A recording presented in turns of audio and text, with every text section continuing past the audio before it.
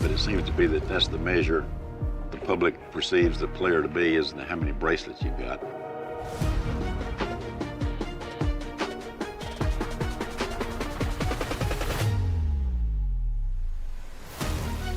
Let's shuffle up and deal. Colin? Daniel Negreanu is chip leader. You don't have patience. You're right. Come on.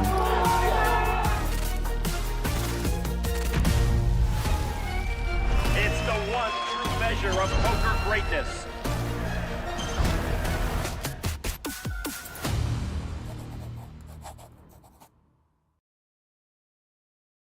The World Series of Poker Europe main event. Come on! What? We just had Ace King versus Ace King. Now we have Ace King versus Ace King versus Ace King. Or just shoot it up. Wow. Yes, he can. Bravo, Anton Suarez. Turn this Jack-9 into a bluff. He's going to blast. Okay. Looks like he's just going to get Let's off go. of it. Oh, my. Mufasa. Look him up. He's going to look him up correctly. King high is good. There is that call.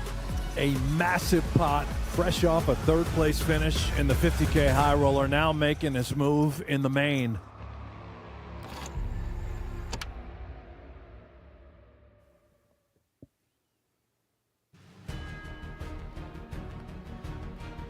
Hello, everyone, and welcome to Day 2 of the 2024 World Series of Poker Europe from the King's Resort and Casino in Rozvadov, where a whole multitude of hopefuls have descended upon the continent's biggest moment. Ali Najad alongside Matt Berkey with Mika handling the sidelines, and I hope you're ready for more action based on what Jeff Platt and Brent Hanks were able to bring you yesterday.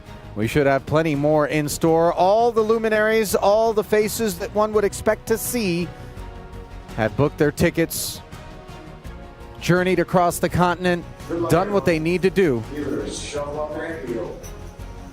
to work their way into this room. Just look at that. A packed house. As today, we bring you Day 2, 3 days removed from ultimately crowning a champion here in this main event. Get a peek at the broadcast schedule there. And just some of the hopefuls. 6.5 million euros plus the total prize pool. 382 remaining of an original 694. Darko Svesko 580,000 in front of him. That's good for the day 2 chip lead. Performing quite well. Shirzat Hisu, 570,000 in front of him. Not far off the pace. Roman Hrabic, 238K. Brought into day 2. How about Max Neugebauer? He should be a familiar face. 95,000 though, not performing nearly as well as the remaining who are looking for bracelets. And there are your former champs. Neugebauer, the most recent. Now then, we dive into the feature table. Alexander Shilko, 261,000 in front of him, will be the deepest of stacks. And as you look at that particular lineup, Berkey, anything jumping off the screen? 25 bigs, the leanest stack. We're going to be playing 1K, 2,500 with a 2,500 big blind Annie, I believe, to kick things off. Shilko, obviously, as young as he is, still very seasoned. Coming off that 25K PCA win a couple years ago. This is not new, unfamiliar territory to him, having 100 big blinds day 2. Still a long way away, half the field remaining almost, 15% pay. Should be a good action. What I love the most about the World Series of Poker Europe main in particular is, given that online poker didn't suffer through what it did in North America, there has been a continuous opportunity for guys to really call together veteran-like experience levels here in Europe, which is obviously the bulk of the attendance, but people coming from all corners. There's nobody coming for the blinds. Folded around to the Frenchman, Aishan. Ace-Jack.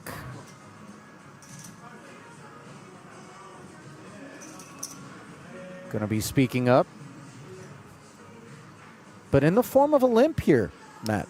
Yeah, I think particularly whenever you have this smallish small blind, you're going to see a lot of limps being played. Well, you're also going to be seeing King Jack activate as Romania's Niste. Makes it 8K.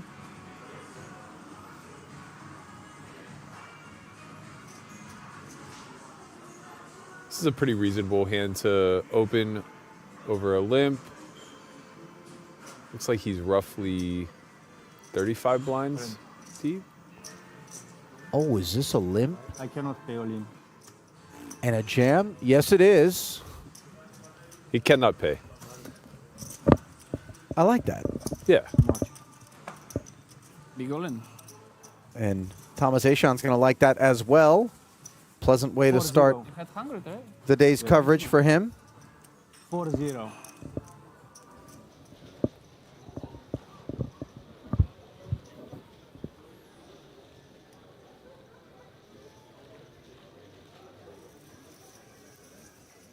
How about Alex Foxen making his way across the pond? Day 2 starting stack for him, 389K, and his wife Kristen also still in here on day 2, 228,000. She, of course, made a tremendously deep run in the main event this past summer in Las Vegas.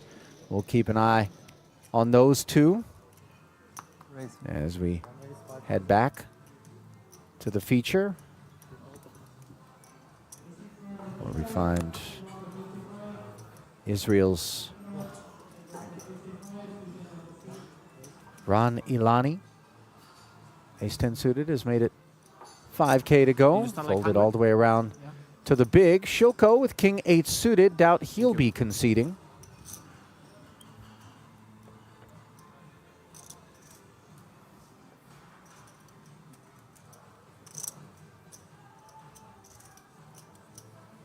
Min-raise sizing. I wonder how much, and this is just me posturing, but I wonder how much that tank is for balance sake. You know, Is King 8 suited really doing much else here than call? Yeah, you know, it is interesting because I think players that have a measured pace about them can often create this shroud of gravitas, this shroud of professional competence, let's call it. Not Yep. that Shilko needs that for anybody that's paying attention out there. His resume speaks for itself. But something definitely to keep on our minds here as Ilani's got top pair, top kicker on his mind. A very straightforward 9K, and King 8, of course, performing quite poorly. Check folds. Sure.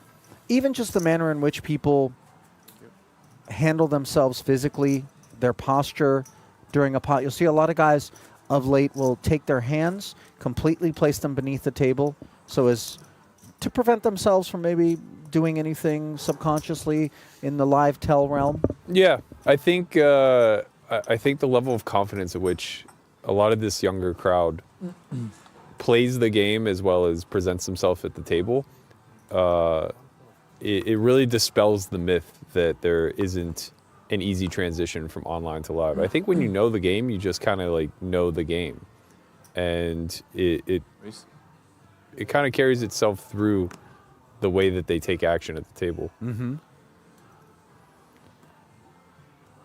Ace-4 suited has Niels Pudel of Germany, sending us to 5K. By the way, I love this 80s soundtrack that apparently is going to be enveloping us for the course of today's coverage. It's the casino floor, which is not Right. far away from the featured table. That's what's bleeding into the player mics there. You think Rozgadov's just getting the 80s? No, Matt. But I like what you've done there. It is pretty remote, not quite that remote. Right, yeah. You know, Meanwhile- sometimes they're a decade or two behind with the pop culture.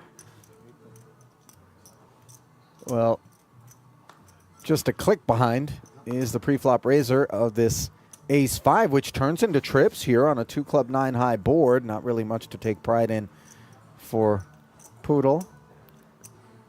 This is officially having it all. Has the ace of clubs as a nice little backup here as well. Going to see this board c-bet quite often by the pre-flop aggressor. He's not really working with much.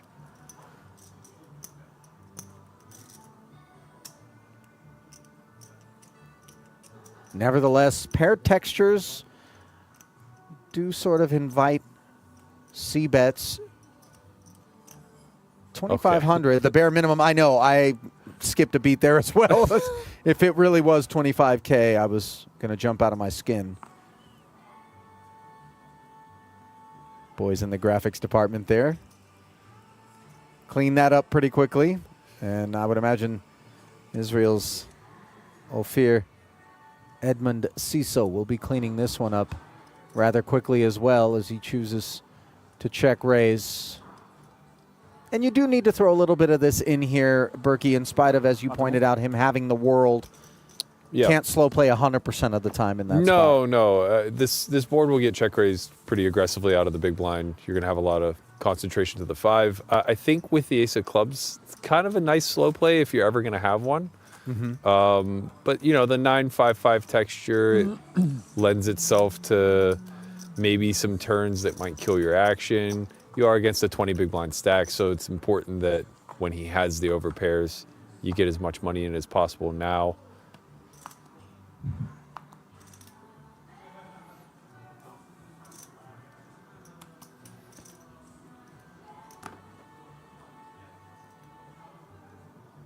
Nariman Yagmai, who I've actually had an opportunity to observe on a few occasions, a frequenter of the Merit Poker Complex in northern Cyprus, has some results on his resume from that room, which of course was graced with the EPT not long ago, really putting them on the map.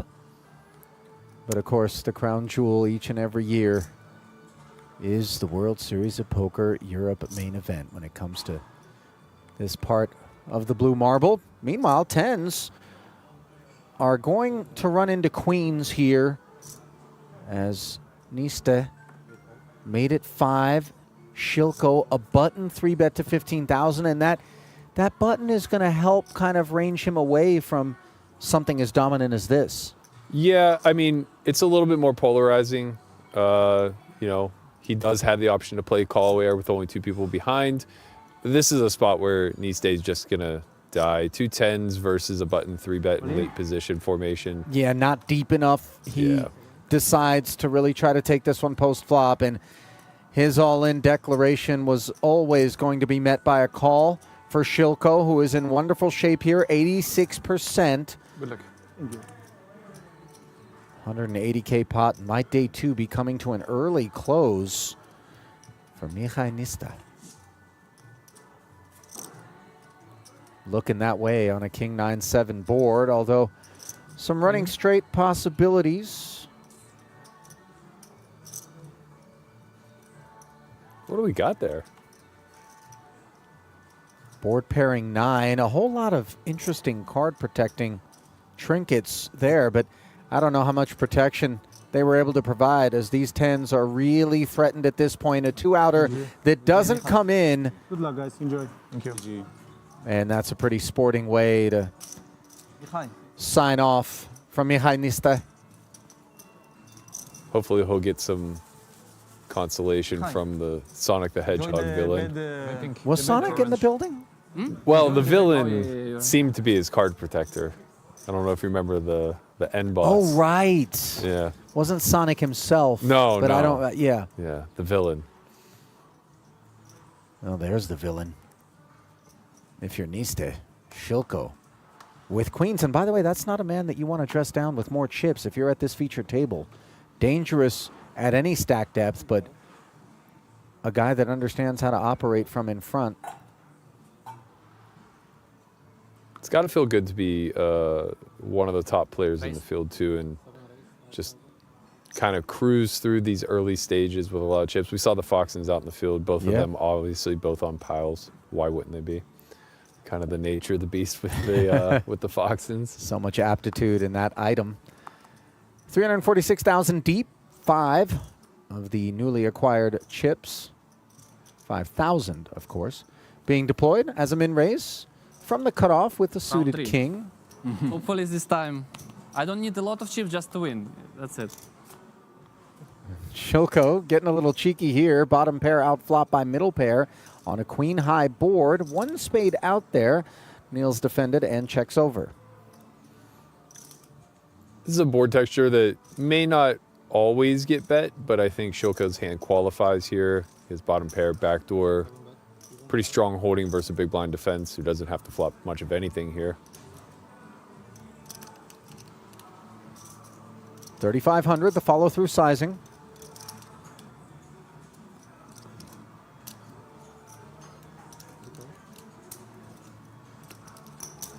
Poodle politely deposits the call. Change made, to the turn we go, and now it's kings up for Shilko as he snags the lead. Always nice to get there.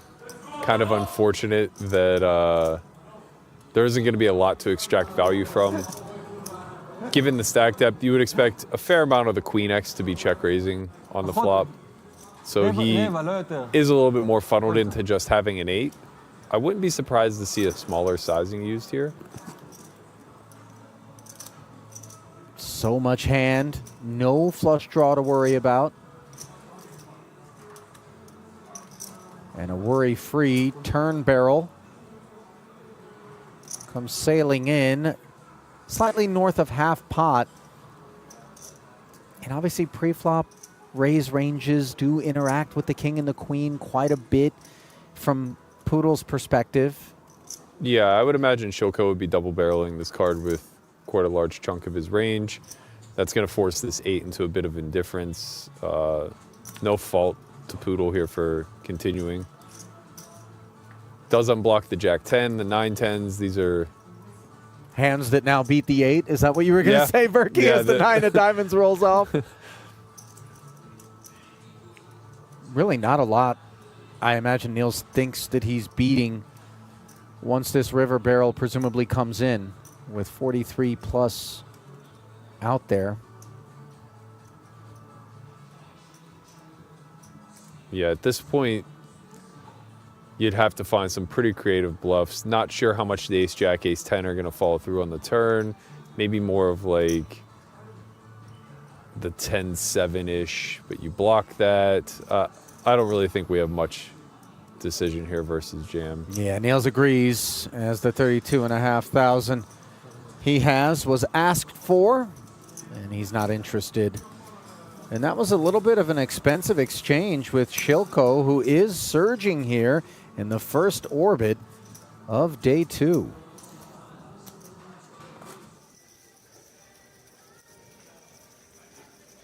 Well, if that face is familiar to those of you soaking up the broadcast here today, Sweden's Nicholas Ostedt made a tremendously deep run in the World Series of Poker main event in Las Vegas. Third place finish, good for $4 million.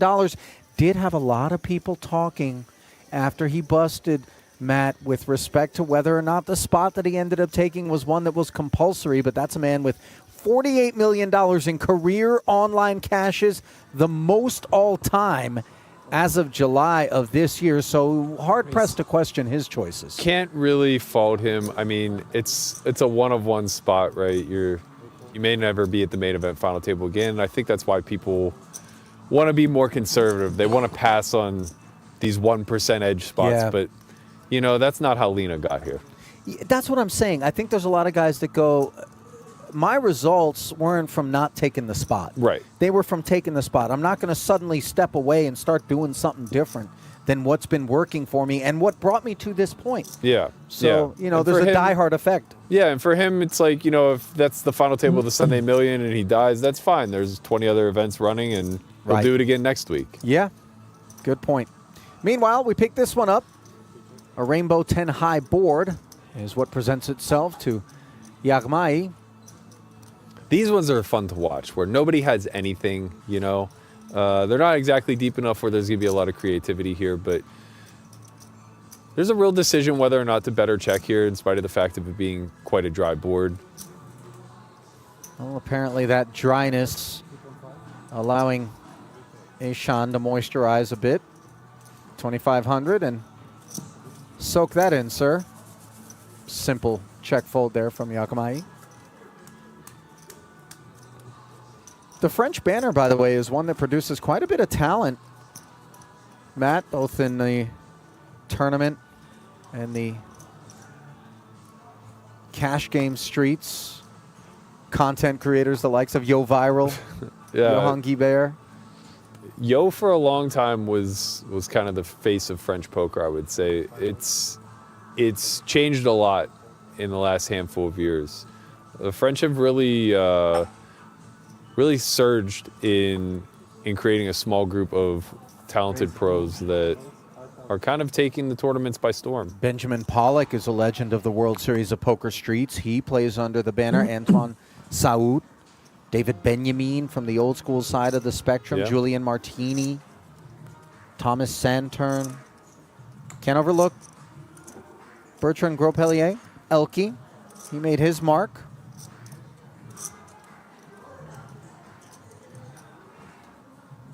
Meanwhile, Jagmai could be making a mark here with ace-jack against this cutoff open from Rani Lani.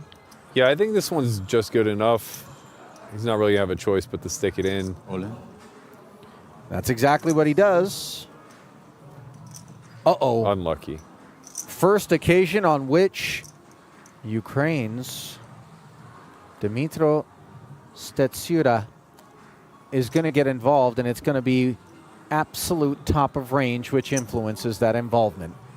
Horrendous for Jagmai.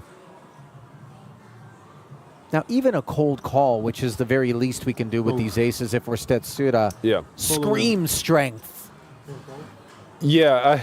You know, trying to lure Ilani into there's just something. like, you're kind of just handcuffed, you know. Aces are a cheat code. If ever you're going to have a cold call range, you can work them in there. Yeah.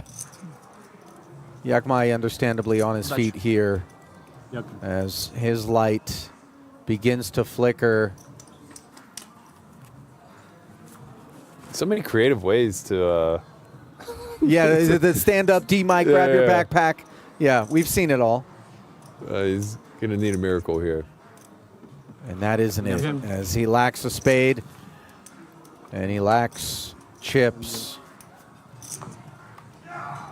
Stetsura What you go in December? I forgot. showering. You didn't ask me. Yakmai. Yeah, I asked. As we've got our second casualty Not here sure at the yet, to be feature in the early Really going. tempting to go either ways, but I'm not going to EPT Prague for sure because I was 2 years before this 2 times, so I probably skip EPT Prague. What you mean you were there twice and you want to change? Yeah. Okay, so you're gonna. This is a very talk to important US, I guess? conversation. Yeah, US for sure. I'll probably go into Miami in November, but I'm not sure about December yet. Okay. It's too tempting, such a big tournament, but it's also. But we like need to 6 scout where the re-entries. Euros are going in December. 6 re-entries, or maybe even more. And because then maybe go they have, somewhere like, else. A lot of flights. Yeah. They make a field tough. Still hesitating. And I also has to go to Las Vegas because I leave some money on the deposit and I should show up, you know. Okay, Bahamas it is, Ali. Must be nice, by the way. Shoko's like, I gotta pop by Vegas. I left some money on deposit. Well, you're a man about the world. You don't. I don't leave money on deposit. when I stamp my passport at customs, it's with all the money that I bought. You don't have some drop-off points across the globe? Nah. Try to stay off of Homeland Security's radar, Maddie. Well, that's easier said than done. And also probably not the best thing to say. Right. Why am I trying to stay off the radar? Ace 10 is very much on the radar of this Ace Queen as a 6K opener from the small blind. This is a modern day cooler, as our booth brethren Henry Kilbane likes to refer to it. Let us observe how Thomas wants to approach the affair. I actually thought you were comparing Thomas to Henry. They are a bit of a doppelganger. You know, as I look at that image there, you're right about that. Take a day off, mate. I don't know that we're going to be taking a day off with this Ace Queen. However, do you feel like a 3-bet is compulsory, or do we balance with some flats? It's a little bit tricky because my understanding is there isn't a lot of raising taking place from the small blind. I feel like Ace 10 off might be a bit on the wide side, but I could be wrong. Usually, especially at depth, you want to lean on more suited hands. As raise candidates, if you're Stetsura? Yeah, but, you know, Ace Queen is Ace Queen in a 1v1 spot blind versus blind. You're going to be ahead of the vast majority of those opening hands. So we go up to the 3rd floor. King 7 tray board presents no immediate assistance to either party, although, of course, eyes on that ace of diamonds, potentially, for the freshly minted stack of Stetsura, which does cover Ace-Shan. Yeah, I imagine we're going to see Thomas come with a smallish bet here. These are kind of the confrontations where too much money can find its way into the pot very quickly. A hand maybe stepping a little outside the norm with the Ace-10 off pre. You find a little hope post with that backdoor diamond draw, backdoor straight draw. Suddenly we find ourselves on the river, you know? 13,000, and I'm not sure that we're all that river bound with Ace 10, although maybe we're turn bound. TBD. I would suspect that he probably has a little too much hand here to just fold versus quarter pot. But you're right. The hope is a bit bleak. You could be drawing dead to pairs, assuming you're up against something like Ace-King. Making runner and realizing it out of position, not the easiest thing in the world. Yeah, you do need to kind of, in a chess-like manner, consider future moves. These are the type of spots, though, and the type of boards. You get a little creative, you know? You're not going to have that naked ace of diamonds all that often. Listen, that left brain activation can prove expensive from time to time, although consider if all of a sudden he did do something, how Ace-Queen would feel about it. A flat, the chosen path, a board pair now, which does present opportunity to the Ukrainian.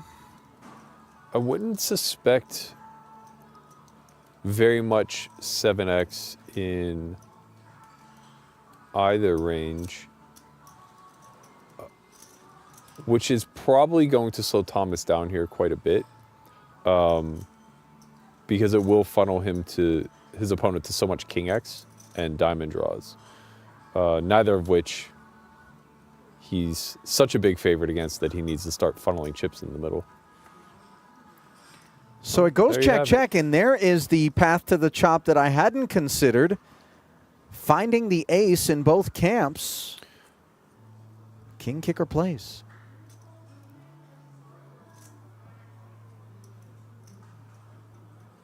I wouldn't be shocked to see something along the lines of like block bet jam here. Instead, it is a check from Stetsura, and I think he's kind of hoping that maybe he sees a normalish bet sizing out of Aishan, who is deeply incentivized as the pre-flop 3-better to rep this ace-king high board. Yeah. Personally, I'm quite greedy in these spots. What's that, Gordon Gecko? I think unless I gave a lot of credibility to Stetsura to being capable of having ace-king here, I would go very large, somewhere between pot and all-in, just trying to put a king in a blender. He seems to have kind of positioned himself into having mostly just bluff catchers as played.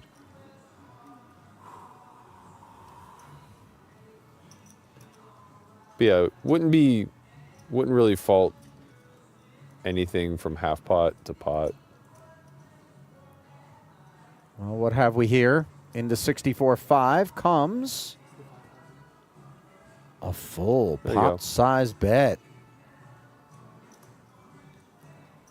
And now the polarity of this sizing creates some discomfort for Stetsura because you don't necessarily love calling 65,000 in the hopes that you're simply going to be able to get half of what's out there. Right, yeah.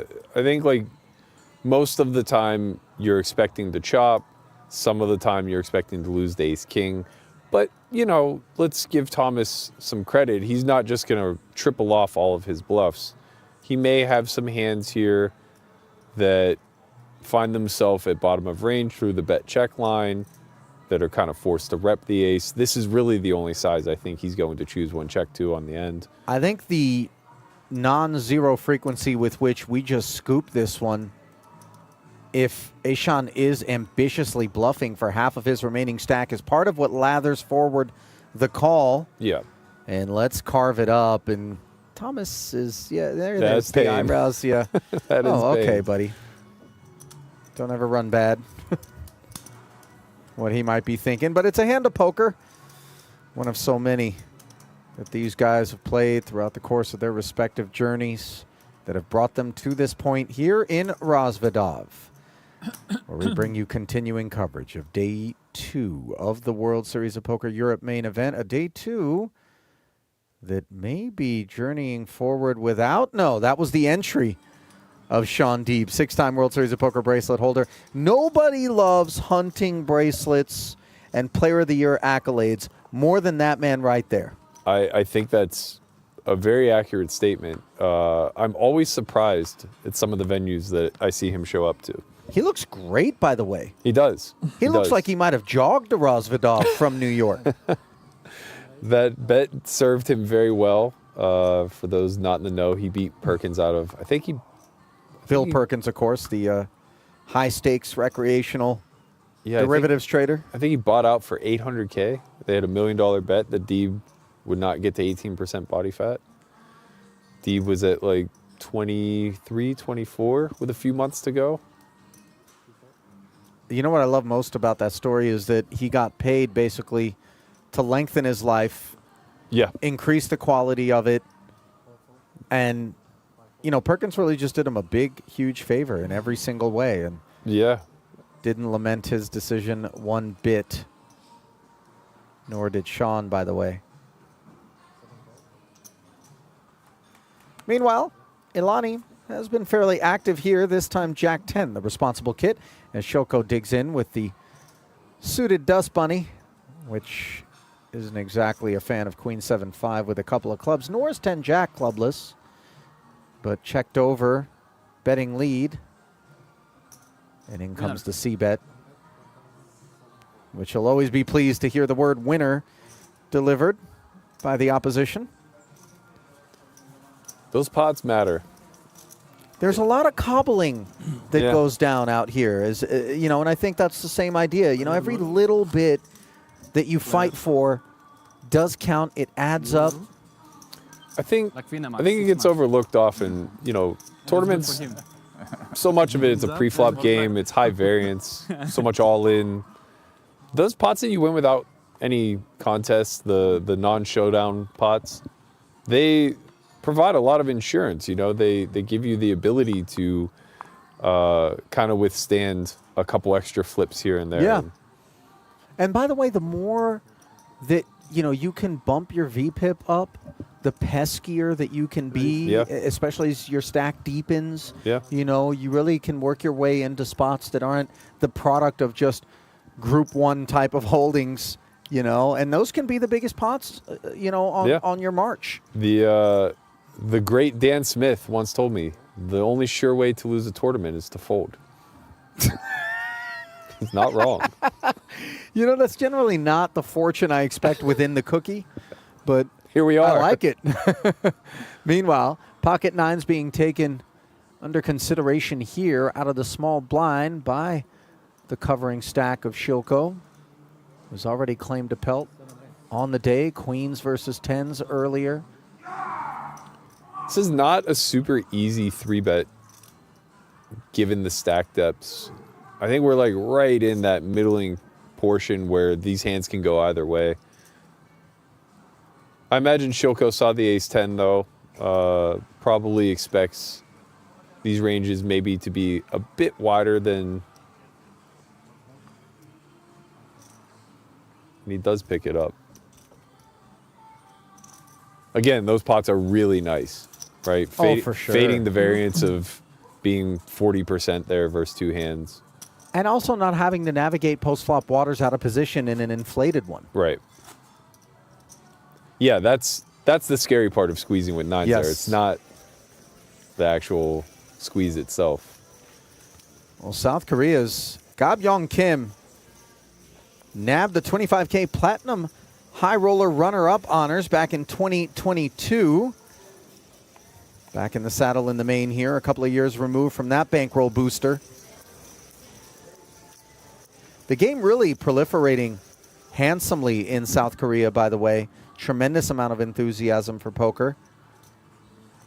Really seems to be booming Your surname is in Asia in general? All of Asia in general, yeah. I think we saw that South America boom a few years ago, and now Asia is really getting itself. South and Central. I think Mexico is still kind of at the forefront of Latin American poker.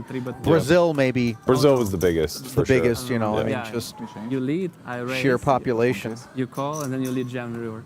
It was like, I don't remember exactly the board, but it's like... Where was that? I don't remember, like... Those series? Yes, but it was one like, of the frontiers that like intrigues me in terms of untapped potential for or 250. poker, if there's still any remaining, Matt, is India. You're gonna say? Yeah, I can say that's after the stream, okay? That's an often explored landscape that seems to be still untapped. I think that they have some siloed online poker there, if I'm not mistaken. Yeah. If you had bluff, if you bluff me, I'm gonna come to a coaching session. You said, hey, Nate. You said something like this. I was bluffing. You gonna bluff it? You were kind of adjacent to that market, joining us here I don't see that much people bluffing this line. by way of Dubai, where you were out there playing some of the Poland flag, yeah. locally available I was in Poland at this cash time. games. Yeah, I remember. that was. I expected a culture shock, but Name, actually, but I remember it was just Vegas in the Middle East, minus the casinos. Yeah, it just made Vegas look cold, Yeah. which is not easy to do. I dipped my toes in the Gulf, and I have to tell you, I've never expected natural water to feel like a hot tub before. Yeah, bath. Like this year playing a A bit warm more bath. Yeah. And already you had some success. Congrats. Like you went some like London, like Maine. Yeah. Good job. Ace-5 suited, up front How it open. was, by the way. Did you like it? Picks up Poodle's Jack 10. I'm enjoying more and more playing live. Poodle defending off of 10 here, so we're going to see him play pretty aggressively anytime he flops anything. We'll call that something. Yeah, how about a pair and an open ender on a queen high board? Only a diamond to pique Stetsura's interest. And then when you study online, you can And yet, try new moves. he very new quickly lines. Live, you don't have delivers the to c-bet. Just 3 into 13.5, designed to direct Neil's attention toward the exit cheaply. Yeah, can't ever really go wrong, I guess, c-betting versus a stack at this depth, but given that we do have the backdoors, I would much rather use a hand like ace-5 of clubs if I were going to start bluffing this board. I think we have a little bit more equity to realize when we have the backdoor diamonds. Poodle almost certainly going to be playing something between check raise and check jam. And there is the check jam. I don't have guesses. I remember one nickname from Malta. Ready to capture any and all fold equity available to this 24,000. And if we're behind, we are not generally dead. Yeah, I don't even really think he expects many folds to come through on a board texture like this. You're going to find a lot of the ace-jack holdings, the 9x, the better and worse 10x's. Surely Stetsura isn't thinking of anything absurd for an extra 21,000 here. I would think this is posturing, but we've seen stranger things. Having covered this World Series of Poker Europe main event last year, Matt, I am here to tell you strange is definitely one adjective that we could use to describe some of what we bore witness to on the march to a champ last time around, but Stetsura not going to be adding to that data set. I saw that wonderful hero call in the rundown to end the whole thing. You're talking about the jack high? Yeah, yeah. Wait, was it jack high? I thought it was, wasn't it? I just saw jack 8, jack 9. I thought it was bottom pair, but oh, you might be right. Do you know how much poker I've called since then? Omar Eljak. He won the main 1 year prior to Neugebauer, rather. 2022 champ, 1.4 million euros picked up there. They really do show up for this event, huh? I want to say at least a couple of hundred euros of that haul was spent on an expensive haircut. That man was styling. Wondering where you're going with that one. Ace 10 now has Shilko min raising.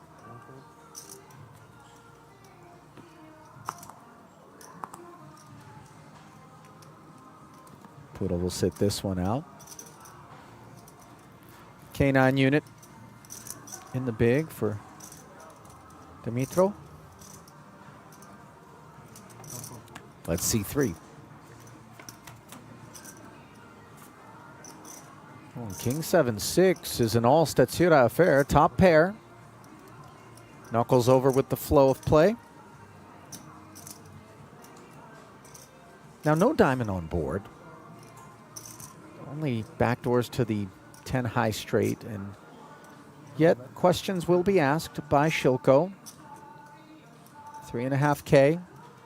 And these are kind of cheap stabs that, you know, have a decent ROI. They don't have to get through all that often to be profitable. No, and these board textures really lend themselves to the preflop aggressor. I actually think that Stetsura has a nice candidate here for a check raise. The backdoor 9, there we go. You're not going to want to check raise all of your King X, of course. The King 8, King 9s are nice. And then, of course, like the King Queens being at the top. Yeah, but you know, you see a lot of passive lines taken, but there are times and places to kind of grip things. Yeah, yeah, and I just think, like, that's a nice one to find because I think a lot of people just think linearly, you know, like, oh, well, I'll check raise the King Queen because that's my best king, and then on so down the line. But having that interaction with the middling cards is pretty nice for turn and river playability. It's not good. No. Not a good sign. too cold outside. Yeah. I'm not going outside at all. I'm not that sick. Okay, I'm joking. Ace-5 in the cutoff for Ilani, who I want to say has the highest VPIP of this crew on the day. It's tough to do as a middle stack when you got 150 big blinds stacked to your right. And obviously, Interesting. clocking that landscape presumably help us to range Ilani accordingly. I'm a big fan of this Stetsura guy. He's in the mix. 9-6 of clubs, a flat from the small, keeping an eye on Ilani. Ace, Jack, Jack, and this is not what we had in mind with 9-6 of clubs. Yeah, nothing interesting is really going to happen here, but it's clear my man Stetsura has ideas. You know, he has some evil intentions. Or this is his favorite hand. Either way, I'm on board for it. You know, self-indulgently, I'm aboard that vessel as well. Nice. Just a disruptor of sorts. Yeah. Somebody has to make the chips move, you know, and it's not going to be Ilani on the flop as he checks back. Now a 5 rolls off, and you know, this is precisely why we mix in those checkbacks with the Ace-5 on these sorts of textures.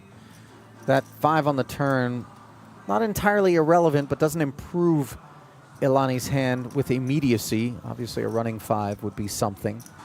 But here he is facing just 2,500 into 15. This is an interesting idea as well. One big blind on a paired board, 2 flush draws, ace high.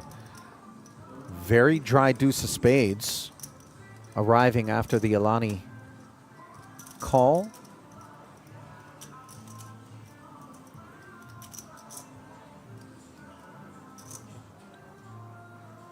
I think that's probably a wise give up. Although it's nice having clubs here. You wouldn't have to fire that large to get some of the checked back diamond draws, checked back heart, backdoor heart draws.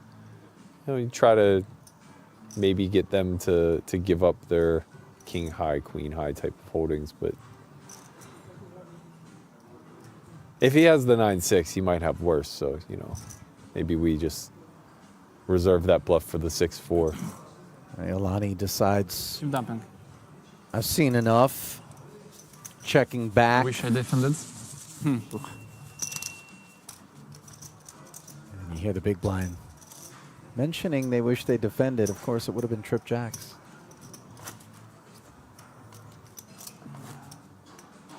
Aishan sliding over to the small. Some guy yesterday almost mucked 9 high versus hijack who checked back twice. And he still showed it and won a showdown. Check, check, check, check, check, check. It's always better to show. So when I see this, I always show my hands. Same. Who knows? Yeah. That's right, kids. Last No year I shame in lost in this showing down. tournament with Let's queen high. stop with the other guy funerals called and 10 high. the you show Like, yeah, first last time I showed, theatrics. Let's just table our hands. Yeah, nice. I'm a fan of Nice that. feeling. Keep things in motion. After this, I thought maybe I should quit poker, you know? If people call me with 10 high.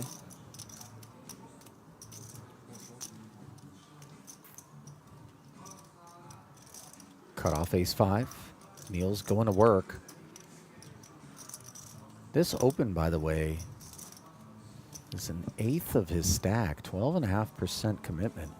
And it's going to run into a 3-bet potentially here from this king-queen suited for Aishan, which is such a candidate. It'll be interesting to see what king-queen does here because this is a relatively polarizing open. And it's certainly an idea. You'll use these high-low combos as your bluffs, and then of course you'll have your value hands, probably jacks plus, maybe tens plus are going to open normally here. Aishan, of course, is not thrilled at the prospects of his 16K getting piled on by Poodle, but How big was your win in London? You just got to run it, you know. Some hands just have enough inherent equity. King, queen suited. Yeah, 140 euros. It's a delicious looking hand. Was 1K buy-in? It was 1-1. Thank you. Thank you. Thank you. Yeah, on the menu, it's always one that you would choose. 40% of a royal. I mean, every now and again, it comes out of the kitchen and And the it trophy ends up is the same tasting as- pretty bad when that Yeah. ace, king, king, king, queen, queen gets shoved down your throat. Meanwhile, Shilko, 147 big blinds as we check in on the chip counts here from day 2 of the World Series of Poker. Europe main event, Poodle down to just 14 bigs. Gaspares Posato, by the way, You still have one the of the trophy? men Where do you delivered have it home, the trophy? to the feature They sent me a replica. Oh, yeah? to fill the voids left behind by I don't know why. Yagmai and But it's exactly the Niste. same. Who They Quite a showered stack early. he brings on the with cup. him. So it's Ramon and me. But where is the 100 original then? Okay, I don't get it. 11 They bigs. said it's not original. this is shaping up to be an interesting formation I hope you put to it pay on a attention nice place to. with lights and stuff. When I will have my own house, I will do this. For now, we just stand in my brother's house, you know. But it's okay.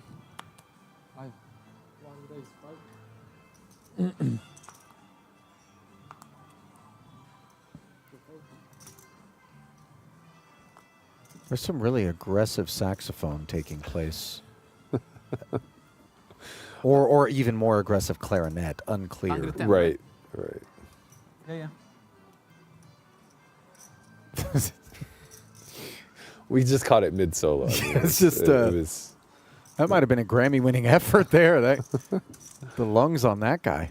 Meanwhile, Shilko defends his big blind with a 7 against the attack from Ilani, who again has been frisky. Seems to have been largely reasonable posture that he has taken up when entering pots, but here he is with bottom pair on a king-high monotone board. Shilko with the 7 of clubs, facing follow-through of 3K.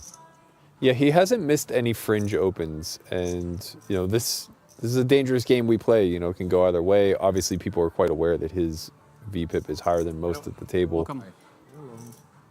It will lend these spots to present themselves, where you know Shilko himself now is defending a relatively fringe hand.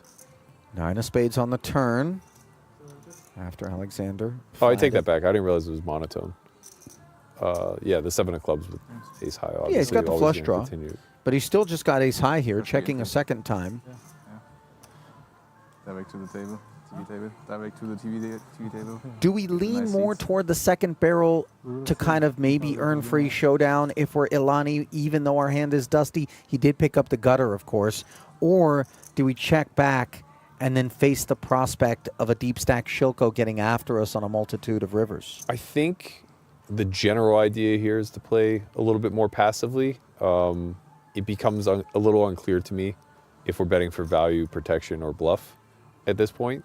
Now, don't get me wrong, we do kind of have a convertible hand, right? On certain runouts, it could potentially be all 3. You And river it was- an 8, you river a jack, you river nothing. You know, we go any direction. The direction that Ilani chose was a 24K. Healthy turn bet there. And enjoy some chip leader chips there. Mr. Ilani, as only 370 players continue to enjoy a run here in the main. The herd thinning out quickly as we glance upon the entirety of the remaining field. Staff working feverishly to break tables down, plug holes left behind by the fallen. It really feels like a very steady flow of casualties until you kind of get into that late day 2, maybe day 3-ish Yeah. portion of the program. Yeah, there's no feeling like running deep in an event. And I think that that's kind of born out of knowing how many casualties are falling around you. You almost feel like you're dancing between the raindrops a bit. Well, the recently arrived Lithuanian Vaitulionis announces his presence, courtesy of Ace King. Everyone acknowledging, but not competing. Nice way to start his feature table presence.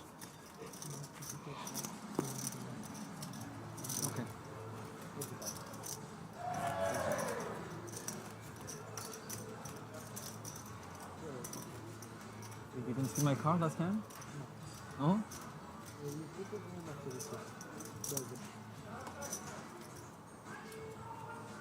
Have you made your way over to Ross for a main, Matt?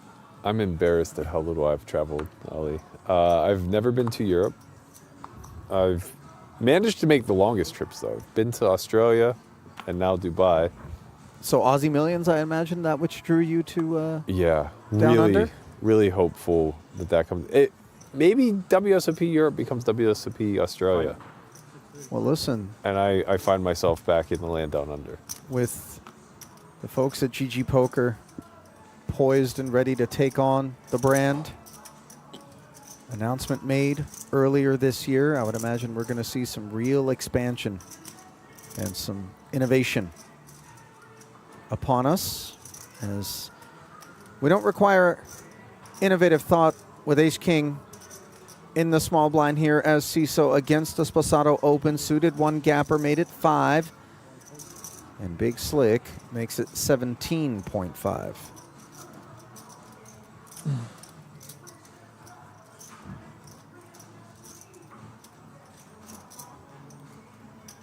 All of a sudden, the marinara has thickened for the Italian. 12.5K more, very speculative holding here, but the benefit of position and a covering stack come together, allowing Sposato to call. Yeah, this one feels a little bit close to me, but only facing 6 big blinds. Maybe it's a flick it in kind of spot. You don't got to tell me twice. King Jack 8, no diamond. Gut shot straight draw for Sposato. Top pair, top kicker for CISO. I don't suspect we'll see it continue here. The 10's just dirty too often. No backdoor diamonds. Ace King's going to be a must bet. There's the agreement from the Israeli. 12,000.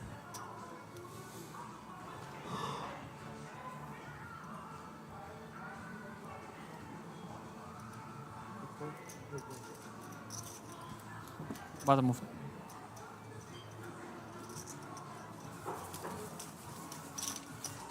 That one ends uneventfully. Maybe for you. Yeah. I'm sure Ace King is quite thrilled with the outcome. Yeah, and the 9-7 didn't really love having to call 3 bets and then lay down.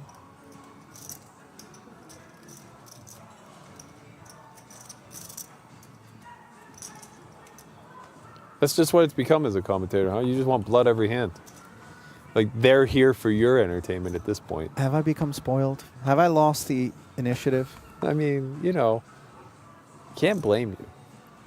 Think of how far we've come. Lon and Norm, way back in the day, they just got kings versus queens every hand. Well, to be fair, we were in the edited streets. That's what I back in the mean. day, the human highlight reel. How far we've come, you know, you're dealing with 9 deuce off blind Look at this. versus I got to blind. stare at Jack Deuce, 9-6. What's going on out here? The game's changed. No. The game is still the game. For 10 years, I thought we were playing with a short deck. One wouldn't have blamed you.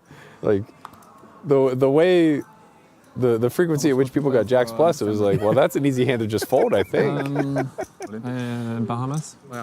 But I kind of regret. But everything is booked, so I'm going there. But most Poodle, likely by the way, next Ace year I will Deuce. go WPT. Just wagging his at the finger same at this. time. They made no guarantee for that. Alani That's entrance. the only thing I don't like, but I think it's still gonna be good.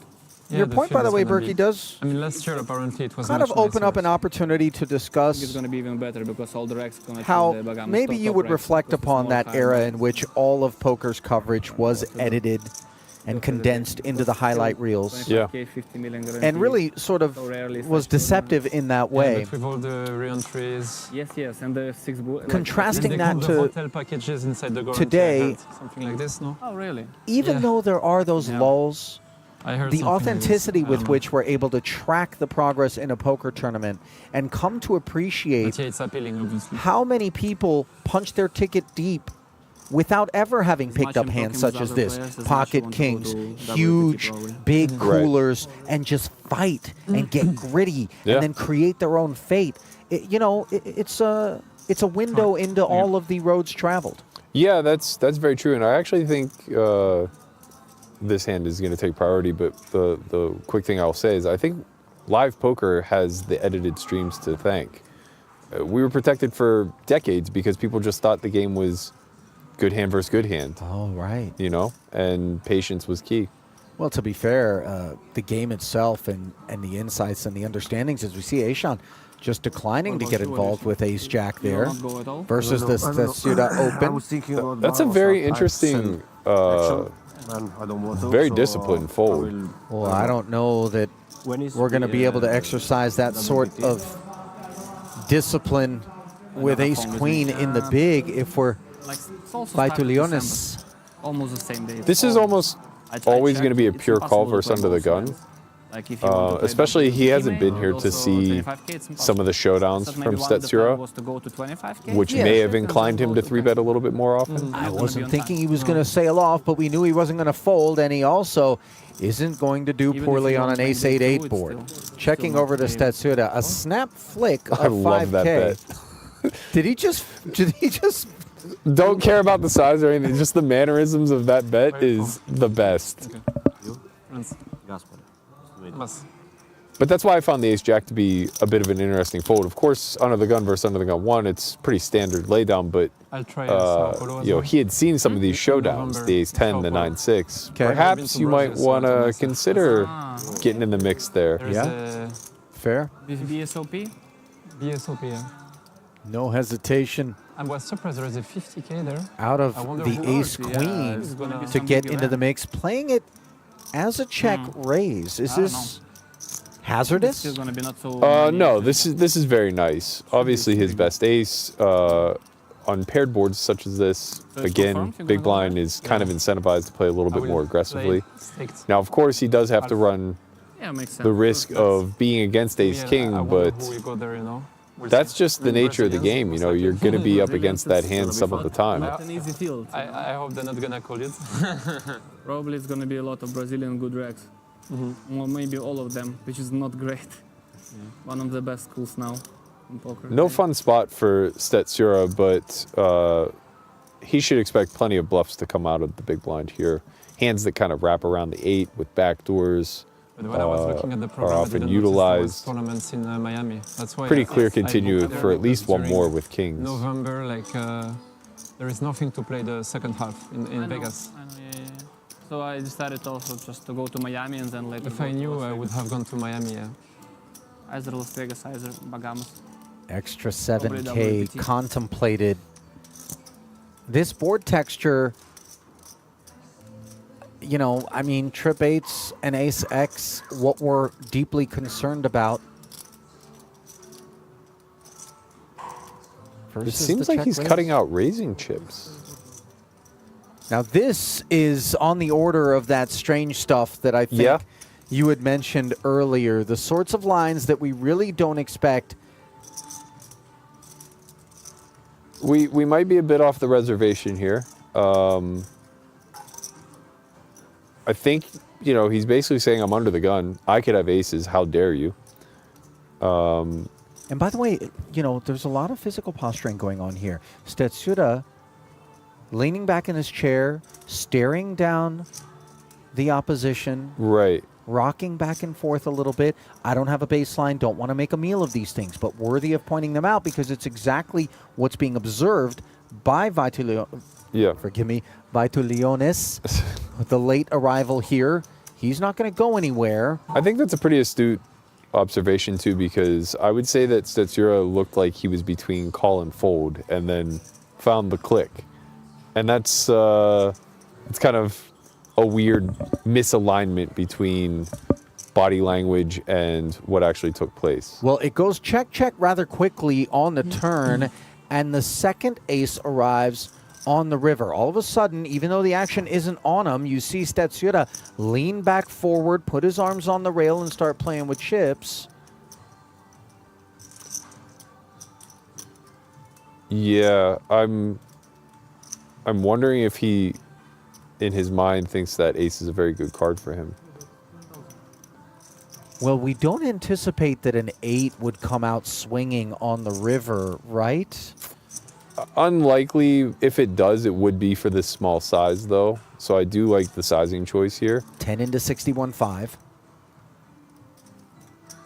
With ace queen, you're pretty unhappy with this. I'm not even going to speculate, and that's my specialty, by the way, on whatever that was. Look at this. Yeah, with ace queen, you're generally pretty unhappy with this river because you suspect now you're probably chopping a lot.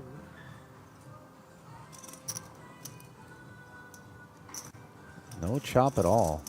And Stetsuda pays off. That was a confrontation that I don't think played out anywhere remotely close to the manner in which most would have expected when they caught the imagery. Yeah. Meanwhile, more imagery from elsewhere in the field. Ivan Banic, fourth on Croatia's all-time money list. Still a part of the proceedings. I guess he escaped being a Olympic water polo player. Isn't that really predominantly what he has the build? Are? I have to tell you, he has the build for it. The wingspan on him, I mean, he'll reach over and pull your stack in himself from the 2-seat. You're sitting in 7, and he's like, no, I got this. King Queen suited, meanwhile, back at the feature for Aishan. Has itself some issues here. As an open to 5,000 is mulled over by Ilani. Yeah, I think we can see this one go either way. Probably leans 3-bet. And if it leans 3-bet, Ilani's not going to miss it. That's for certain. We've seen him take the aggressive option just about every opportunity he had.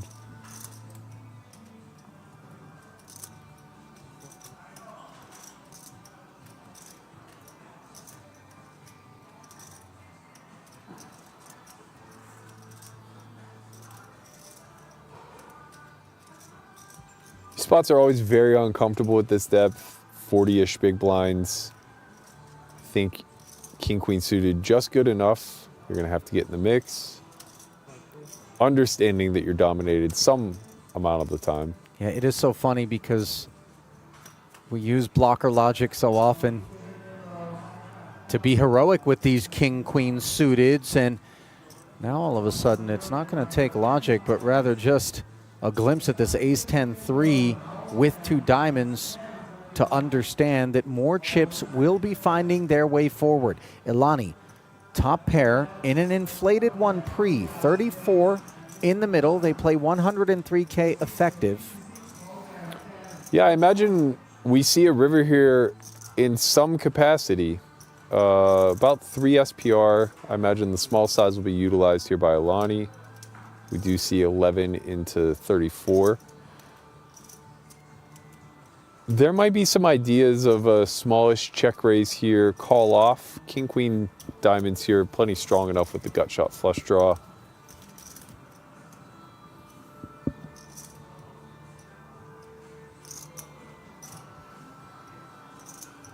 You can see in the equities about 60-40.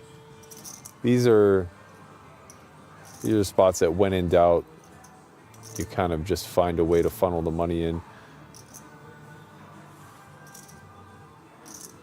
I imagine he would be able to set up a little bit of, or have a range of hands that he can target that will fold, comparable hands to what he's holding that don't have a front door, back door, so like king, queen of spades perhaps would be a hand that he could target. He could apply a lot of pressure to hands like jacks and queens that choose to c-bet.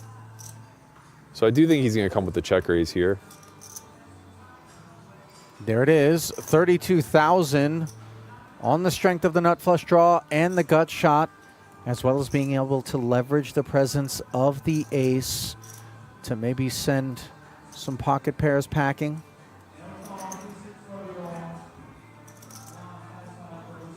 Of course, we block kings and queens. Now, Ilani's hand really can't do anything wrong. It doesn't matter if he calls or jams. It's more of a question of what, with his range as a whole, prefer to do. We do have some weaker hands in that range that are going to want to see a turn. Well, this isn't all that weak, and yet it is going to play itself as a flat. As you mentioned, Berkey, no wrong decisions and no issues on a 5 of spades turn for the Israeli, as the Frenchman now must navigate out of position in the inflated 98K streets.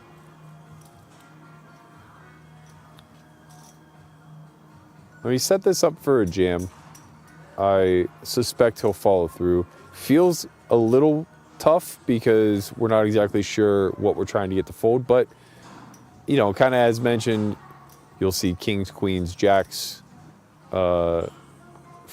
be forced to play this way by Alani, then they have to kind of hero it off. Is the jam not exceedingly polar? It I is, know it's but the check 70.5 raise, effective. yeah, I think the check raise itself was polar to begin with. Okay.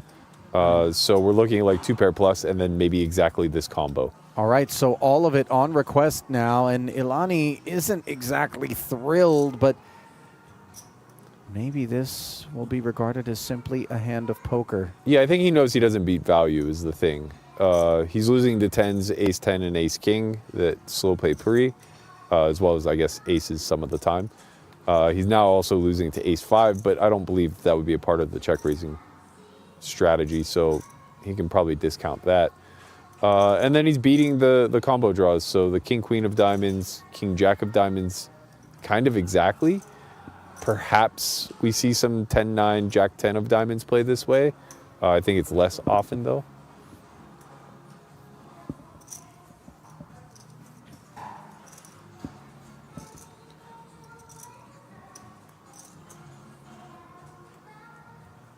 Big confrontation here. We're going to need to see some help if King Queen is going to improve. Otherwise, Ilani is going to get himself on quite the stack, and he does. 3 of heart river, not going to do it for him. So the calls seem to be a bit of a foregone, if uncomfortable, conclusion to the jam on the turn, and a clean run out. And this is kind of what I suspected would happen with Alani. As a man who tends to take the aggressive action himself when given 2 options, I know that stacks build and they melt. So this was going to kind of go one of 2 ways. Play a high variance spot where you have some edge. Find yourself on a near 300K big blind stack, or 300K stack rather. Well, what have we found elsewhere in the field here? Foxen taking one down. 222,000 in front of him. He busted 13th in the 50K Diamond High Roller. Immediately hopped in to day 1A. Here he is, day 2. Finished 9th in chips at the end of that day 1A, by the way. 389,000 was his haul. He's off that mark, but still comfortably operating. Suited connector for Shilko. Makes it 5,500, and now Ilani, fresh off of snacking on Ashan's chips, is paying a visit to the rich part of the deck. Pocket kings. Those off the top of the head, or you sit around and workshop them? You know how crazy off the top of the head they are? I don't even know what you're talking about. The rich part of the deck, that's so good. Oh, yeah. How much of this have I talked about at this point, Berkey? I can't. It all blends together. No, that one was. I wasn't gonna let that one just skate on by. That was good. He's paying a visit to the rich part of the deck. The rich part of the deck paying a visit to him, I'd say. As we pay a visit to that card protector, it is a little bit awkward that it's facing Shilko, if I'm being honest. I would rather turn it toward the field. But I will see soon. It's like, what are you looking at? Shilko looking at a fold. Jacks? Oh, no. In a different way. In a different way. You know, I love that you talked high, about very good hand. stacks building and melting, because Yeah. over all these years that I've been on this side of the booth, you've paid visits to both sides, and you've been on the other side of my screens at times, and my goodness, not for the faint of heart have been some of the chip graphs you've put together and the roller coaster rides you've had, Berkey. Yeah, well, it's It's warfare out there, tightest Ali, fold for and the Yes. those chips are just bullets. Yeah. No sense in going home with them, you know? Not so bad. Put them to work or put them to bed. They're not as useful in the chamber as they are sprayed onto the battlefield. That's right, It's a lot that's right. value of money. I will not open it. Until rent comes due, in which case you're looking for a few in some clips. Hey, you know, there's some nice weather in California here. They're kind to the homeless. Looking at you, Santa Monica. Ace King here being looked at by Vaitulionis, who has been northbound since his arrival. First hand he sat down and opened was an Ace King. Then, of course, Ace Queen versus two Kings. Yielded one from Stetsura, who's got an inferior ace on the button versus a cutoff open. Might be looking for his pound of flesh. Yeah, this one can go either way. Yeah, 3-bet to 15,000, ill-fated, and Sposado wakes up with ladies. Now this is where it gets fun. Unless you have ace-9. He's the covering stack, so for sure we're going to see him go with it in some capacity here. It's just a matter of how. I guess effectively they're looking at about 60 blinds. I don't think jam's out of the question. With a formation this aggressively, though, maybe he wants to get a little value for his time.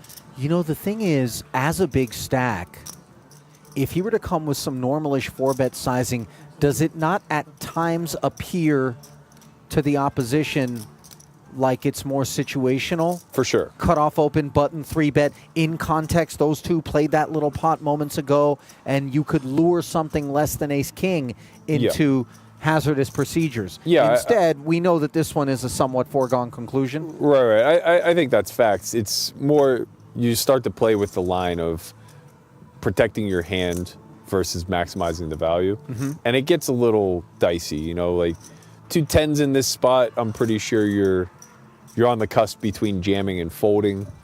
Whereas like, you know, 2 aces, you're very clearly just playing 4-bet not all in. And everything that falls in between that spectrum is gonna want to try to do the best that it can to maximize both its fold equity and its ability to get worse to put money in the pot. This is very gross for ace-king.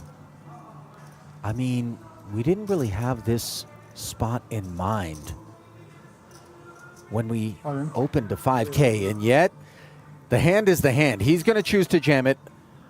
Yeah. Sposado isn't looking for the exits. So this is the thing, like, if you choose the 4-bet not all in here with queens, I think in general it's to snap a jam from either. But perhaps he was thinking to himself that he would very quickly call if the button were the jammer. Potentially he has a decision here versus the original opener. Buona fortuna.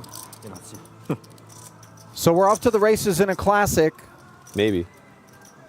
If... Oh, did he call? I think, yeah. Oh, okay, I'm seeing call 109 in there, so unless my eyes deceived. Perhaps the writing was on the wall here as the ace-9 ducks out of the way. And all of a sudden, the fate of the Lithuanian hangs in the balance. To the flop we go. 10-4 tray.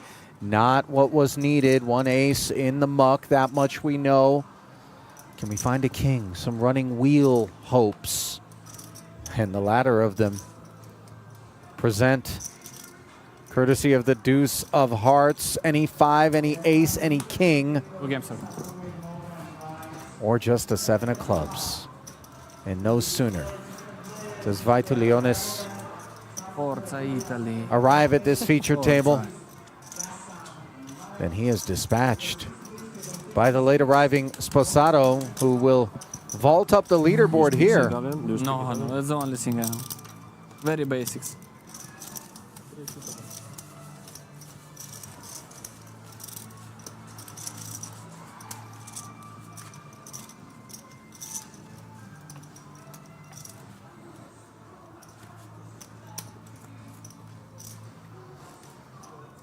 How deep is Sposato going to be now? I think Has that he should vault overtaken him Shilko? over. Yeah, it's going to be close. I think that's going to put him around 340, 350-ish. And that's kind of a comforting development insofar as, you know, having Shilko direct left to contend with. That formation's turning into an interesting one with Iliani now being just south of 300K and to the left of Shilko. Right, the chips have kind of accumulated around that horn there. Yeah.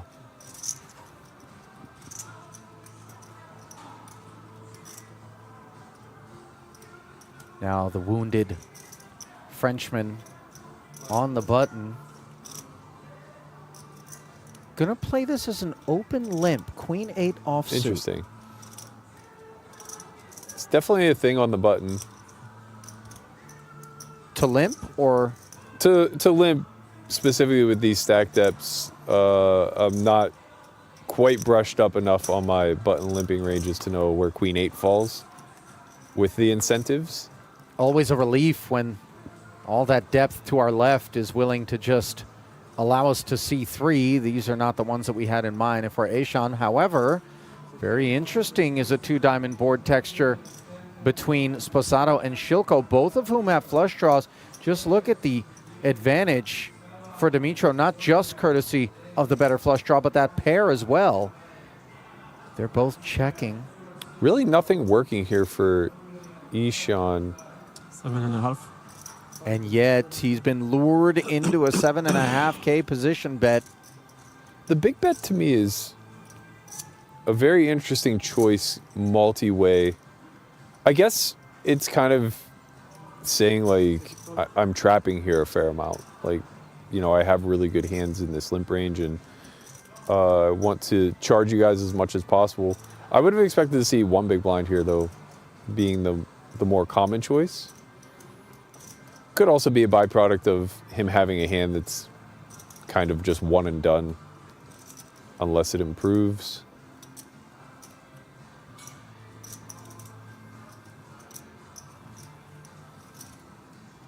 Shilko, quite a bit of hand here. Yeah, I think he's happy to get it in versus Aishan, but should be a bit concerned about Sposato's call. Of course, there'll be plenty of 5x in that range that will just fold, and there are diamond draws that he dominates. But I don't think you really want to inflate the pot here too much against a potential jack. It's kind of crazy. He does go for it, though. It's kind of crazy. Yeah. So 26,000, dispatching Thomas quite easily. Now over to Sposato, just a naked 8 high flush draw. This is too rich. So well served was Shilko's choice to check there. Yeah, they changed it to this year. Hi Alex, how is it going in the main event?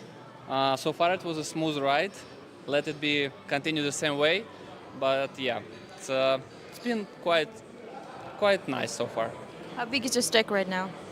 I'm not a big fan to say my stack, but it's around like 250 to 60K, which is healthy stack, is like 100 big blinds plus. Okay, you have made so far big achievements in poker. What motivates you to continue in your career? To my mind, a good poker player is the one who shows consistently good results for a longer period of time. So I want to show, first of all, for myself that it was not a random big win and just keep on winning and to build a very successful career. So what do you like about big tournaments such as the main event? Actually, it's a lot to be mentioned for sure, but if to choose one, I think it's about the dream, because there is so many players who receive the ticket satellite who is not playing like on a regular basis like 10K tournaments, and they can compete with the best players in the world. They have opportunity to win such a big prizes. So I would say the dream, that people have the dream and they can win life-changing money, you know. Great, thank you very much. Good luck. Round this time or big race? Thanks, Mika. Well spoken is Shilko there, and he touches on an idea, Matt, that I think everybody, especially if they enjoy some early success in their poker career, has to contend with. Wanting to kind of be accepted as not a fluke, as not, you know, someone who just binked with a good run of cards or something, but somebody who's here to stay and actually has the chops. Yeah, and I mean, tournament poker is brutal that way. It's you could be the best in the world and go months, if not years, without winning. Look at Chris Brewer's negative run that he went through for the better part of 18 months. So painful. There's not a lot of validation just looking at results, but Shilko's, he's a special one, I think. I think he's a great head on his shoulders. I met him at that PCA that he ultimately went on to win, and we were playing a side event where I had gone all in, or I bet enough to put him all in as we entered a break. And he had a huge decision and was nothing but apologetic to me for taking up my break time. Wow. And I'm like that's this kid, classy, maybe man. 22 at the time. It's like Oh, that's classy. Yeah, I was very impressed. Happy to see him go on to ultimately win that 25K PCA main event. And now here we are. Yeah, impressively getting after it is Shilko on the Ace-Ace King-Queen board. Look at Sisu, by the way, who hung out in the face of the 5,500. And now both parties play the board. Yeah, this is just going to be very favorable for Shilko's range. He's going to have more traps, which is going to allow him to bet large here quite frequently, I think. He does have to concern himself about Siso having some flushes. Even though the board's double paired, I think that they'll pay up to pot. But that's not enough for him to not fire this bluff off.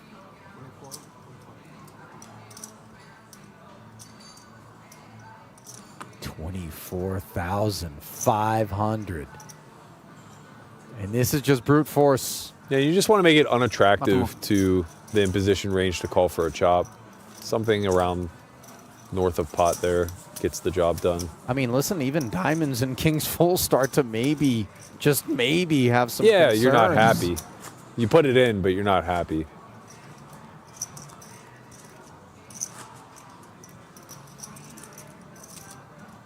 I think that's something that, as I've gotten a little older and a little more studied in the modern game, I've really come to peace with, is just how many moments you'll face where you're very unhappy, but resigned to just putting the chips in.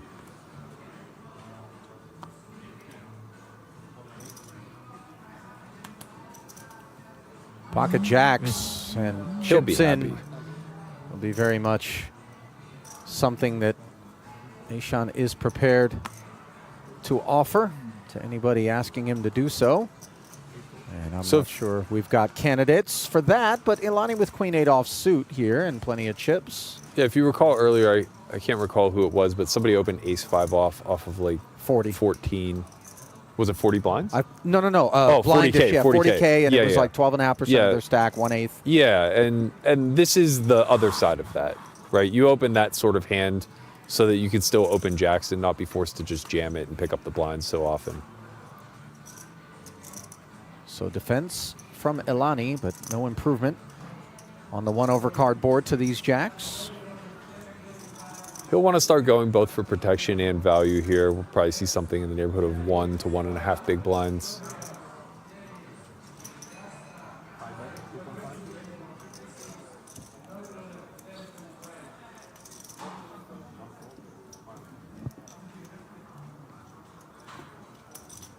C-bet and take it. Always a little bit of a relief, although he would have been ready for a spin if somebody wanted to play some roulette.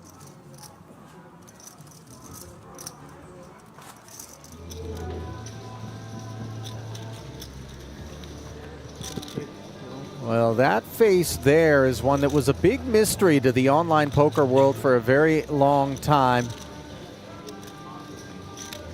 And yet, it is one that's going to be hauling in a pot. Looks like the nut flush was downed by tens full on the river by Sweden's Victor Blom, the man who went by Isildur 1, currently sitting on 320,000.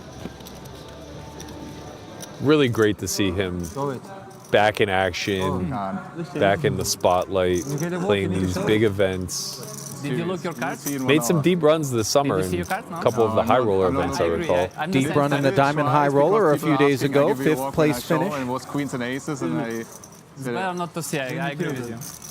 If someone is not walking me, then don't walk me. No more walks. Okay, I can live with that. Yeah. It's Well, just. I followed a big pair just because I wanted to see what you Me had. too. Yeah. You fold big pair? Yeah. Or pair draw, maybe? Draw. Medium pair. Medium pair. Hands. Wow. Pair draw, not something we hear all that collusion. often.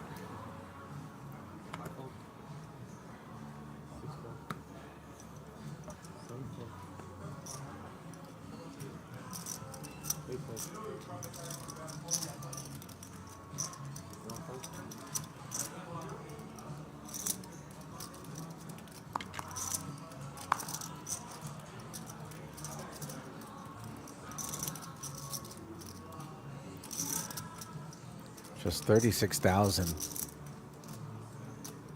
for Poodle. Mucked around to his small.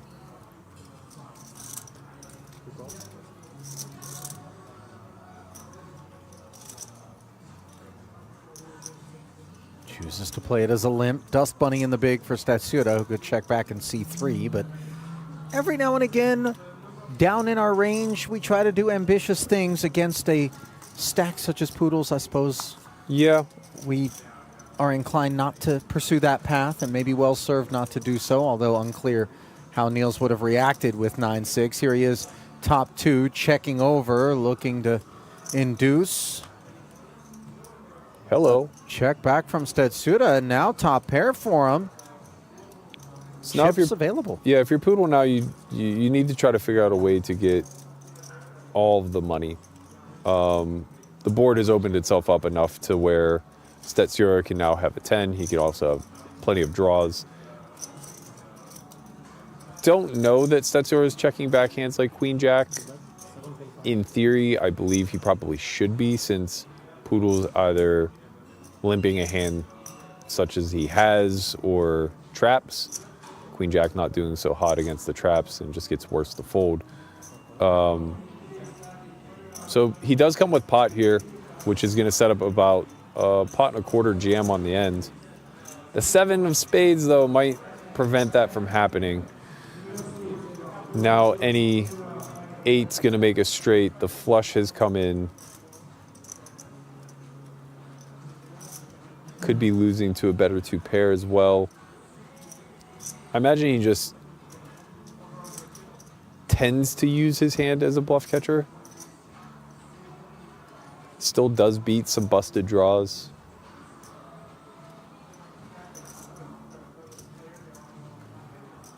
Four-liner and the spade. I mean, this is He's gonna go for it. a troublesome little development, of course. And Well, you love to see that reaction.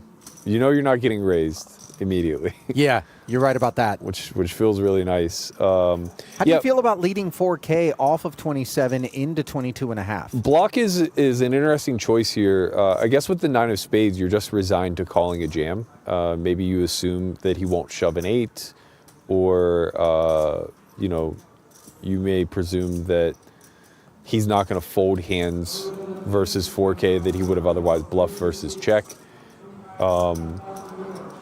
It's an interesting bet choice, because I'm not sure if the intent is to fold to a jam or not, which feels pretty tricky. He did get called, picks the pot up.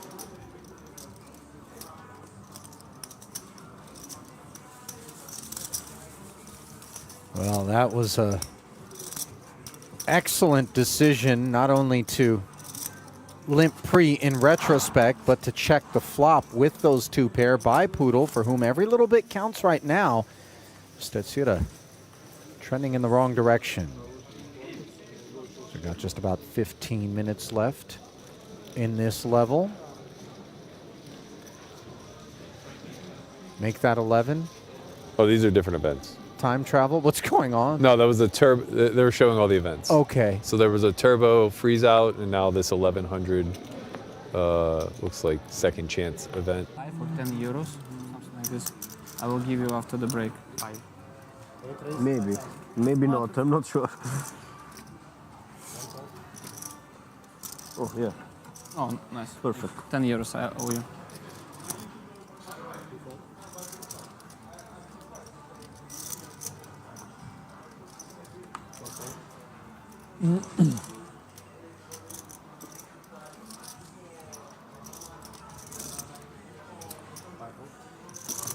Raise and take Play it. some casino? Jack 10 suited here. It's a change, I think, for some. Okay. No, I don't play It's an any interesting casino fold game. off cash of game. Maybe it's a cash 14 maybe with queen actually- 5 actually- off. Yeah. I Might played be cash game yesterday, right but around the boundary How is of the what's cash games here? necessary Too to boring. defend. Too boring. Usually we want those I high never cards. played, but I don't like yesterday it. we had day off, so nothing Yeah. to do. I just said, let's So try. instead of rest, and you decided to keep on playing. Grinder mode. Yeah.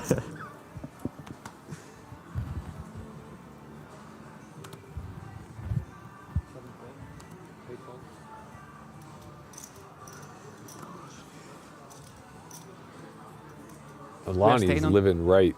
2 kings again. This time he's just going to be opening the action.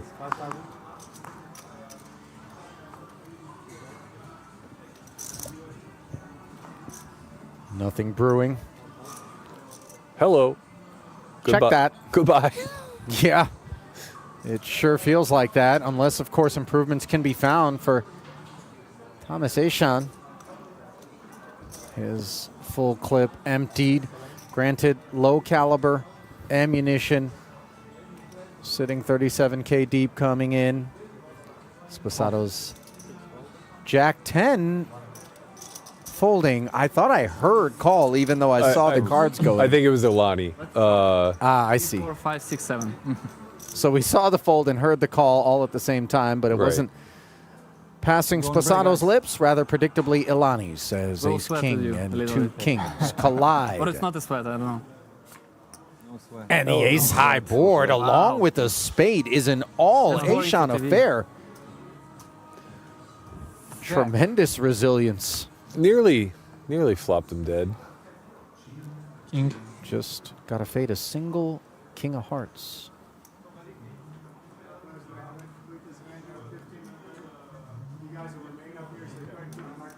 $37.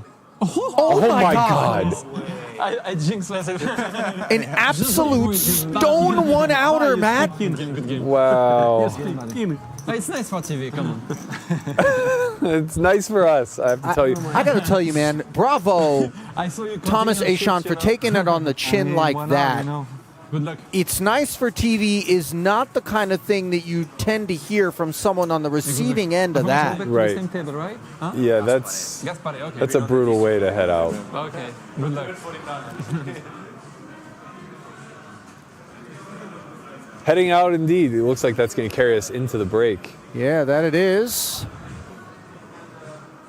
And so Matt and I will step aside briefly, but we will return with continuing coverage of day 2 of the WSOP Europe main after this.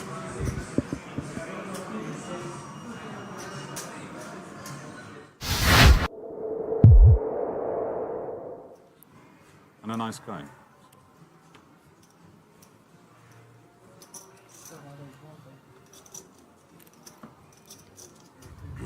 Strong fold. Big fold down. The chat loving your nicknames today. One in particular. Let's just call it like I see it. Yes, you do. Literally how I read the names. That's why what it you're looks like to me. one of the top 17 in the business. Aztec going to raise it up. No, Ostet. Three betting King Jack.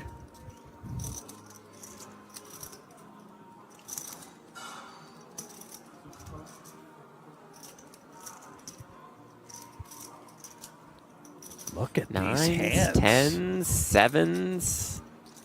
4 ways to this flop.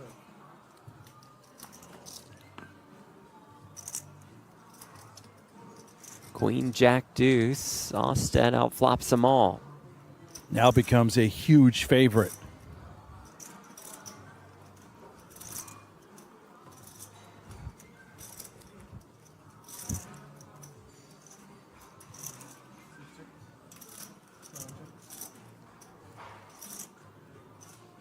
2,500. 2,500.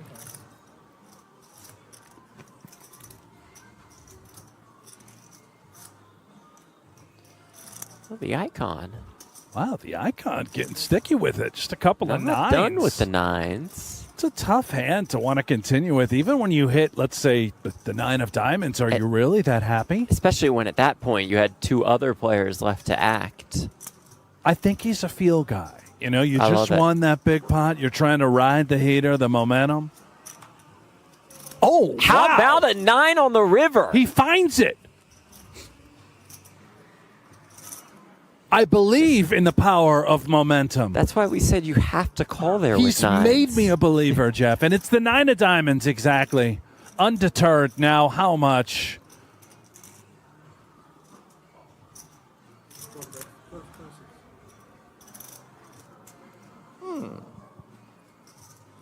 We have.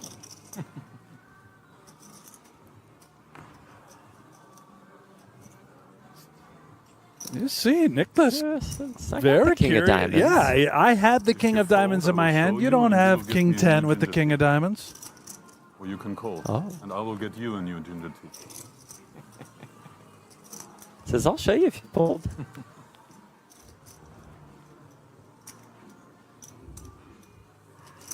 So what are you trying to say you have? Flush? No. Queens? This one's going to be a hard one to guess. Oh. No? What can I beat though? Not much. Not much. You have a Could jack, be right? ace 10. If you have ace jack, it's a tough decision, man. for you. It is, right? Yeah. But you might love win. this. You might win a cup of tea. Goddamn.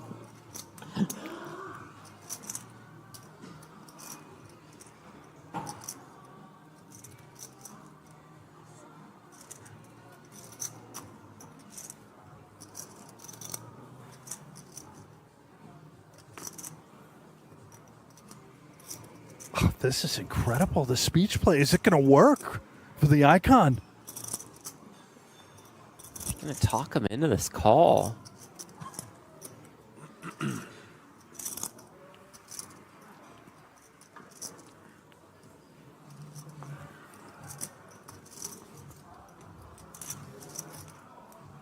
Could have maybe like ace king, maybe.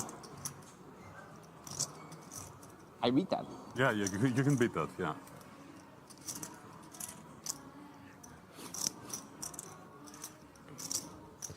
Remember pre-flop.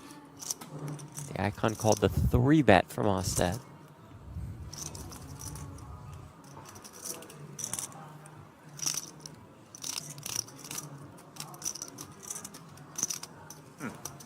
Ace jack is a good hand, man. Huh? It's a good hand, ace jack. I know. Now a little too much talking, I think. 1 minute and then I make my mind. Take your time. Ace king is what he feels he could be up against. Maybe ace queen hunting that value. Otherwise, it's pretty much only ace 10 of diamonds that he's worried about. Remember what Jeff, you just pointed out. He overcalled the 3-bet on the button with the nines. That range of hands narrows, especially for a player like the icon. It's never going to be 9-8 suited, right? As an example. Very rarely.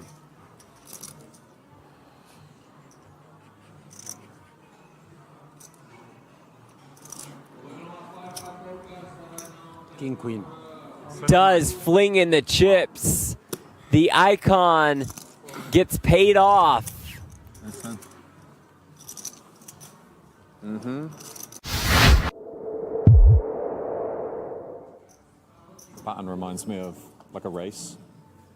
Like the checkered flag. Yeah. Race to get all the chips.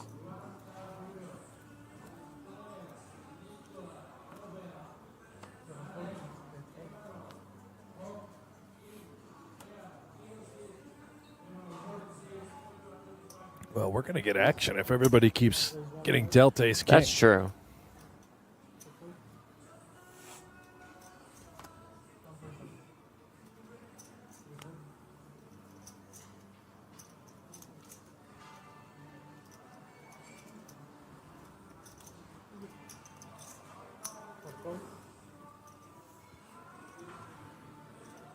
I mean, maybe everybody just will get dealt ace king. Is this real? Apolab has it. Along with Kruger.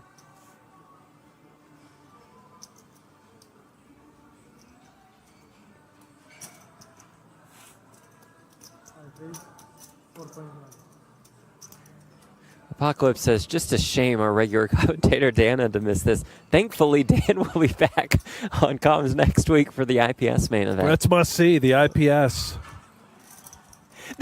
Come on! He's kicking for what? What is going on here? We just had ace king versus ace king. Now we have ace king versus ace king versus ace king.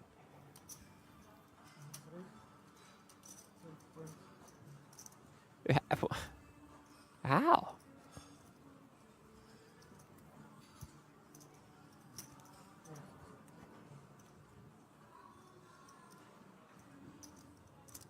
Well, if the money goes in, I'm taking Jack 9. A cold 4-bet from Ginger Fluff.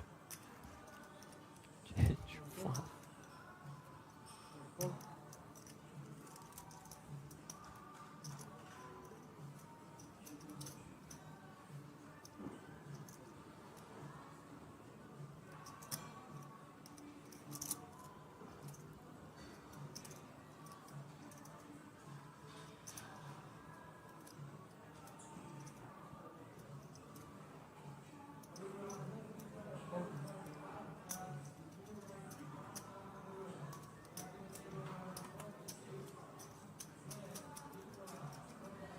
Wilhelm makes the call.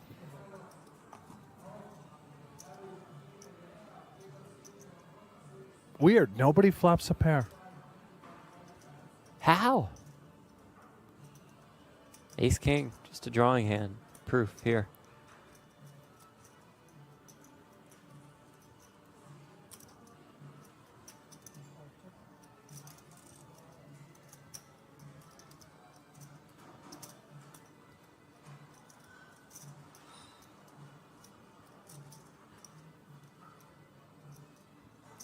The power of the aggressor in these situations. It's a world, I suppose, in which both players are content to just get the showdown with ace king high. Shields is in a weird spot where you might consider continuing to build a pot for the times you're up against a hand like 2 jacks, 2 nines, trying to force folds. At 6,300. While also targeting what could be a shared hand.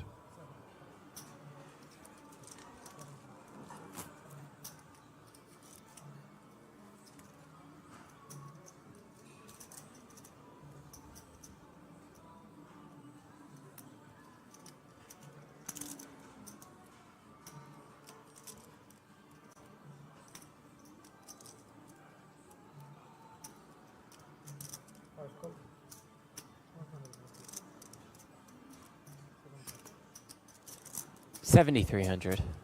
That is called. Turn is a 4. Thought the ace was coming. I did not. Oh. Nor did I think a king was coming. Last I checked, very few left in the deck. Another player also had ace king and is out.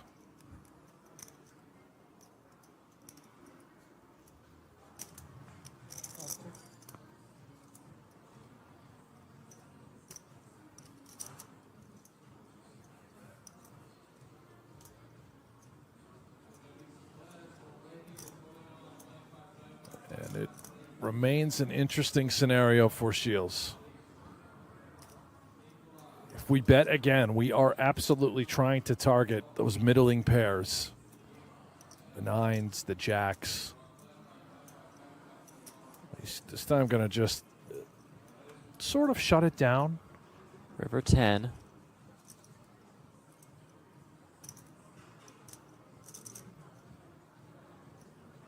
And I don't necessarily think that if he had aces or kings, he would play the hand any different.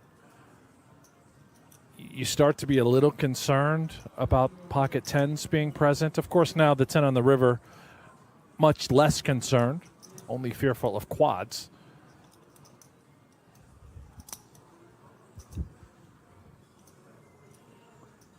Oh, look at... Oh, reaching. Look at this. And firing 17,000.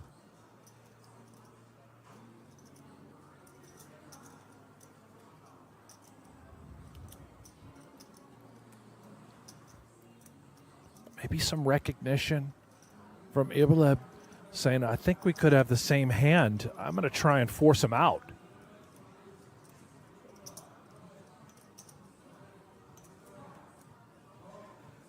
As played, I don't suspect he really has any 10s unless it's all 4 of them.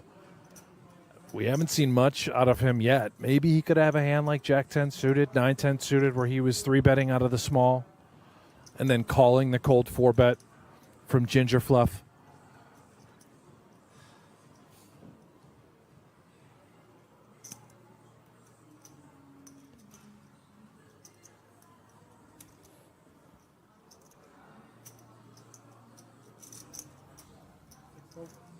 Well done. Gets the folds.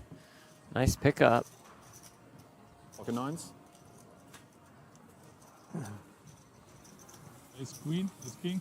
Forrest Eablehab. You'll find out in an hour. Tell me, I'll tell you.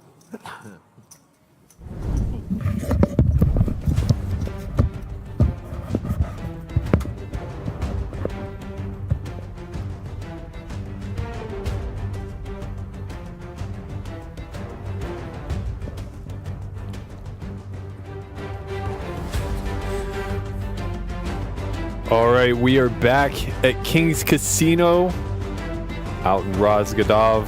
Day 2A of the WSOP main event Europe. Roughly half the field started today. Just in the nick of time.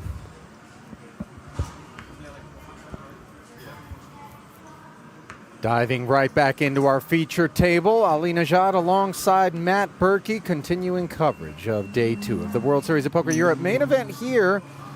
And this frame starting off quite nicely for CISO, Red Kings, with the blinds having ticked up to 1,500, 3,000. The 3K big blind ante. Niels Poodle has been sort of hanging around.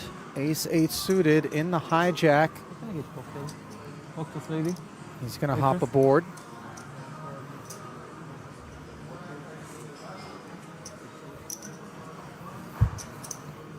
Start like 60? 53. Thank you.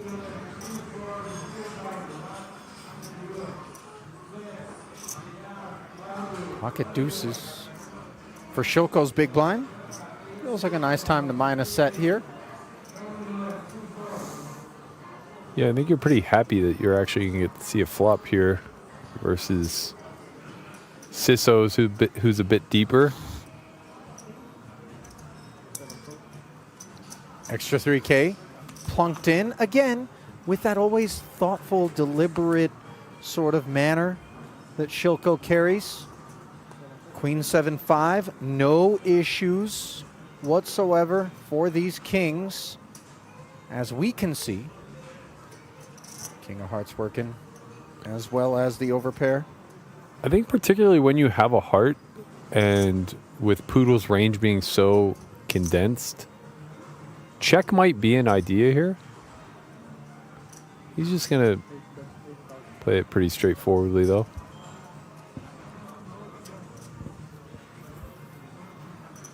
$8K. The sizing into 22.5.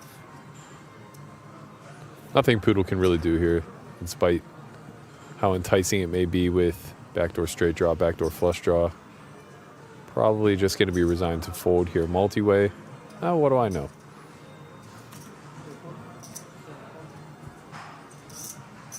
Take one off.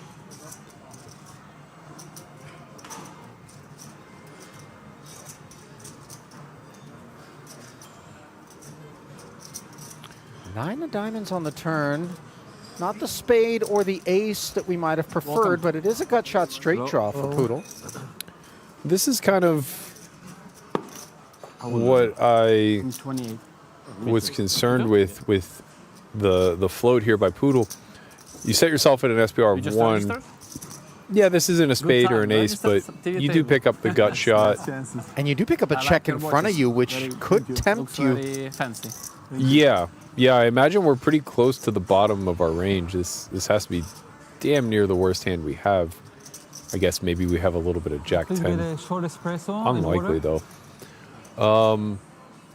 I would think he would start bluffing here. You're going to bet most of your Queen X here for value and protection. Having the 8 is pretty nice. Something like third pot. Can I ask for a bottle of water, please? I imagine he's just going to get met with a jam.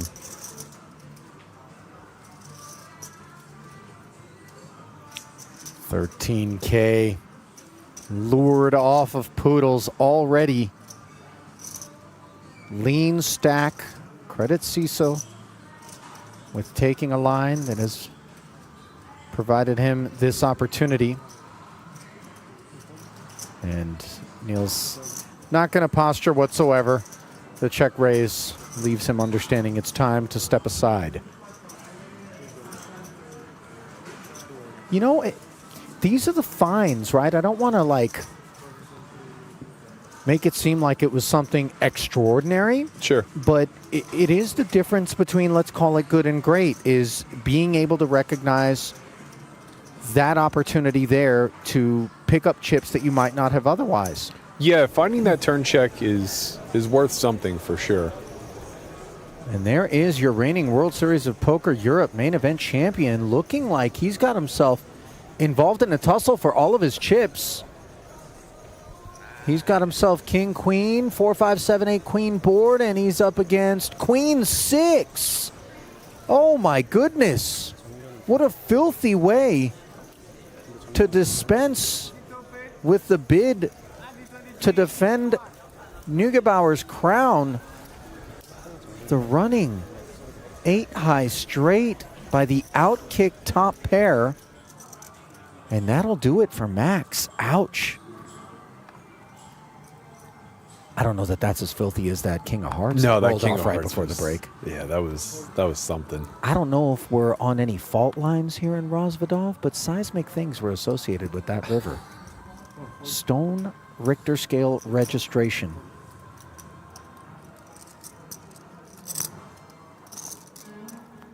He really did deal with it with grace. Absolute champ. What choice do you have? You're going home either way. Oh, I've approached things very differently over the years, Matt. No, never. I've eaten cards. I've thrown things. I've broken things. Listen, you're playing mixed games. Everybody in that room is a different animal. No, the airlock is wide open with us Martians. That's for sure. Meanwhile, blind versus blind here. As CISO decidedly lower in his range with 6-4 offsuit dominated. Jack 8 deuce shouldn't present problems. Nor assistance for either player. 2 checks to the turn we go.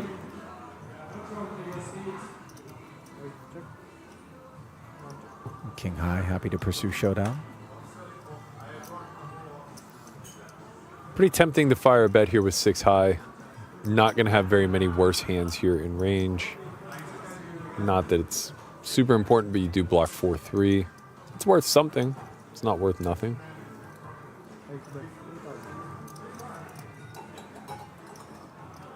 $3K is an interesting choice going for third pot.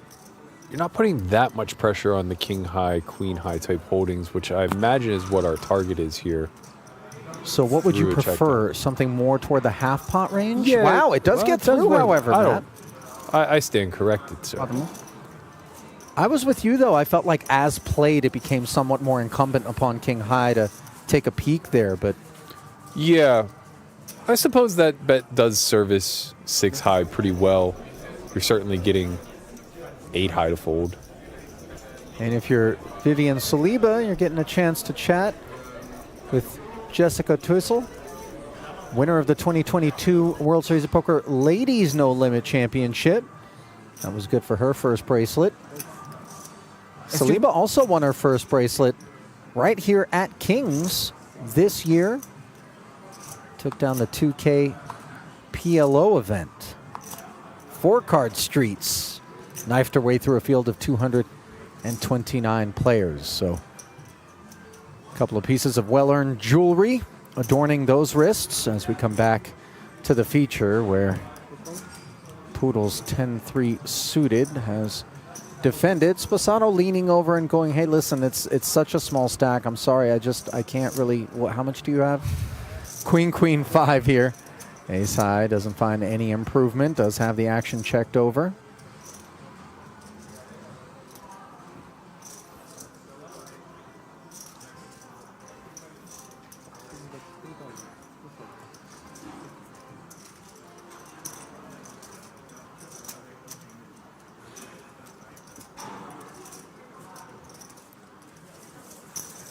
I feel like there's no more disheartening feeling that looms with you as long as it does as being crippled in a tournament.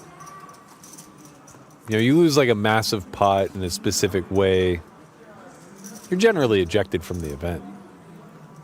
I mean, the dead man walking feeling is a rough one where you're It's like, brutal. oh, but I can't wait to figure out where these 1.5 blinds are going to get sent in. Right. Because like you have the anxiety of still having hope. Yeah. Well, once you take that beat and you're ejected, like, yeah, you're gonna lament it, but you're gone. You know, not everybody really operates with that hopeful slant. Berkey, a lot of guys get down to the 2-3 bigs, and hope really isn't the way that I would describe their affect, as we see the late arriving Taharkani snacking on one. Also another one of these guys that I got an opportunity to witness operate down in northern Cyprus.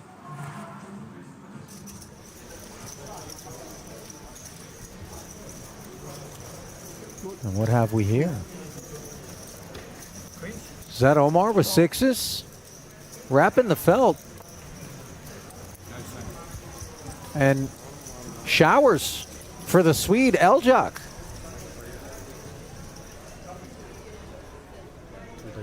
Oh, looks like the rebuy desk On is to the available next. to him for whatever the subsequent event is. Registration desk, I should call it. Bring on the next event. There's no better way to kind of get over an event than getting under a new one. Goes back. Take back.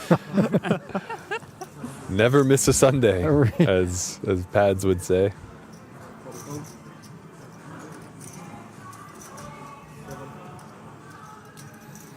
Taharkani's got himself involved here with King Queen suited. Made it 7,500 to go. Welcome. Hello. Blind versus blind. I think these are the hands Ready that from you registration? more Do apt to table? see Ready opening from from the registration? small blind. One more. Person How with about this board? Not Top the worst. pair and a flush draw. He's got so much of it that he's feeling better about a check and potential induction of Stetsura, who's light. Satellite? No. He'll check back. He will not, however, find an excuse to find trouble on this turn, unless, of course, Taharkani slips him a little bit more rope. But with the coordinated nature of the board, maybe we begin. Well, I think we just get to start targeting a lot of ace high. It's very difficult for those overcards with a gut shot to just fold here. Not much you can do to get the Jack 8 red to put any chips in the middle.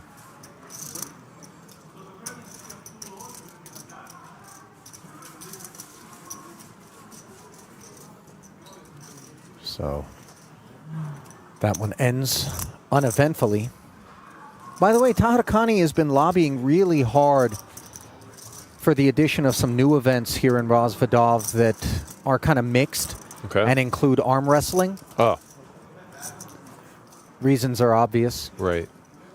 I can count 2 of them. Greco-Roman wrestling, perhaps. Anything physical. Yeah. He's sort of ready for it. Do you think he's ever boxed a bear? Strikes me as the type. Might go toe to toe. If we presented the opportunity for, a grizzly slugfest, I think he's ready to upset some people over at PETA. Do you remember that video of the Aussie whose dog was locked up with the kangaroo? And he just jumps off the Jeep and punches it in the snout? What a legend that guy was. A beautiful 1-2 combo. I love animals, but that Roo really deserved a bop on the schnoz. Right, yeah. And he's not going to be any worse for wear. No. The dog got home safe. He really didn't know what to do with it, by the way. Unlike Poodle, who with 2 sevens, well aware of what is required. 16K sails in. Spasado says 2 overs. Let's go. I'm rooting for Poodle. Prepaid? Oh my God. Not even for good reasons.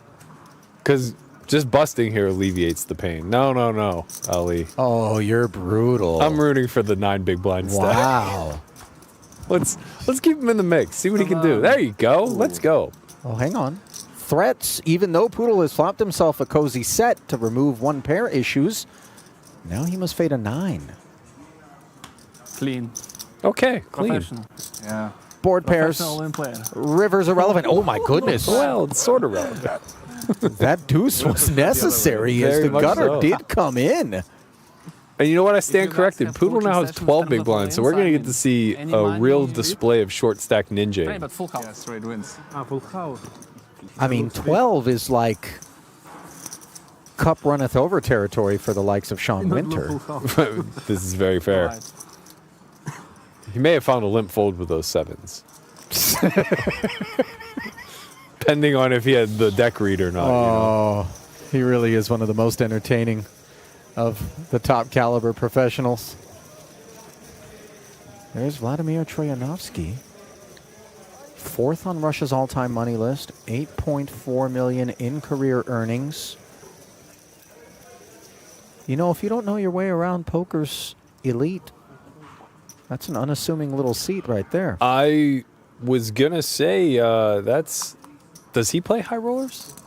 I've not seen him in, for example, the Triton Streets, Okay. but that's not to say because most tours do contain high roller opportunities at this point, although the definition is broad. 25Ks tend to be where we start that designation. Right. But 8 million lifetime, not being a regular in the 25Ks and above, quite an impressive feat to hang your hat on. Come on. He's... No, I'm saying it's more impressive. Oh, yes, I agree with you wholeheartedly, but I'm saying he's also a guy that, I'm not a carny, not putting a read on, the rings in the tree stump there, but seems like he's been at it a minute. Oh, man. The subtlety of that one was nice. I mean, dude's a little older. You don't got to explain the joke. That's the on-the-nose part of it, Yeah. I mean, how many different ways do I have to say That was the most gracious. That was the most gracious gracious way possible, for sure. You do much aging of trees in your spare time? An arborist on the weekends, right? Unless, of course, the main is going on, in which case I'm a poker commentator. But really, yeah, I'm out in the forest just taking surveys. Yeah, hey, I'll join one of those days. Stetsuria, not with a sturdy oak of sorts here, but not exactly balsa wood either. Jack 10, maybe a soft pine. Yeah, I was thinking quite the same. 8-6 tray here. Shilko dug in, queen high, no interest. Same story out of the pre-flop razor. Now on the turn, the 7 providing straight draws to both parties. Board texture that favors Shilko? Yes, but I would suspect, regardless of what he decides, we're going to see a bet from one of the two parties here. I do think this is a good opportunity for him to be stabbing. He agrees. Shilko, that is. And the sizing here, 11-5. Pretty solid. Two-tone texture where there's 2 flush draws. We're just going to get out. I think with the 10 of spades in hand, probably could float there and maybe be up to a little no good on the end.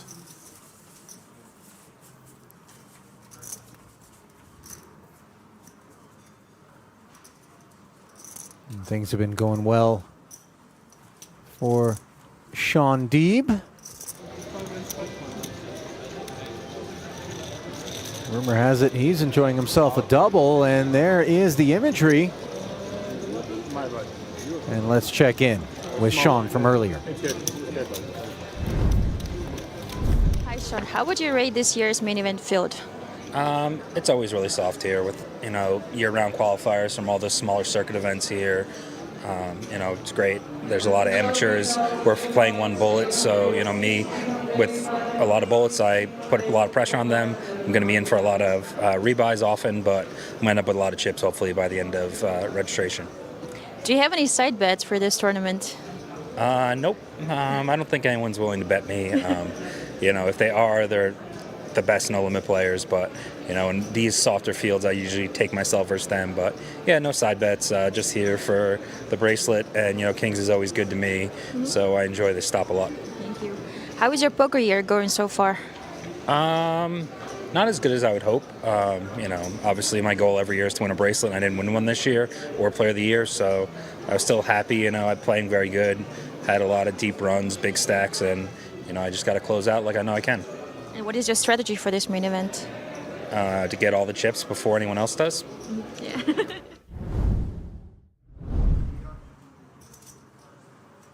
And is very on brand for Sean Deeb there, Mika. Don't feel bad about the short answer on the tail end of that one, and thank you for that. And always humble Sean Deeb. I'll take the under on always. Ace King. I'm going to take the over on 6K as Sposato suited up big slick on the button, big stack. Is going to lean.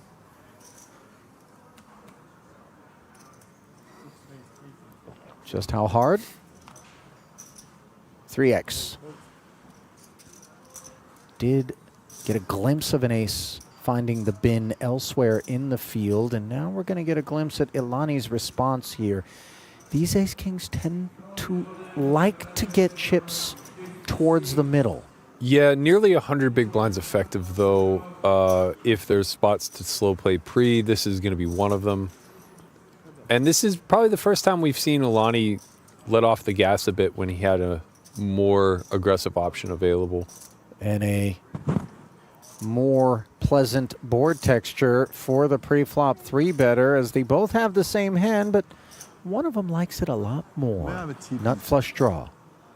For Sposato. Action checked over. Yes, please. Can I get the sparkling water? Sizing here will be very important. He's going to go small. That's quite good for his hand, given the scenario that he's against. I imagine Ilani isn't done just yet. Although, again, if ever there's a case to just be check folding ace-king, this would be one of those textures.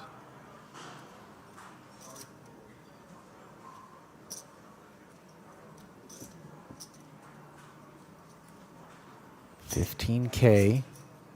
The issue with Check just call. trying to give up here on the flop is you're still ahead of so much of his 3-bet range. You're beating the ace-5s, the ace-queens.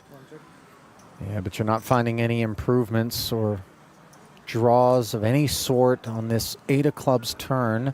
That said, Sposato's hand is incomplete. Wouldn't be surprised to see Sposato check back here. Ilani has at least 2 of the combinations of 9-10 here. He'll also have pocket jacks, pocket 7s in full in range. Pretty narrow target you're shooting at to get value with ace-king high. Looks like he's going to go, though.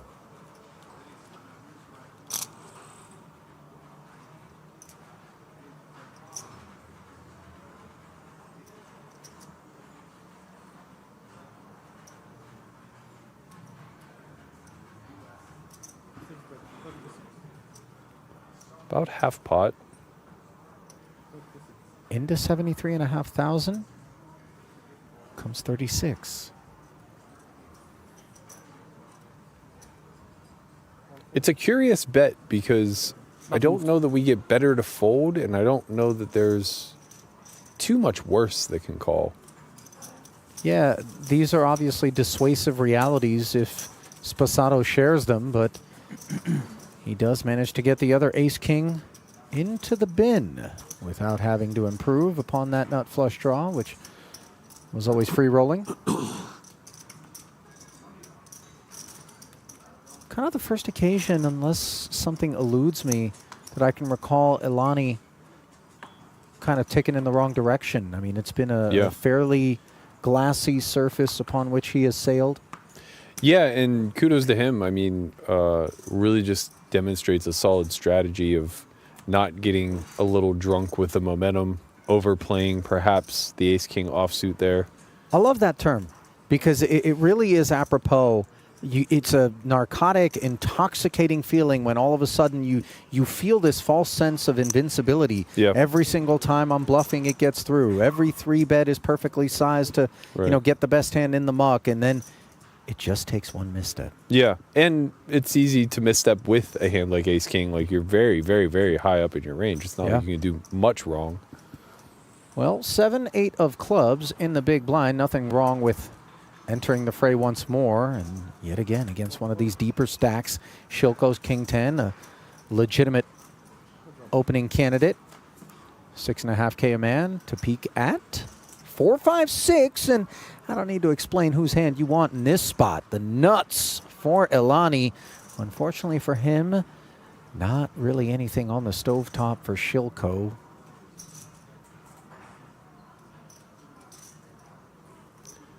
Other than ambition. Yeah, these are boards that tend to get checked back at a high frequency, but button versus big blind, you'll see some hands follow through with the c-bet. A hand like King 10, which is just merely 2 overcards, actually kind of serves pretty well as a potential bluff. You unblock some of the combinations of hands that may just be check folding here. You also give yourself the ability to draw 2 pairs, which may be good and will also help protect you down the line, as you're unlikely to play them aggressive when you make them. And you also just have a very clear and easy decision versus check raise, which we do expect to have happen on a texture like this at a pretty high frequency. 10K into this 17.5. Winner. North of half pot, and Bottom of Elani decides, let's play this one fast. A check raise to 32,000 and a snap fold from Shilko. Of course, when we see the snap fold, we're like, well, maybe call would have been the preferred course of action, but these are things that we can't know. Yeah, I think the betting strategy there by Shilko is probably going to be a little bit more on the polarizing side. So when we have the nuts, we're happy to start putting as much money in the middle as possible. Yeah. By the way, I feel as though Tahirkani may have found whatever the local nightlife scene is last night. I mean, just, you know, I've seen a lot of different. Tahirkani may have gotten after it a little bit. Yeah. He may have tied one on. It's giving Night at the Roxbury. A little bit. A little bit, yeah. It's giving King 10, suited, 7 dimes.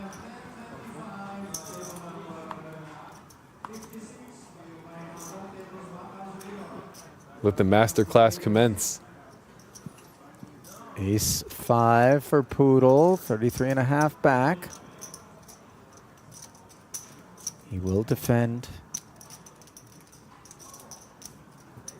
as his bid to chisel his way back into a more playable stack depth continues, and the ace-high board will render assistance. Top pair well in front of Tahirkani's Broadway gutter and backdoor club draw. There's your follow-through. Third pot.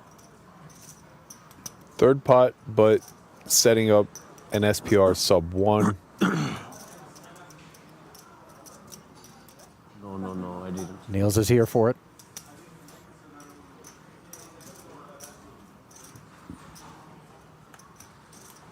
No, that's damp.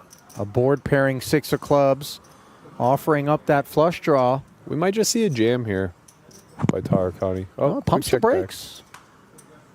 And finds a 10. I'm not sure how much value he'll assign that if Poodle were to activate. Now, a lack of a kicker for this ace and perhaps the desire to simply create an opportunity for a hand that might otherwise fold to a bet to stick chips in.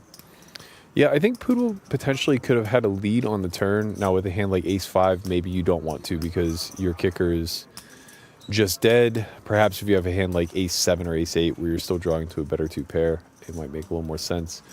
As played, it does just look like he has a lot of Jack-X and Ace-X, so it's going to be tough to get value from the 10. But a small bet here stands to reason. Maybe something in the neighborhood of 8,000.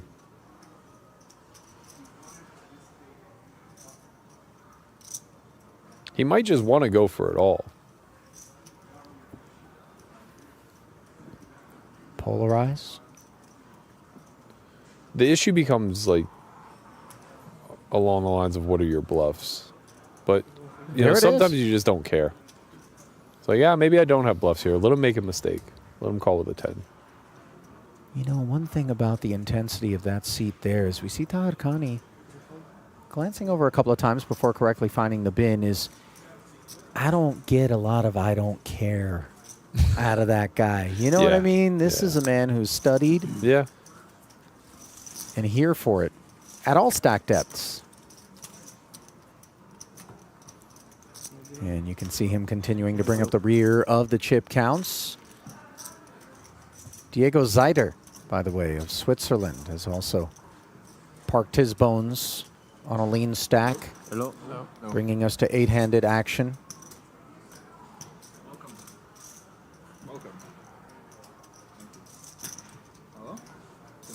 Is it yours? Yeah. Can I push? Yeah. Okay.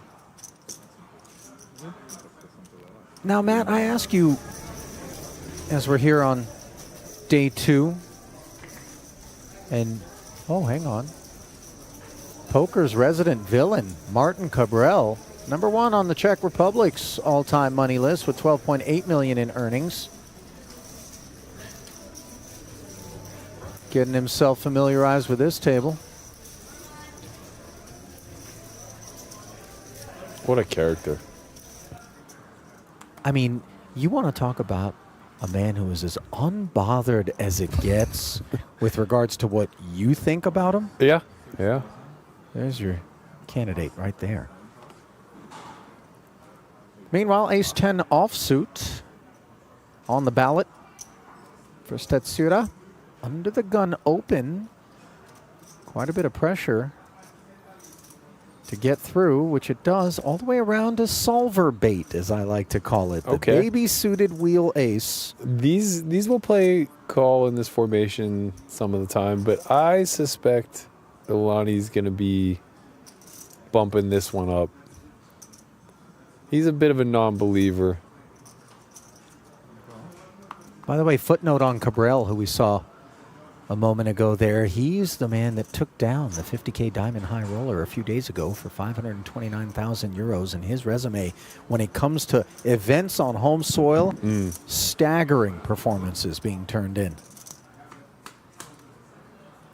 So the flat from Ilani allows Taharkani to take a price, and he's flopped himself bottom pair on a gut shot straight draw, lagging behind the pair of 5s for Ilani as ace-10 is in 3rd place. And not in love with this board texture, so hence the check from Dimitro. Ilani also checking back. Deuce of spades on the turn. Now the only flush draw belongs to the preflop opener. Does present the two-way straight draw to Kanan. 12,000. And he's going to bet 12. Just north of half pot.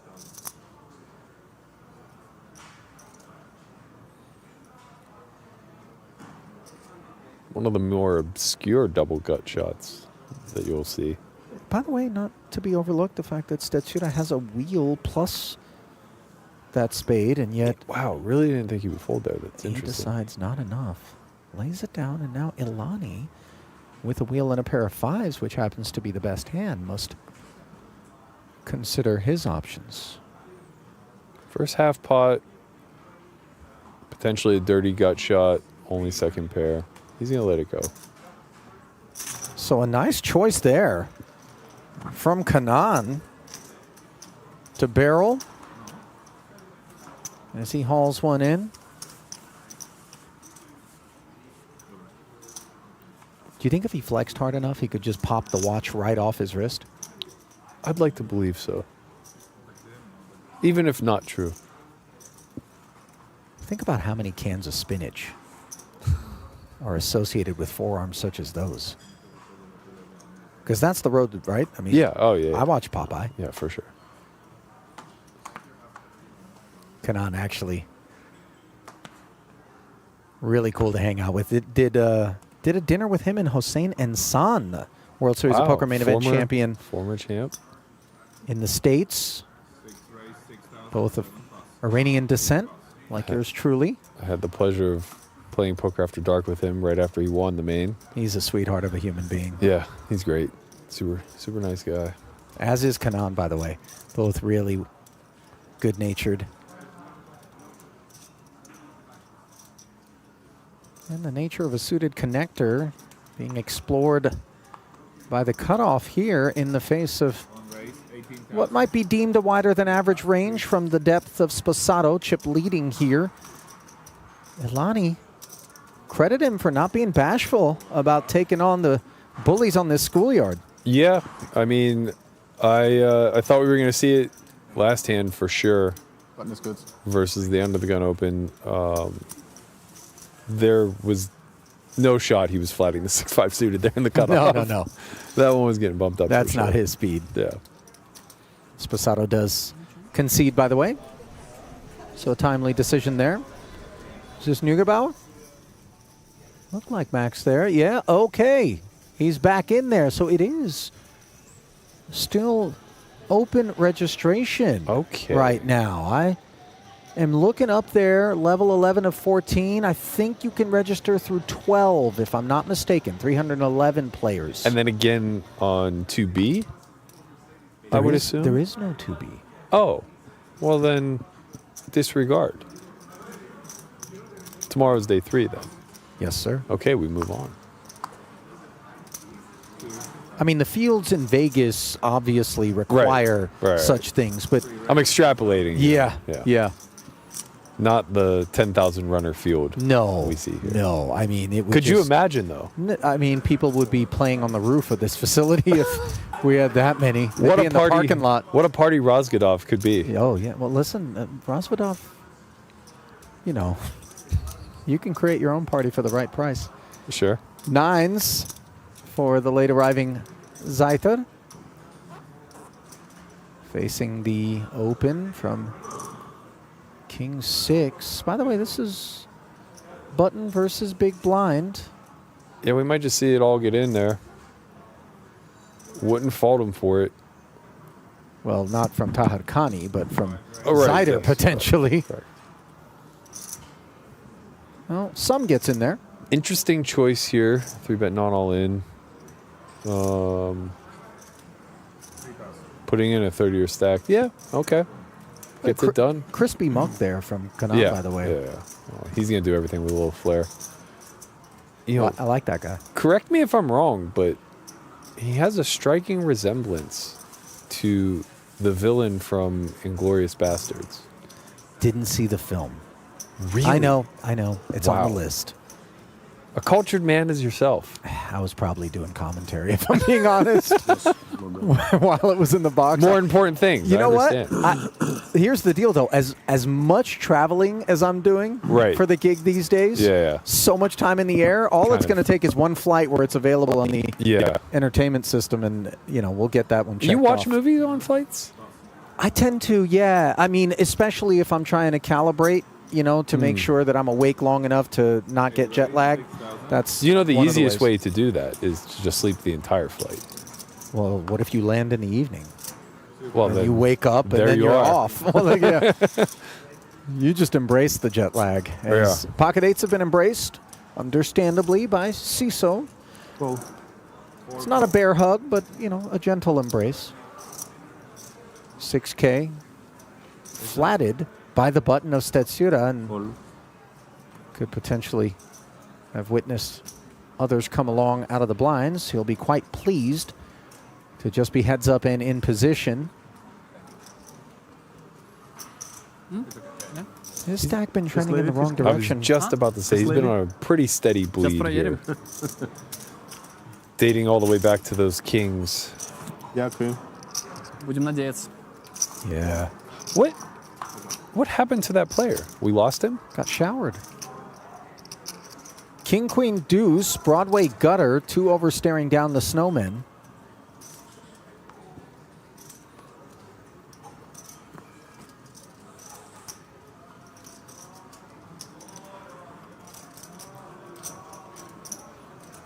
This is a dicey C-bet. That button range is chock full of Broadway cards. Yeah. Really does feel like texture that's supposed to smash Stetsura in terms of interaction that would allow him to continue, which he does. 6 of spades on the turn now.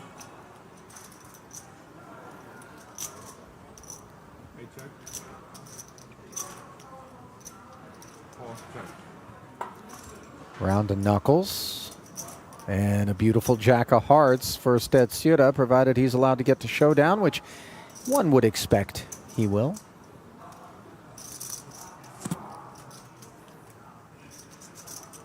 Every now and again here in Rosvadov, though, Matt, it is Operation Expect the Unexpected. Things tend to go awry. The second you think you know what's about to happen. Yeah. Ah, Sisu. Keeping in line with the anticipated, as does Stetsura. Ну, счастливый получается пока что. Счастливый. Check back, take it down, sir. An important pot in terms of just course reversal there. Yeah. Yeah, it's nice to win one here and there. Would have been discouraging, I think, had he missed and it gone check-check and he just loses the pocket eights. Probably could have found a place prior to the river to win that one. Okay. What's brewing here? Omar back in the mix. Ace King, I'm told, against 2 queens. Oh, no. And hang on a second. Are there spades to worry about? No. Eljak did it the hard way against a set there. And this bullet going far better than the one before it. 215K acquired early here. Not sure who was on the receiving end of that. Was that Oganyan, by the way? Did you catch a glimpse of who was on Omar's right? I did not, and he's very, very hard to miss. Super entertaining. Very entertaining. Winner. I remember he was at a Triton and went real hard at a final table for millions. At one of the more attractive dealers on the circuit, like made a bid, action on him. But hang on a minute, let me see if I can get the digits. Okay, now I'll open the button. Right, yeah. It was hilarious. He's a one of one, that's for sure. Yes, limited edition. Yeah, I like that. Easy language.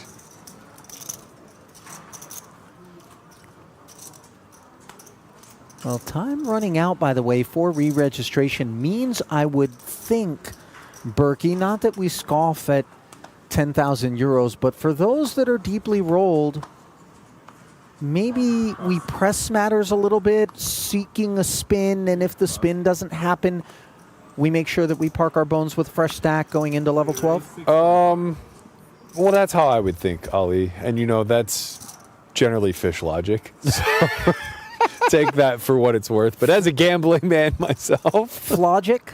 Yeah, flogic. I like that term that you just coined. Based on fish and flaw together, we mash that one up, and all of a sudden, based on king and queen, a mashing of this Taharkani open by Stetsura, 6.5 becoming 20.5. Yeah, I think we've just found that the value of having chips without having to purchase more is worth a lot. Shocking, I know. And apparently Kanan has figured out that Queen Jack's not performing well as he does find the bin. And once more, Dimitro snacking on tokens. Momentum play. We love it. Dirty stack, though. Come on. Clean it up.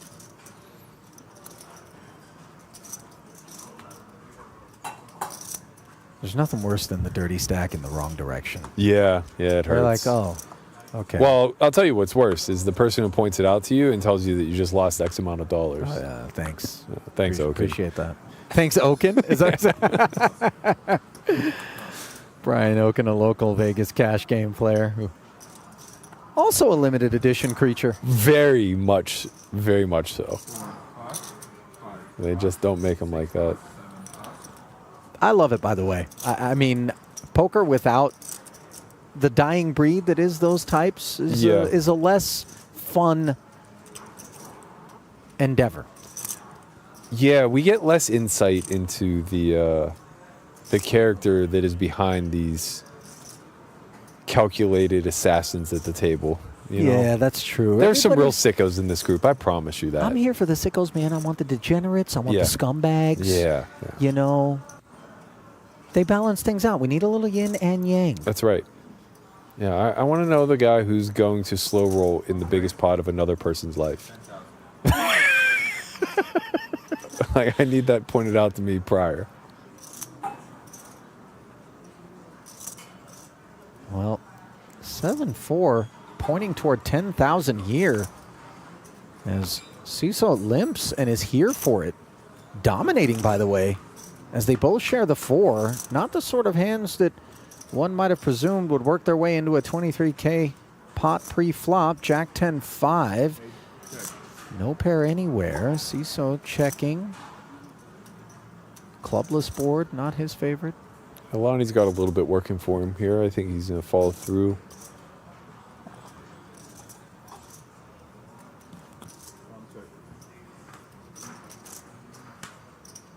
Check back from Ron. Board pairs on the turn. Interesting spot. I think both could have made a strong case to go for it on the 10 here. I would imagine some of Alani's check back range will consist of a 10. He does have 7 high, so he's got to take a shot at this pot at some point.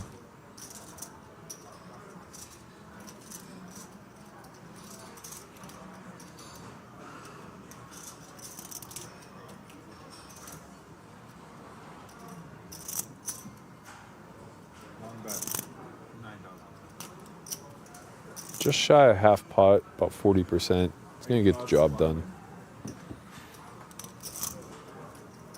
Well, those are the sorts of cobbling exchanges there that we touched upon earlier. Queen 4 suited, 7-4 offsuit. Was this some sort of cooler, some sort of premium? No. It was just poker at its finest. Okay, here's trivia at its finest. Ready for it, Berkey? I'm ready. Who won the first ever World Series of Poker Europe main event? Selbst, Obrestad, Foxen, or Maria Ho? 4 ladies. I feel very confident only one of them has won the WSOP Europe main event. Okay, now I know that you probably have a better beat on this than most. I would have picked Annette Obrestad myself. Yes. And I haven't really seen a whole lot of Annette, but I remember famously the story of her winning an online poker tournament, Berkey, without ever looking at her hand. She had taped She put a piece of Post-it paper note. over the top of where she would otherwise be seeing her cards on her computer monitor, and then really illustrated in a way no one had done before her the power of position and maybe a little leveraging chip stack, ICM, things of this nature. Obviously, she had to get lucky. There's a few spots where maybe it got in, she got called, but it just, the fact remained, It's incredible lore that I don't know the extent of which it's true. Like, did she never look at her cards? What about when facing a jam? I think we should give some permission here, It would seem like that would be a time for a peekaboo. This perhaps not so much, though, for Sposato, who is leaning upon Stetsura at the wrong time. 6 becoming 15. And yes, we block Ace-King, but every now and again, it's still there. I think this 3-bet by Sposato is fine. Facing the 4-bet jam should it come through, he's going to have a very easy fold. When he is met with a call, he's often going to have 2 live cards. Sometimes he'll be against ace queen, but interesting just call here. Oh, no, sorry. Okay. He 4-bet not all in. Okay, this makes some sense. And the 45,000 is enough to leave Spassato a believer. Appropriately finding the bin there as yet again Dimitro finds a pot. 3 in a row. He's rushing. Not to be confused with rush in, but nevertheless. Mm-hmm. Yeah, you don't want to make that ladder confusion. Right, yeah, it's these days. Tumultuous times out there. Yeah.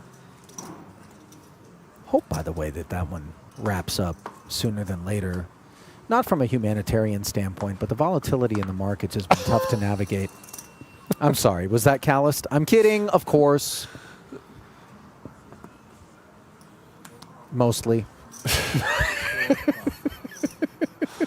Oh, man. Pocket 9s for Zeider. He's Swiss. They're neutral. Yeah, no. I get it. I hope somebody else sees what I see. Otherwise, I'm out here on a limb with the Inglourious Bastards reference. Yeah, you probably are spot on. I just can't corroborate. That's good. Raise and take there for Diego. Popped his head out of the sand briefly. You know, another thing I noticed watching this expert play at an MTT level that reminds me how much I enjoy the characters of poker and how nice it would be to see it infused a little bit more. Oh. Okay, give her 20 euro, or promise you pay her, and I give you advice. Okay, cool. Yeah? Okay. What's going on? If somebody bluffs on the river, if somebody bets on the river, it's never bluff and speaks. Yeah, if somebody speaks on the river. You're the exception, I know. No, nobody. You tell me last 5 seconds, right? Last 4, 3, 2, 1, dead hand.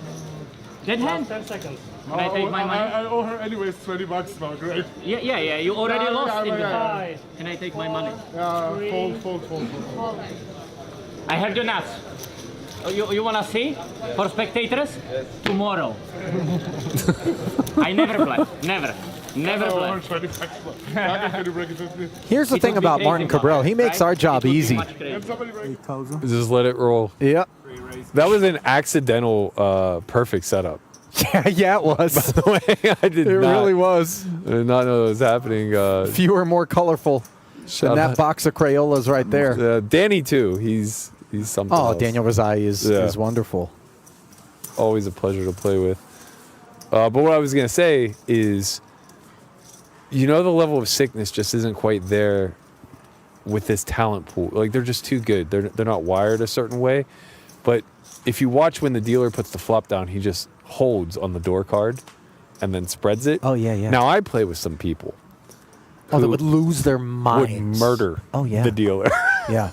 For letting them hang like that. If I'm in the box, careful letting me know you got an Achilles on you. Agreed.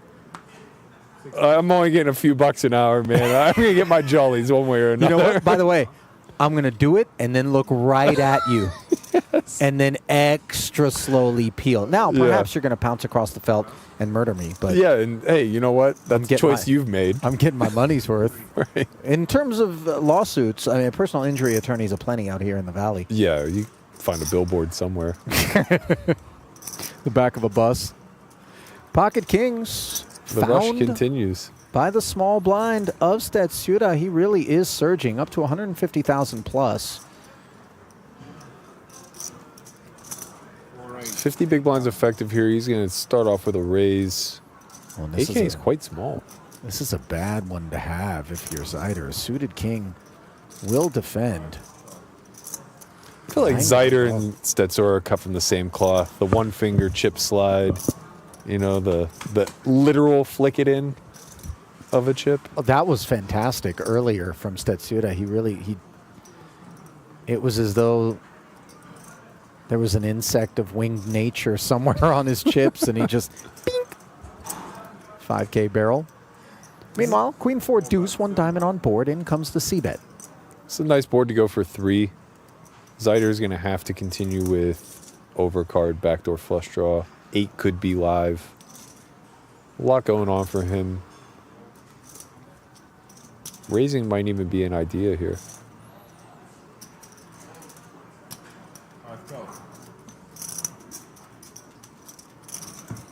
Roughly 3 SPR. So we're going to start to see some bigger sizings here on this connecting turn, I imagine.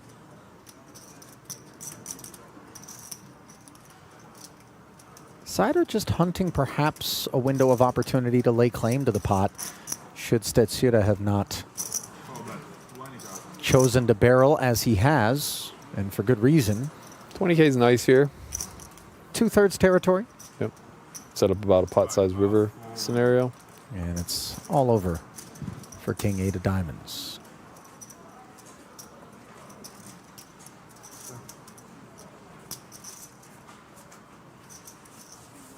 You mentioned just giving the player the stare down right in the eye. Yeah. If you were to needle him as a dealer, we in the game, in Bobby's room that we play. Bellagio here in Vegas. Yeah. If you decide to flip for a decision, like you're just randomizing, we flip our player's card. Sorry. No need to apologize. Didn't mean to step on the goat. Unless maybe you're Nicholas Osted, who apparently has hurt some feelings. 870K. He is loaded for bear here on day 2. That's triple the tournament average right now. My goodness. The tournament average is 300? This is what I'm being told. That's incredible. Well, a lot of rebuys still, happening, so that drives things down. No, you're right. Yeah, tournament average 234. Say a little over triple. Very deep structure.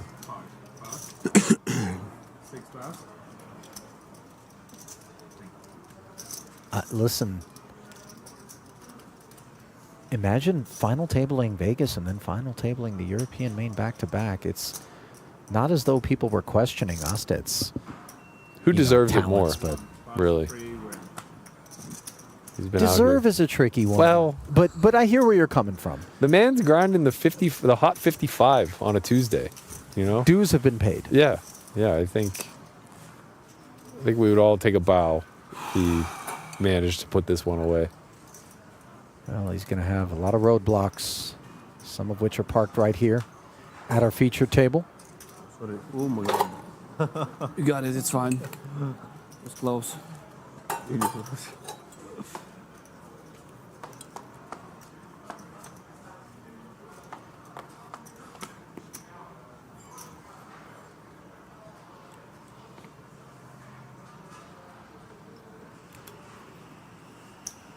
Pocket queens. 6,000. Paying a visit to CISO. 4 pass. 5 pass. 6 pass.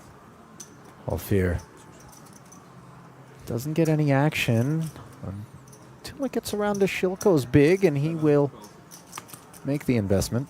Extra 3K. Plunked in. Thank you.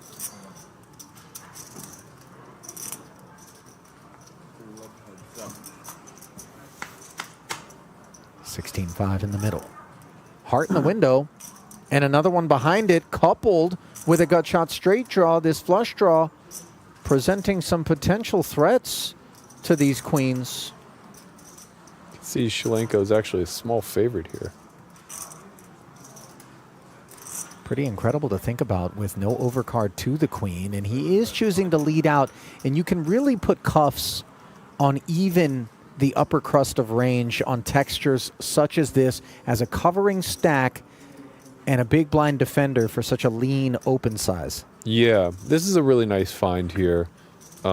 Easy when you have this much, or easier, I should say, when you have this much hand. But where this gets really interesting is how turns and rivers play out unimproved. Well, unimproved is exactly where Shilko finds himself. 2 tones, courtesy of this 7 of diamonds. And how Pretty nice hard will he card for go? him. Yeah. He's going to have, I mean, that 7 hits him much more than it hits Sissio, right? the overpairs start to feel a lot more threatened. A lot more 2-pair plus type of holdings. Should he decide to polarize here, go for a pot size bet. Maybe even slightly more.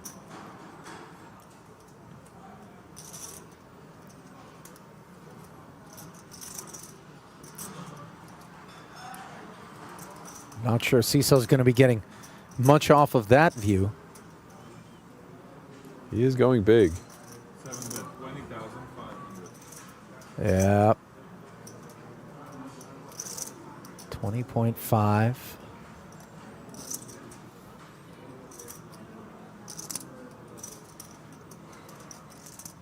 For CISO, you're just smack dab in that bluff catching region. Feels bad to just call because the board can continue to deteriorate, but if that were to be the case, I think you just have a case to call now, fold later. Jamming here feels a little bit irresponsible, I think. Folding would feel a bit absurd. Yeah. So here we are. Another 41,000 entering this pot, which is growing at an increasing pace. That which is not growing is the value of Jack High, courtesy of this King of Clubs brick. I think we're going to see him shut this one down. After facing 2 calls, the King's going to improve some of Sisso's range. Also, having the front door hearts isn't exactly great for our river bluffs. He was really just pressing his equity through 2 streets and now finds himself in a scenario where he's never going to win at showdown, but also doesn't really afford himself to find a lot of folds in the range that he's going after.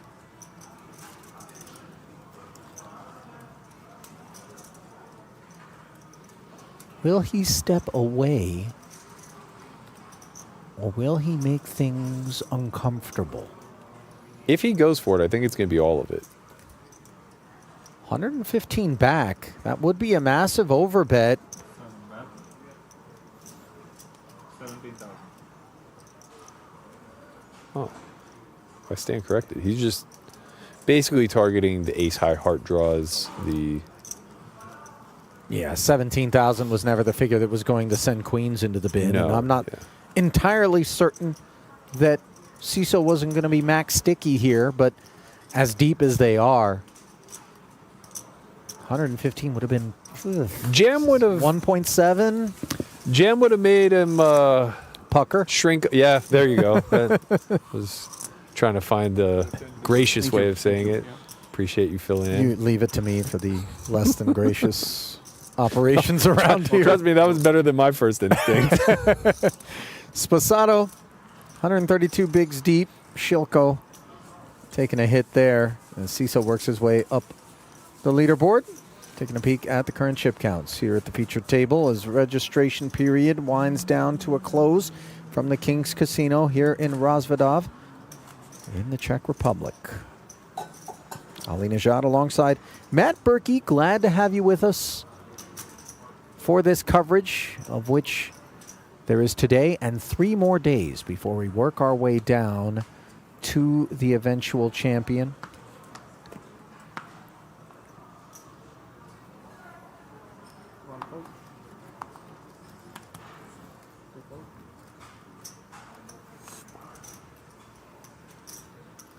Ace-3 suited. Opens. And pocket kings now for Stetsuda.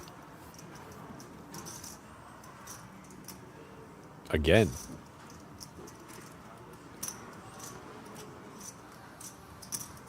This is the card distribution that main event champions are made out of. Yeah.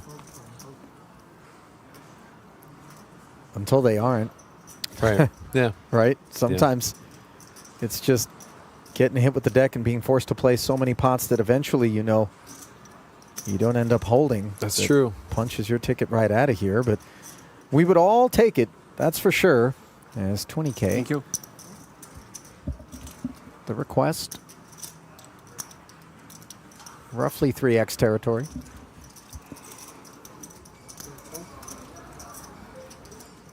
Taharkani makes the call.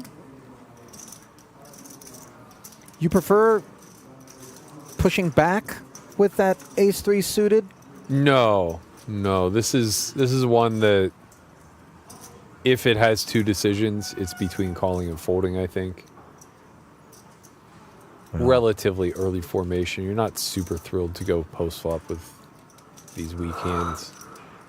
Straddling that deuce of hearts, Tahakani checks it over to the pre-flop 3-better, who is unbothered by 10-6 deuce off. There's a texture where you can go a bit larger. He's going to have a lot of draws, Tahakani, that is. 18K. The C-bet. It's a good fold. Often it feels tempting to float those back doors, but we're just nowhere near deep enough, and being out of position makes it near impossibility. Those are the ones where I feel like guys will muck and then slap themselves on the hand. Yeah. You know? Yeah. Just kind of like, stop it, cut it out. We don't need to try to win the tournament in this hand here on day 2. Right.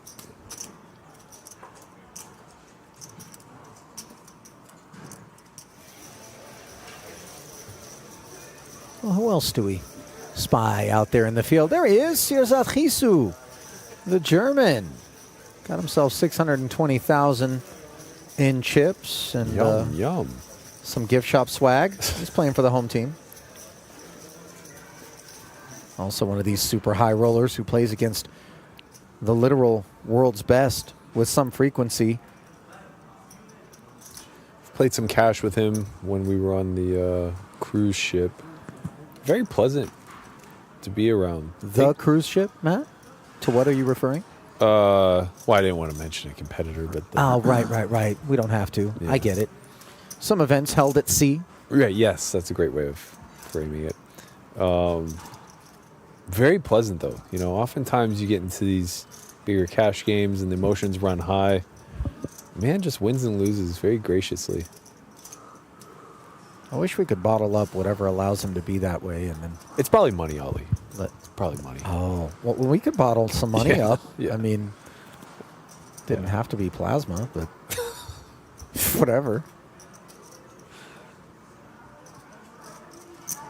Ace Deuce has Elani thinking things versus this Zeiderman raise open. And those things are a 3-bet. I like this. You unblock a lot of the middling hands, such as 10-8 of clubs, that will be raised folding. Hand isn't worth a lot to call. Having a deuce is never a great proposition.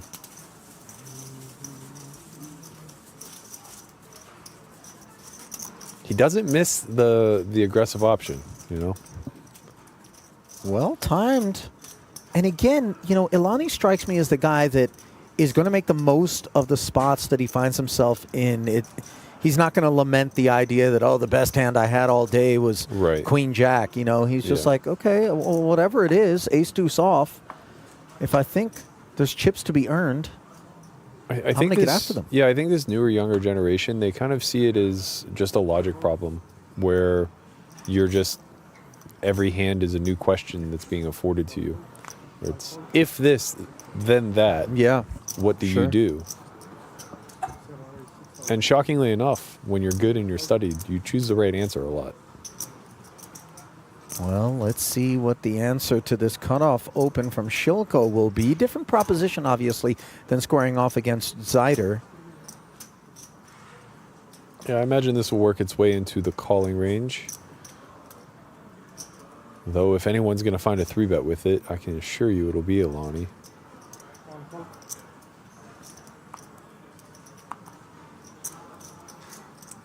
$4.5K.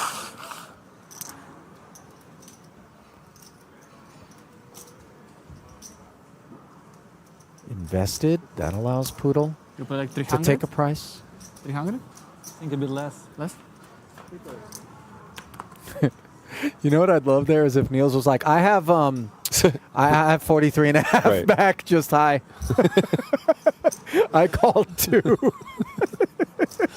The plight of the short stack. He's got a pair on this board. Let's see whether or not it gets him into any trouble as the 2 blinds check over to a man who doesn't need red kings to get after them. Be curious to see the way that Poodle plays this spot. Only having an SPR of 2, I imagine we're going to lean call, but having the backup 3 to a straight may make raising for protection's sake a little bit more enticing, especially facing the larger bet size. I still imagine we're going to go with a call. 11,000. Sends 3s into the bin, but can't really fault him if he jams. Wow. That is next level. Bravo, Niels Thought he would Pudel. jam. Now, granted, he did I have don't know. pass to making I a had winner. such vibes. Again? It was the vibes that you will jam. I don't know why. You were staring at me. I was like, oh, fuck.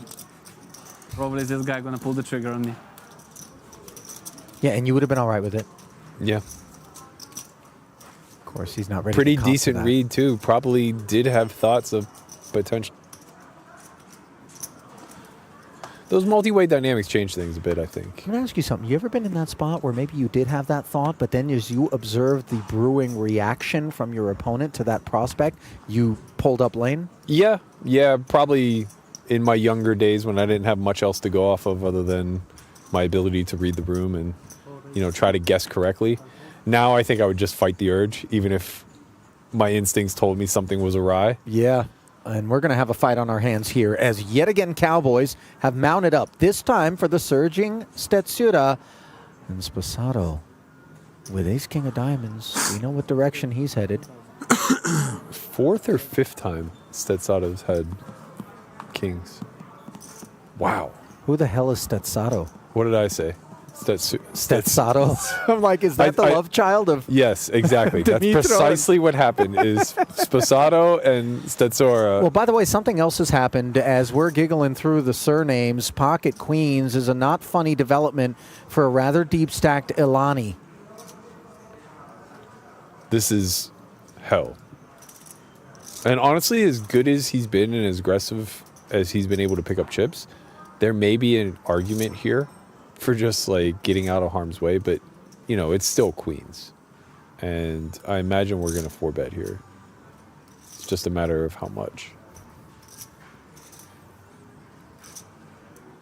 These two trains are heading towards one another on the same track.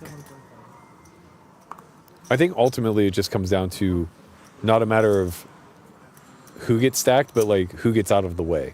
Is it the ace-king suited that ends up folding? Is it the queens that ends up folding? Not sure. Yeah, this isn't going to be a 3-train collision. I don't would think so. Yeah, I don't think so. But so 2 bets became 3. 3 became 4, and the man who started things isn't done with them. 5 bets to 75,000. if they are reading it all into body language and things of that nature, we might not see a flop. How so? The degree at which that 75K went in for a 5-bet with no thought whatsoever kind of indicates to me we might be against the blade here. Well, listen, Sposato's knife's fairly sharp under normal circumstances, but a very dulling effect brought on by the 4 and 5 bet behind his 3 bet.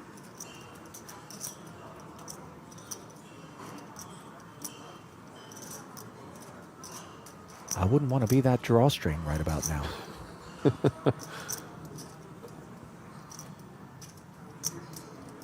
Yeah, I don't think I would feel very comfortable playing 6-bet all in here with anything but aces. There's not a whole lot of times where ace-king, suited in particular, flirts with a muck pre-flop, but this would strike me as one of those times. I think so. Again, the speed at which Stetsura put in the 5-bet with what didn't really appear to be much thought. It's a great laydown. Fantastic decision there. And honestly, again, I wouldn't be shocked if we just don't even see a flop. Small re-raise, though. I mean, just another 37.5 to see what's what. I don't want to make light of it, and obviously you play 124 effective from here. sub-1 SPR, so things could get expensive independent of board textures that would maybe leave us worried. And is the decision more for all than for some as it stands? Yes, it is. Great My laydown. goodness. Bravo, Ron Ilani. And he shows it. He shows the kings. And Sposato before him. And by the way, it's not as though we can critique Stetsura's choice to 5-bet here. No, of course not. Of course not. I look, the TV table. 30 minutes. I have ace king suited. Wow. You want to know what goes into a deep main event run? Stuff like that right there. Yeah. Meanwhile, what have we here? Troyanovsky. Ace-2 suited against ace-9 off. Spade draw and a wheel gutter as it all got in pre. Wheel shows up. And the ace-9 belonged to Vladimir. Showers. Welcome back. Amazing how we played with time. That was incredible. That's like that black cat in the first Matrix. We glitched our way into that rebuy. Perhaps he has a twin. That's wild. Maybe he just has like auto rebuy clicked, and so he just stands up and just takes an empty seat at another table and awaits the stack to arrive. I think that's quite reasonable. That was incredible. But yeah, back to the Kings confrontation really quickly. Yeah. Don't think anything went wrong there. I just think that's high level poker on display. Yeah. You know, some things happen that are very rare. You don't see much 5-betting take place, especially multi-way, especially for not all in. Like, you know, by all rights, Kings could have just jammed there. I'll tell you what, that pot tells me that this feature table here is one of the tougher assignments in the room here on day 2. Yeah. Meanwhile, 8-4 of clubs, not exactly going to be tough to navigate here for Tahir Khani, who is woefully unimproved on this Queen Jack 6 and now Queen board versus the 9s of CISO, which actually don't mind that board pairing turn. Enough that they will now fire and take it. Now, I'll tell you what, you see that setup on day 2 at Florida Seminole Hard Rock? That's a 3-way all-in, buddy. We're seeing the river. Okay? A new chip leader is going to emerge. Those are some slam dunk, you know. Wait, before we show them, you want to get down an extra 10,000 on the side? Like, I mean. There would be no 5-betting. It would have been 3-way all-in for the 4th bet. Kidding me? Would have been a dust plume. Yeah. Mushroom cloud. Yeah. The whole table just hoping that it runs out of straight. And the 8-high straight, and it's going to be a 3-way chop. All the pros at the table, thank God. Oh, yeah. Keep those chips right here. Oh, right.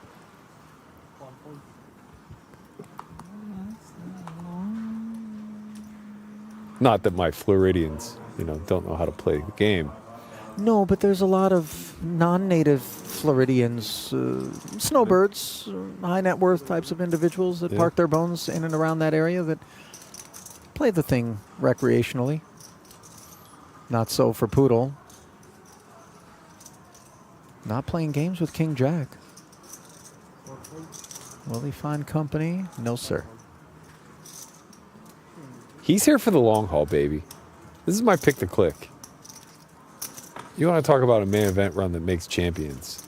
This guy is a quarter of a starting stack from the beginning of the day, just on the grind. Yeah, that's a chiseler right there. Yeah, that's right. Sometimes that's what it takes until... I wouldn't know.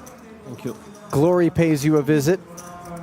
No, you tend to like to do it in chunky, fashion. You're not really a consommé. More a gumbo. Yeah, I'm a bull in a china shop, I'm not there trying to paint the finer details. No, self-awareness is fantastic, by the way. Yeah. You're not so much like a Lego Technica, but more like Duplo. Yeah. Right? I think that's a great in terms of analogy. erector sets. Right, yeah. That's yeah.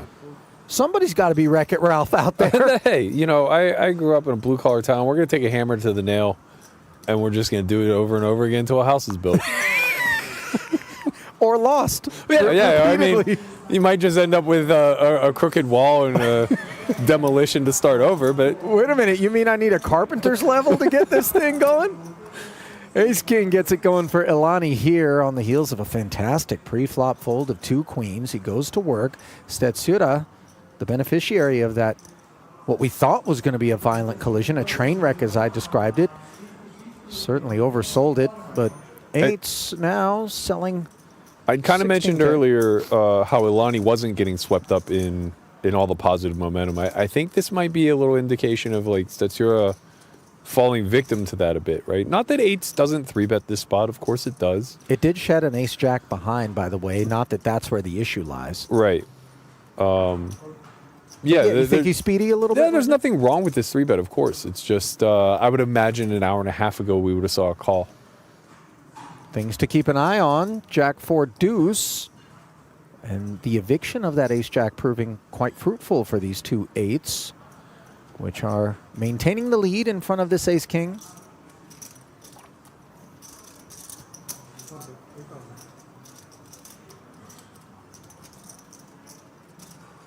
Follow through of 8 dimes.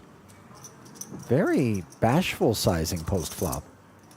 Yeah. 39 in there. 20% pot. It's a little indicative of him having exactly what he has, I imagine. It's always an honest downsize here. It's never like a I mean, it could be smashed jacks. You know, it could just be like the straight up jacks. But even then, I feel like people get a little greedy. So, Ilani likes the price and picks up the wheel gutter on the turn. We might see another one of those like mergy sizes, something like 14,000 here. It's like the 3 is a clean card. I need to protect my hand, but I don't want to overinvest versus a jack. Mm-hmm.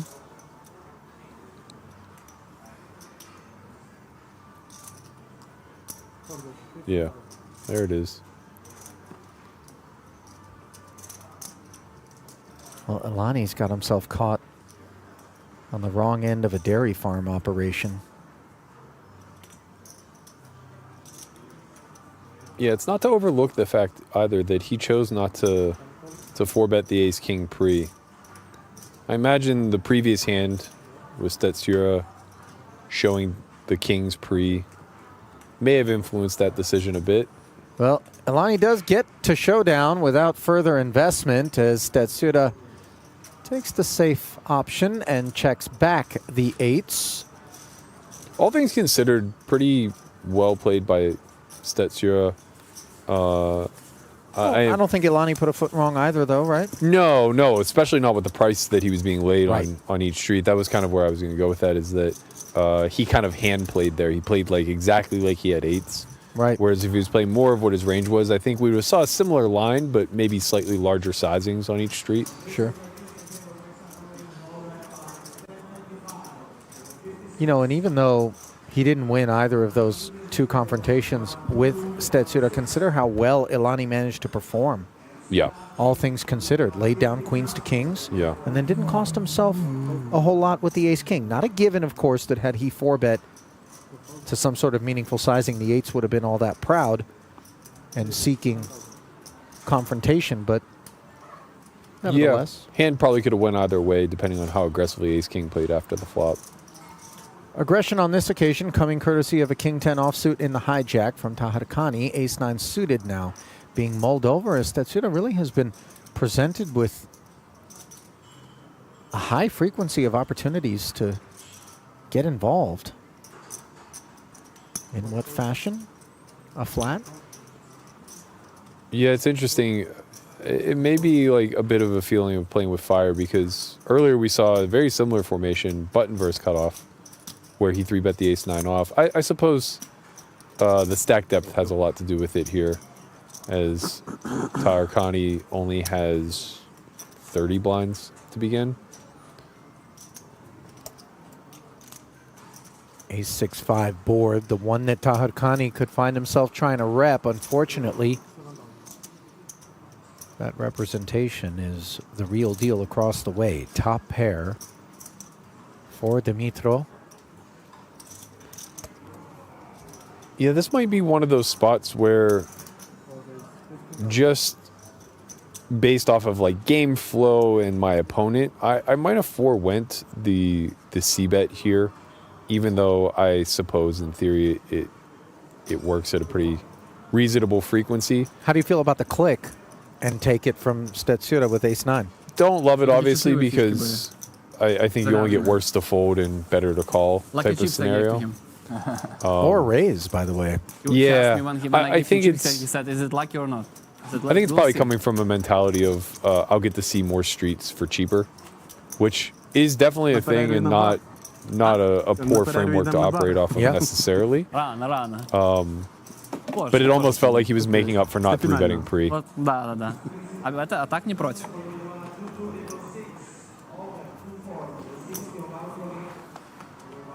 I like that you touched on that, because there are times at which we rationalize certain postures post by the idea that we didn't assume them pre. Yeah, oh, for sure. It's just common nature, I think, human nature to want to correct course as much as possible. I mean, there are those who steer for icebergs quite famously out there, but I hear where you're coming from. I'm here for the guy that's just trying to reenact some Titanic type stuff. Yeah. What is it that allows us to revel so gleefully in an implosion? Like, it's just... I mean, it's because we've all been there. Yeah, it's the it's not you effect. Yeah, you know? yeah. Oh, I'm not alone. Right. There's other people. I get to revel in someone else's misery for 5 minutes. Right. I knew he was the pick to click. Look at this. 6th place in last year's WSOP main event. Oh, yeah. I had a chance to observe him at that final table as our booth team. He probably just quietly laddered for days on end. He didn't put a foot wrong, as I recall. How could he? He just... That's a sound operator. Yeah. Anyone who plays the short stack patiently is somebody that you can confidently say has a bright future in tournament poker. You know what? He's that certified financial planner that just... There's nothing sexy about them as they're explaining how you're going to get 2.5% returns year on year. Right. Consistently through the dividends in this particular ETF, and then... Next thing you know, everyone's rich. The other person in the room that's sitting with me wakes me up. It's like, dude, you're being rude. And I'm like, huh? What? Right. Oh, what was that? 2.5% year over year? I'm looking for 2.5% within 15 seconds of my trade. You understand what 100x crypto leverage is, my boy? We have all been spoiled and ruined.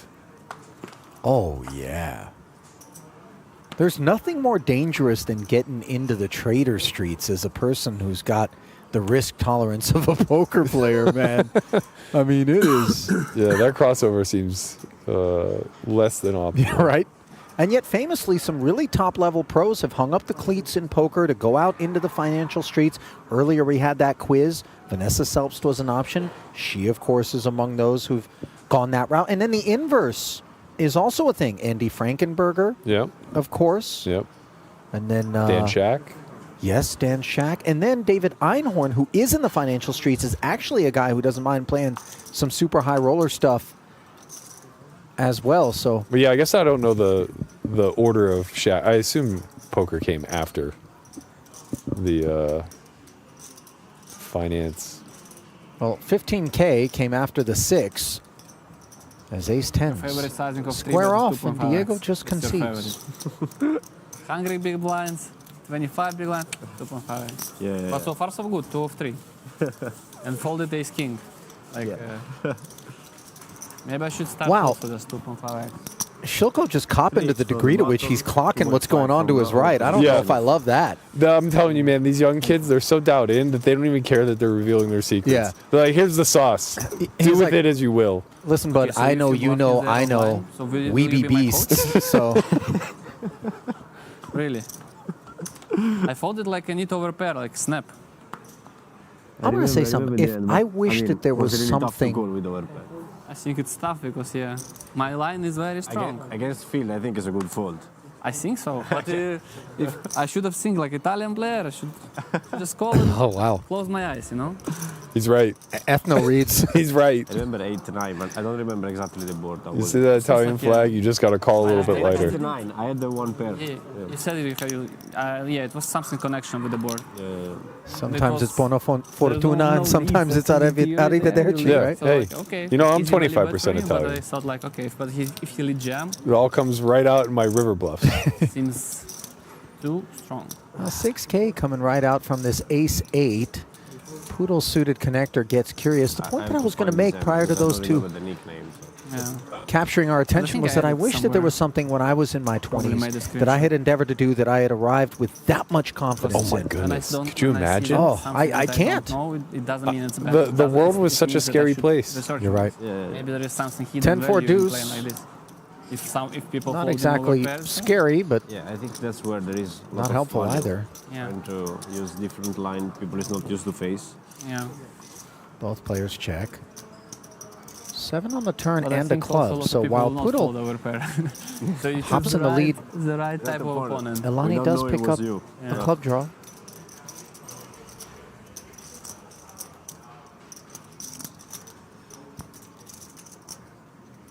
I think Poodle's probably going to start betting for the sake of protection. A lot of one club hands in Alani's range. Probably not very much 10x or even better 7x that he has to worry about. See him come with third pot here. Looks like Alani's set up to fold. I'm kind of surprised. I would imagine with ace high and the 8 of clubs backup, he would at least peel here for 2 blinds.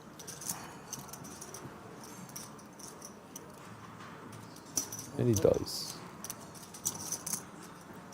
So another 12 into the middle. But not another club or a card that leaves Alani in the lead.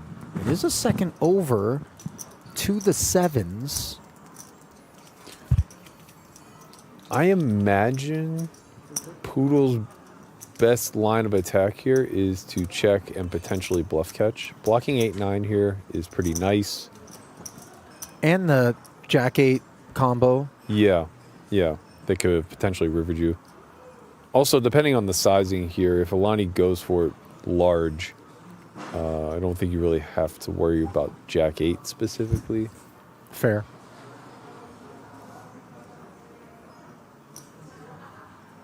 You do have some concerns about the Queen Jack, King Jack, Ace Jack, one club type of holding. But I'm not sure that would rather even have a 10 than our exact hand, unless it were 10-8, 10-9. I don't get the sense Alani thinks ace high has showdown here. No, I agree with you. I think on the turn he felt that way. He was like kind of lifting his cards like he was going to muck and then realized he might have too much hand. Does end up shutting it down. And Poodle will be quite all right with that. Pass the sugar, as Joe Hashem, another World Series of Poker main event winner, used to say. And pass the biscuits and gravy, the goulash, the stroganoff. What have we here? Where are the pierogies? Let me tell you, now the pizza station is definitely my favorite there. Okay, nice little pasta plate. That one was for the carnivores. Now that's an overfilled plate there. You're probably going to leave something behind if I had to guess. This gentleman back here, soloist, phone call and ingestion simultaneous. Talented multitasker on our hands. I've paid a visit to that buffet, by the way, and I did it in the dead of winter. It gets cold out there in Roz. You can put a winter layer on real quick. That's Pittsburgh food there. Stick to your bones, Yinzer stuff. Yeah, it gets a little chilly. You got to put on that winter coat, so to speak. I mentioned that I'm a quarter Italian. I'm also quarter Slovak. My grandfather was from Czechoslovakia. Grew up on nothing but pierogies, man. Pierogies are another one of those things that don't kind of melt off of you. No, not at all.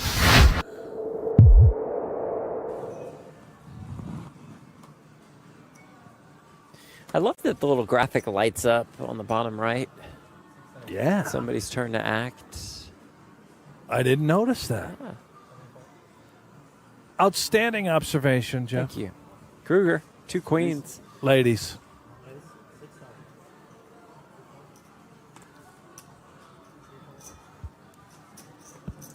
Bedell with the eights, and we know he likes to see some flops.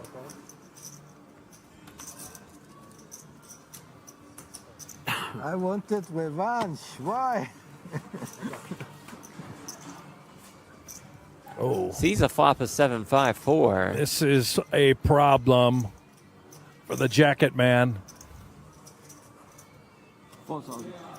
In his mind, it's an overpair and a gut shot straight draw. It could just be all of it. Who knows? Let's see. Discipline, just call. Oh. And turns a straight. Yahtzee.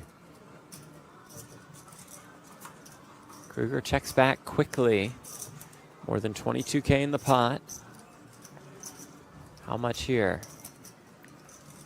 It's like 16.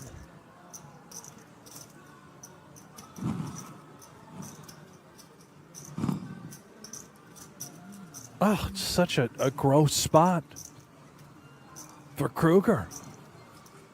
Overcalled pre-flop. This type of texture. Calls you on the flop. Check, check, turn, and now you're facing a 16K bet. What is the bluff? Like missed ace X of hearts? Can't be ace queen of hearts. We have that. It's got to be exactly like ace jack, ace king. Seems like ace king suited you would have heard from again pre. You bluff me? Yeah, to your point, hard to find too many bluffs. Excellent fold. Let's go of the queens correctly. It was way by time. Nice hand. Thank you.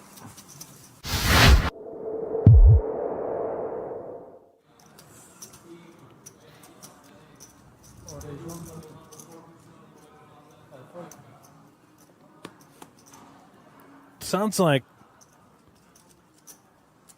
Ginger Fluff here Shields, Brandon Shields been accused of maybe tanking a little bit. Does appear to be the case. 4,000. So you're going to come after me, I'll come after you. 3 bets with the ace-9 suited. Austin Jones Poker in the chat. Poker commentators that don't hardly talk about poker. We can't all be Austin Jones Poker. Austin Jones Poker. Bam. Yeah.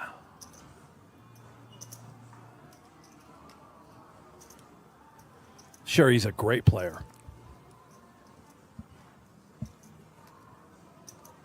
You put poker in the YouTube username. You're all about it, which I do respect. Love the game. Love the game, just horrible at it. You gotta let us just talk about Coyote Ugly once in a while.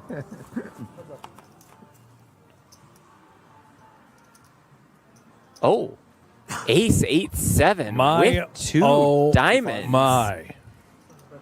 And these two who are on that collision course. Yeah, this isn't going to be your traditional fender bender. We're looking at total carnage, potential train wreck. There will be casualties. The check raised to 10.5K.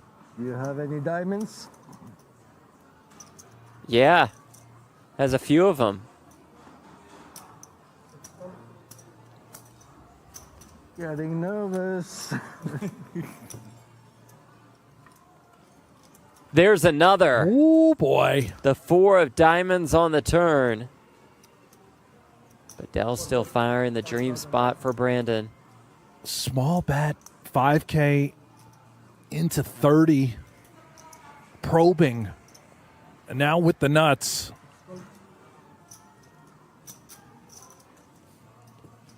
Shields just calls. River another 4.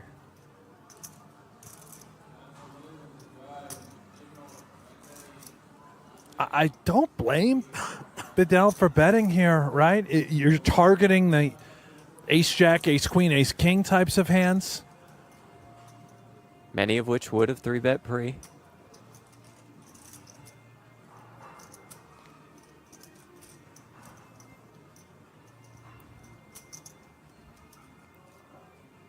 Now Shields, what do we do?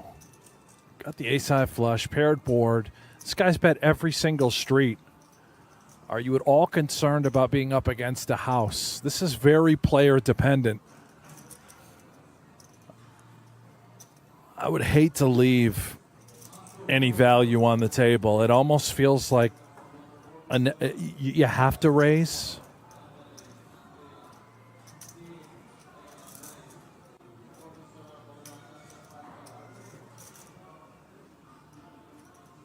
If he calls, he's just worried about pocket eights, pocket sevens, right? It's never aces full.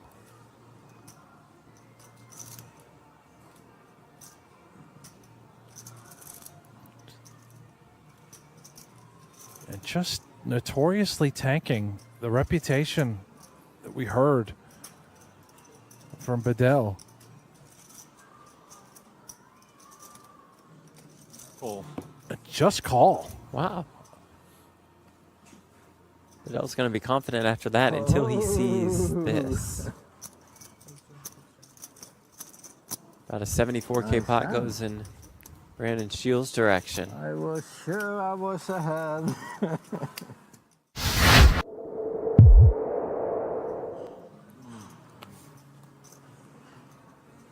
mm.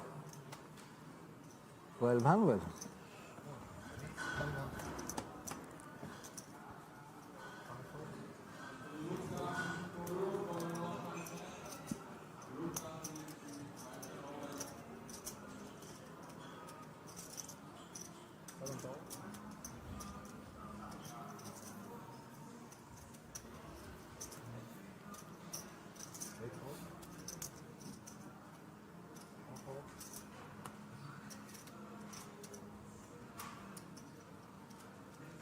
Soldier, ace queen.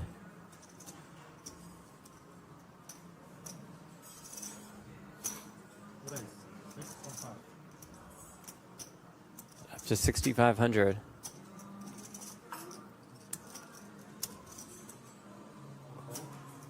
Oh.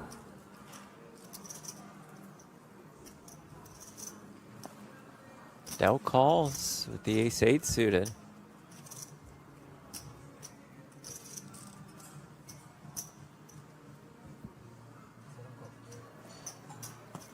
Maybe I get my money back. Volkic in there. This guy's great.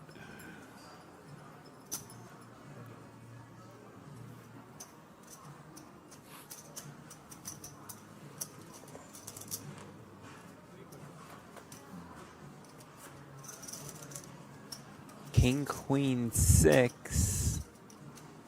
Good for Volkic. Problems for Isildur.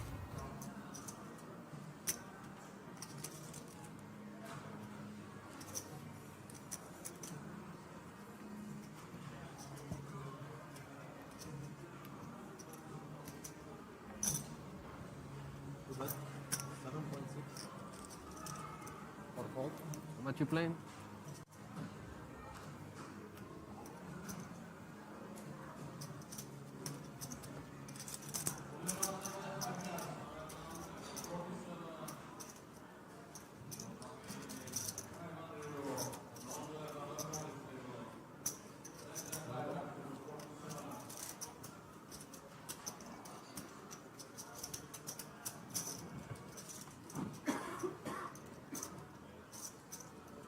Turn 9.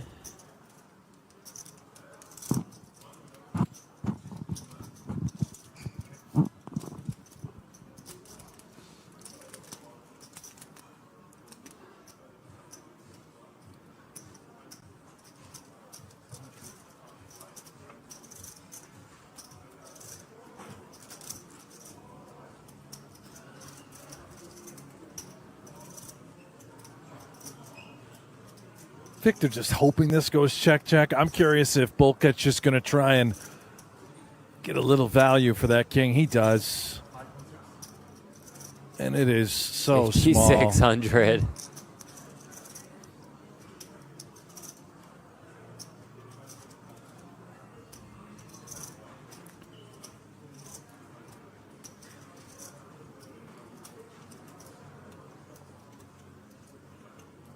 Such an annoying spot. You're being laid a tremendous price, but you just feel like your hand is rarely, if ever, good. What do we beat? To be like 5-6 of hearts. Ace 10, Ace Jack. It's never a queen. Jack 10 would have got there. And of course, we're just worried about the king. Very nice. Very nice. Robert says, love that bet size by Lou Ferrigno. I see full pitch as a young Lou Ferrigno. Most certainly. Well played, Robert.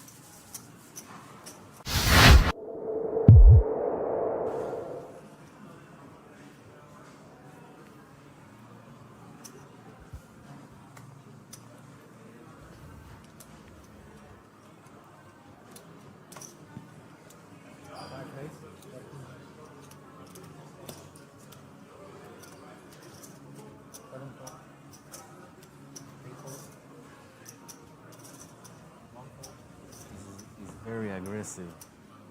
He likes to squeeze when he see a couple of balls. He likes to do that. I mean, sometimes we wake up with a hand. Yeah.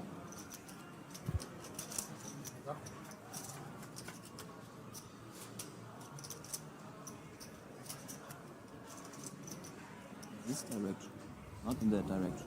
Yeah, we have to change things around.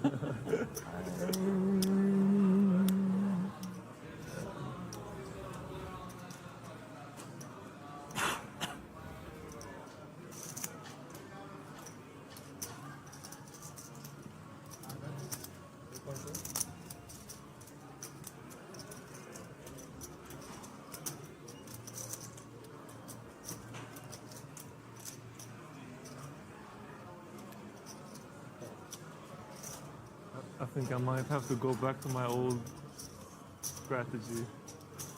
All in. Enough river.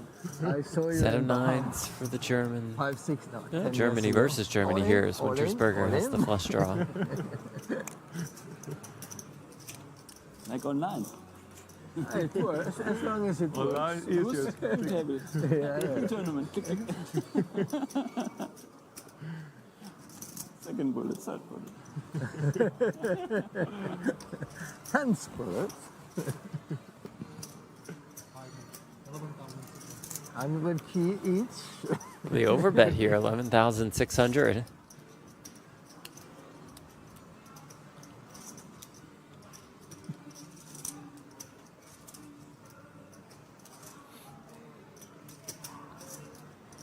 It's kind of interesting. The overbet. Would he ever mix in some bluffs, some backdoor hearts with the overbet, while also with the value? And on this type of texture, you're almost guaranteed a call from all the two-pair type of holdings, right? Your first trip to Bahamas. Clean river for the nines. Three of And you diamonds. played like we heard about before. Hyper aggressive.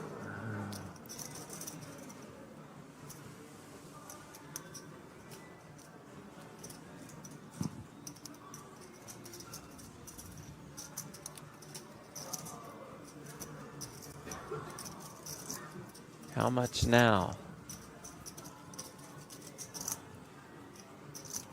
You're hoping to be up against two-pair. Overbet turn. Would he ever do it again on the river? Does not. Just hoping to get paid. 25K. Sizable. All right, do you have milk? Just right so I can mix with the tea. Yeah, keep these. This was it already. Thank you.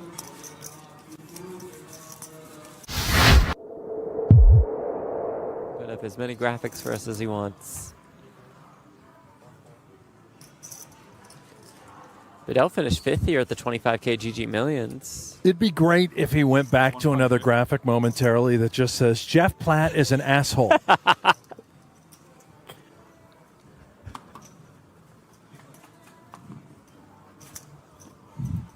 988. Open ender for Shields. Jacks are best.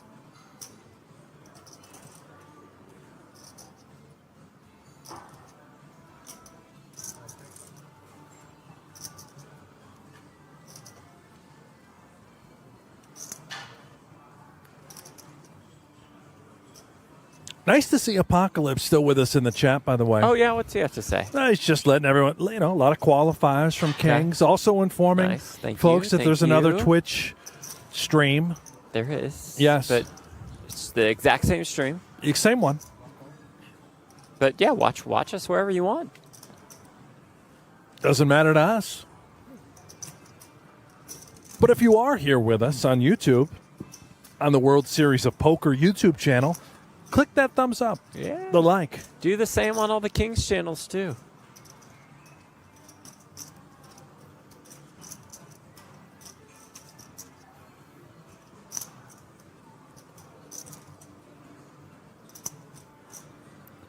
Back to the tank we go. Anthony says, bro, get this tanker off the table. Is there going to be a world someday in which somebody's taking too long and it's just boom, you're gone? It's the young heroes don't help themselves in these instances. They get targeted for this. Right. The reputation is that. Of course, it doesn't mean every young European player tanks. No, but it doesn't help when it's But, actually yeah. happening right here during the main event at this feature table. Americans are just as guilty. Oh, so true.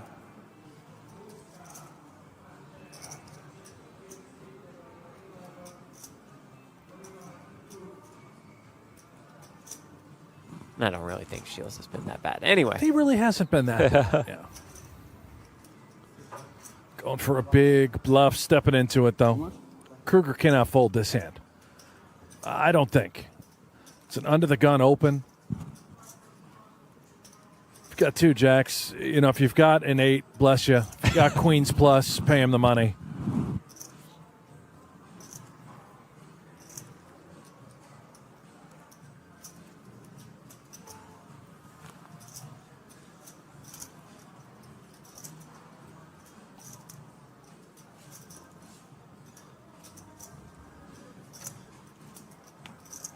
Really giving it some thought. Maybe worried about 9's full. Folded queens correctly. Can he call with jacks correctly?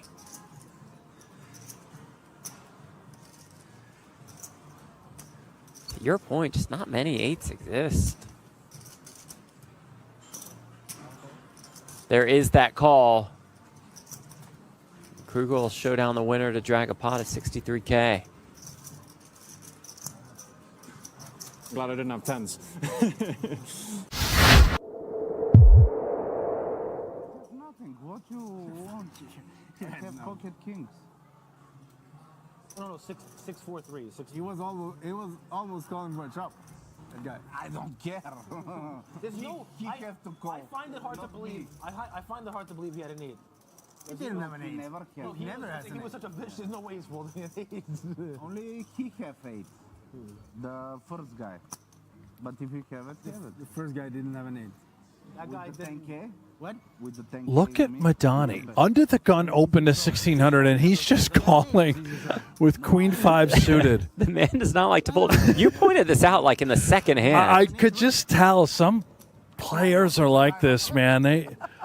Any two will do. I don't know. That'd be sick. I don't believe him.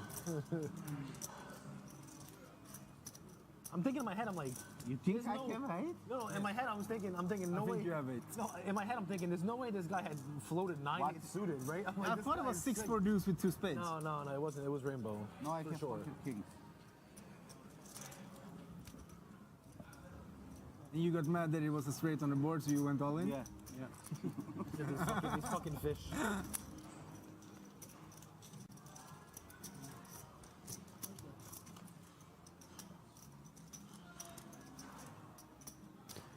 Ace, queen, deuce, top 2 for Neverlinen.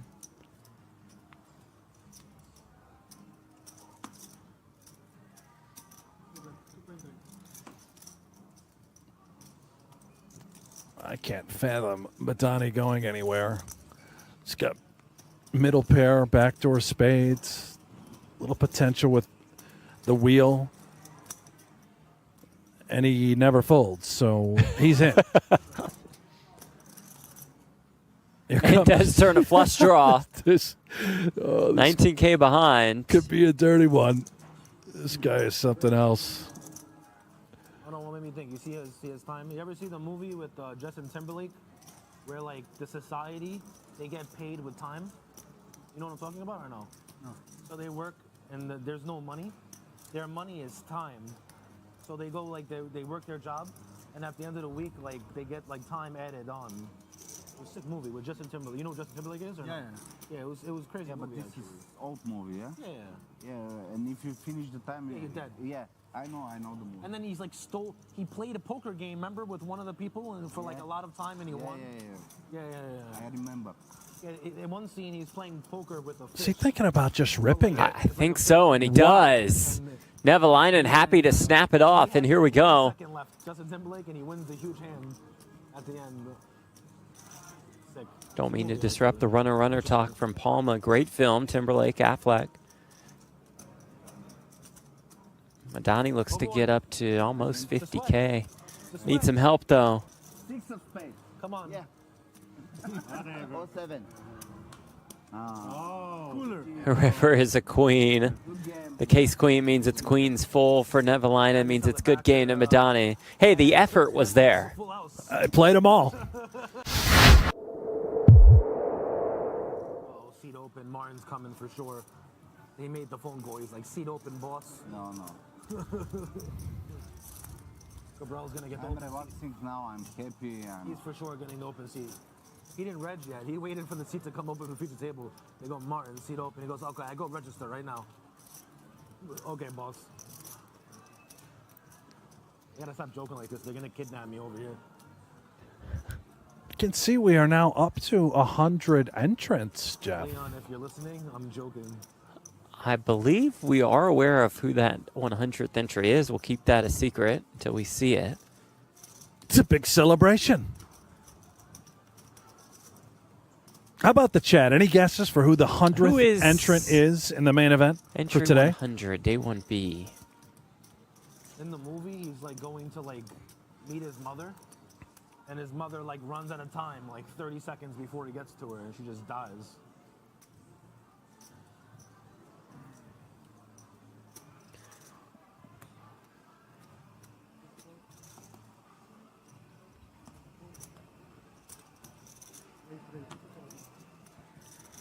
Jack says Cabral. Could be. Palma was calling for that. They usually don't. Ray says Chrissy. Could be. Basketball Maven says D-Negs. It's not D-Negs because we know it's his fantasy hockey draft, and he's not missing that for anything. Helmuth in a ridiculous costume from Xander. Oh. Interesting. Ivy. Monica Lewinsky. Huh. It could be.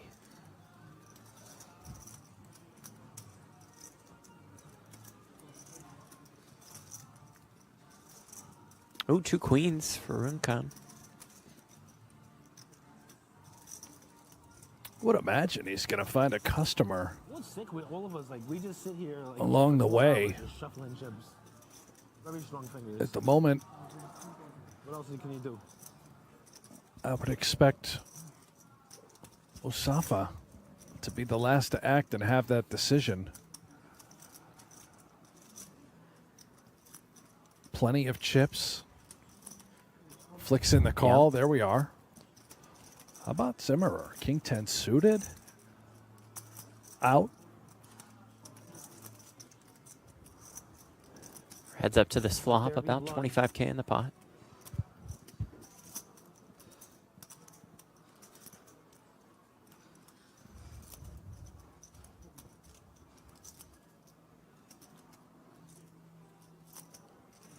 Okay, Jack at 10 at 9 means open enders for both. Perhaps a little further action. Quick check by Runkin with the queens.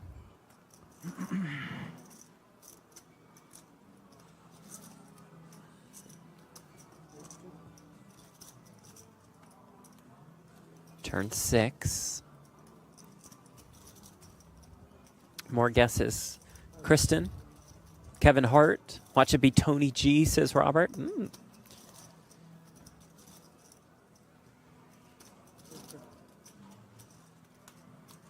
Runken again deciding to check turn. Let's see if he tries to eke out a little value now. I think now is the time. Not before.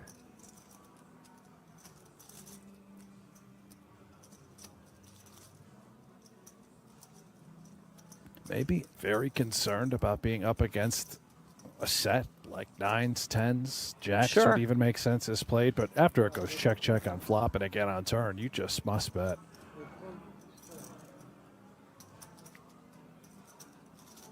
There is that bet. Small one that is called quickly by the 8s. No ace of clubs. Sorry? No ace of clubs. I don't know, you are the professional.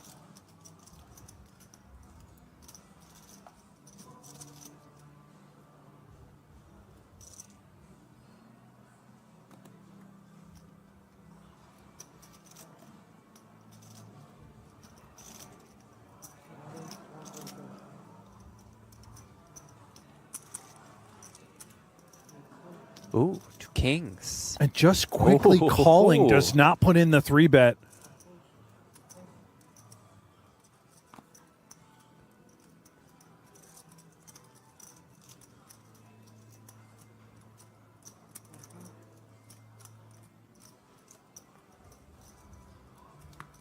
Shahar in there with the 7s.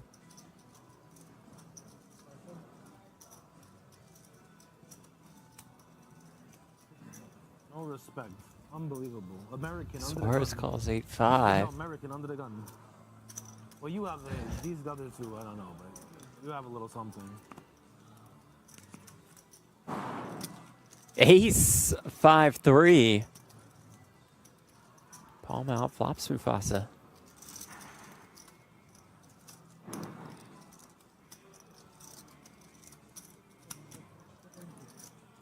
Just going to start betting right away. Could have gone check as well and just sort of pot control remain under repped, but this may thin the herd. Maybe Shahar comes along. 7 of diamonds in hand. Yeah. Does make the call. Suarez, a little taste. Bottom pair. Well, middle pair. If we believe the 5 and the 8 are clean. What's the call? Being laid a price to peel.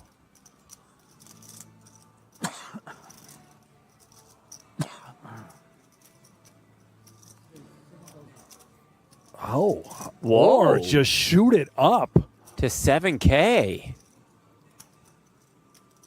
Did not see this one coming.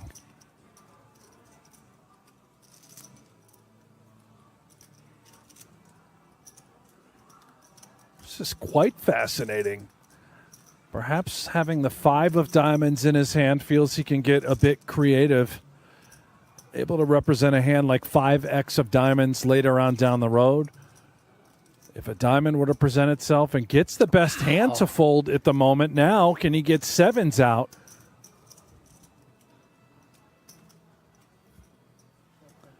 Wow. Yes, he can. Bravo, Anton Suarez.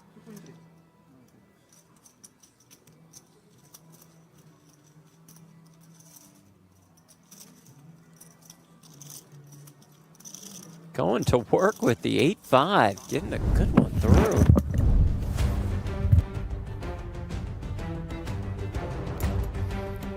Welcome back for continuing coverage of Day 2 of the World Series of Poker Europe main event from the King's Casino in Razvadov, Czech Republic. Ali Najad beside Matt Berkey and hundreds of remaining hopefuls as the registration period has come to a close. Prize pool and payout announcements forthcoming. We're going to have ourselves a brand new featured table on the back side of this dinner break. First glimpse at the parties involved here. The Italian flag flying proudly as 3 of the 8 participants hailing from that nation, one that does deliver a robust talent pool in terms of the poker. Sutera, though, on the short stack. Benedetto, the only player under the 20 blind threshold. Prezyan Zvetanov on the Bulgarian banner. That too is a nation that certainly much more of late has made its presence felt, in particular on the super high roller circuit. Uh-oh. Looks like Kristen Foxen has had to arm up once more. No re-entry shaming. Second one, third one, it's okay. I'm not that guy. She's been down these streets before. Is that Mike Holtz in the box dealing? I don't know that I know who Mike Holtz is. Oh, legendary. I know who it isn't. Fedor Holtz. That's right. It's up to me. Legendary Vegas grinder. 2K, 4K we play now. As Velocevic folds his ace over to Radicki. Andrea Radicki, to be exact. Baby suited ace and sort of a 70s Lenin-ish vibe, if I'm being honest. I could see it. This is a little different scenery, yeah? No, we're not on the stage anymore. No, we are. This is the same as we were looking at everything before? all right over there, Berkey? What No, you eat for dinner? I got to tell you. Okay, now it looks familiar. Yeah, I didn't notice the slots in the background before. Is the familiarity potentially courtesy of the fact that the man who won this thing last year has worked his way to the re-entry desk and here to the featured table? That, of course, Neugebauer, who is not involved as the chip leader, took us upstairs. That being Presyan Svetanov, Daehyun Lee, 7-8 suited. Understandable defense here behind the mask and behind the big blind. He makes the added 5K investment, awaits his change.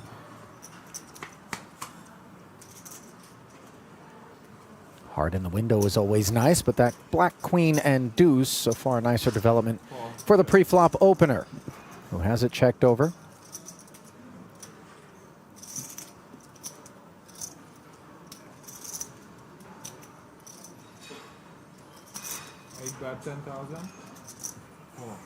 These shades are a bit of a homage to Stu Younger. You know, I was sort of trying to figure out what that image was triggering in the archives, and you're absolutely right. The deep blue, a little low on the nose. Deeply reflective lens wear. You gotta be a little bit careful. You know what I like to do when I see that at the table? Like, hey man, I can see your cards. Well, particularly in a spot where I can like range them pretty close to a single card. You know, like monotone board or something. Okay, sure. Where they like 3-bet pre and be like, I don't want to.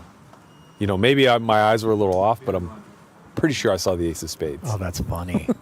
That's funny. You want to live rent-free in some heads, don't you? As much as humanly possible.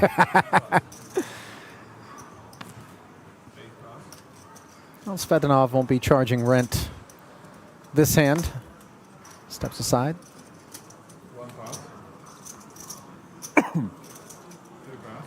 Neugebauer also stepping aside, playing under that Austrian banner, which is, of course, almost poker's think tank. Yeah. In a way, just given the sheer volume of talent that calls Vienna home and has helped push the frontier of the game's understanding. Seen some waves go through there. And we are seeing all of Armin Arai's chips pushed forward from the button, this courtesy of that ace. And Kamoski lays it down. I almost think that trailing SCI is an SH sound.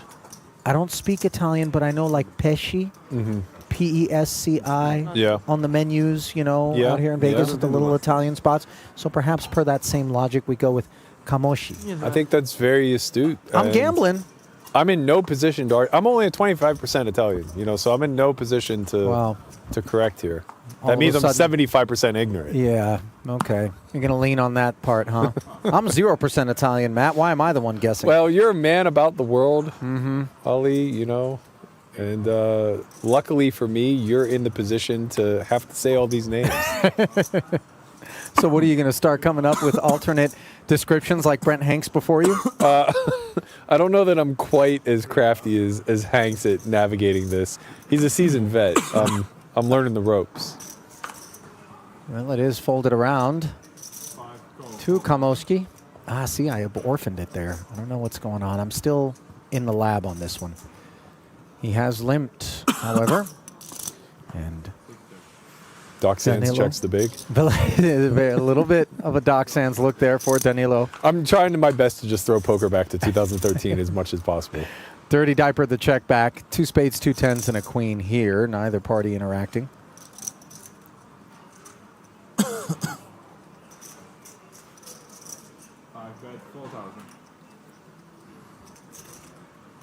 A little 4K. Parmigiano on the flop. Sure. We'll allow it.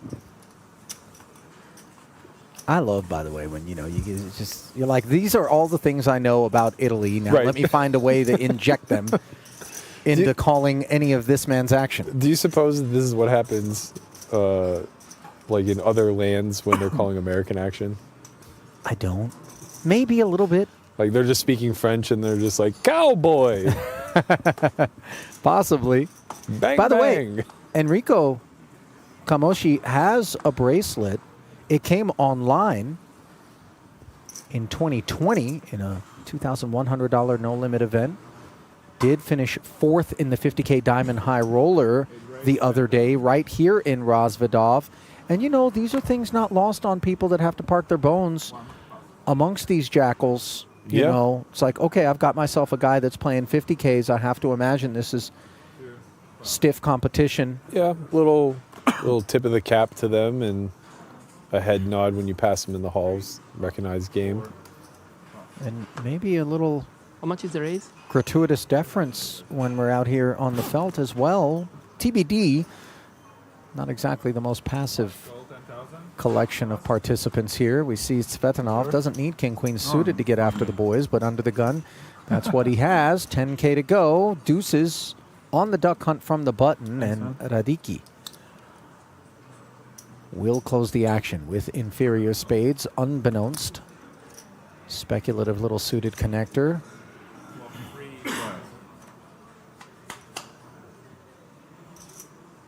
Deuce in the window. Coupled with a jack and a 6 of a monotone nature. Radicki with second pair. Svetanov really not enjoying this vista. So he too will check. And now with bottom set, I imagine we definitely don't want to let a free one come off.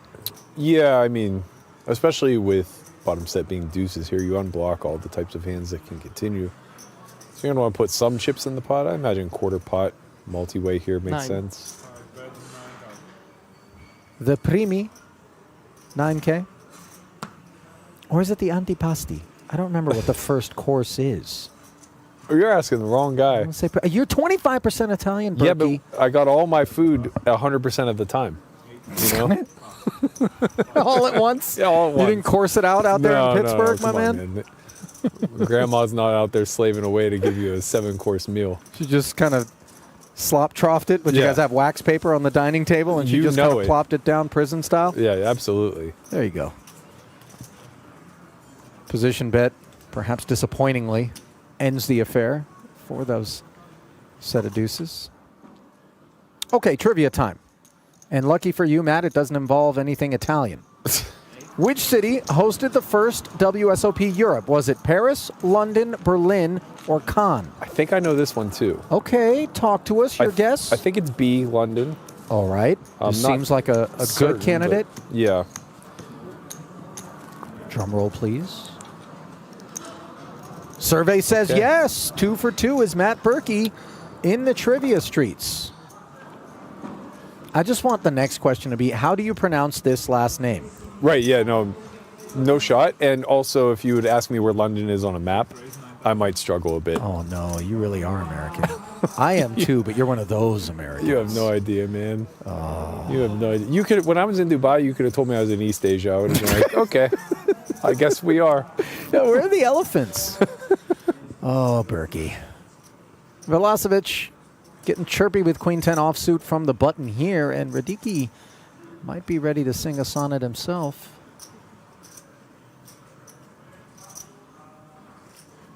It's just a question of how big.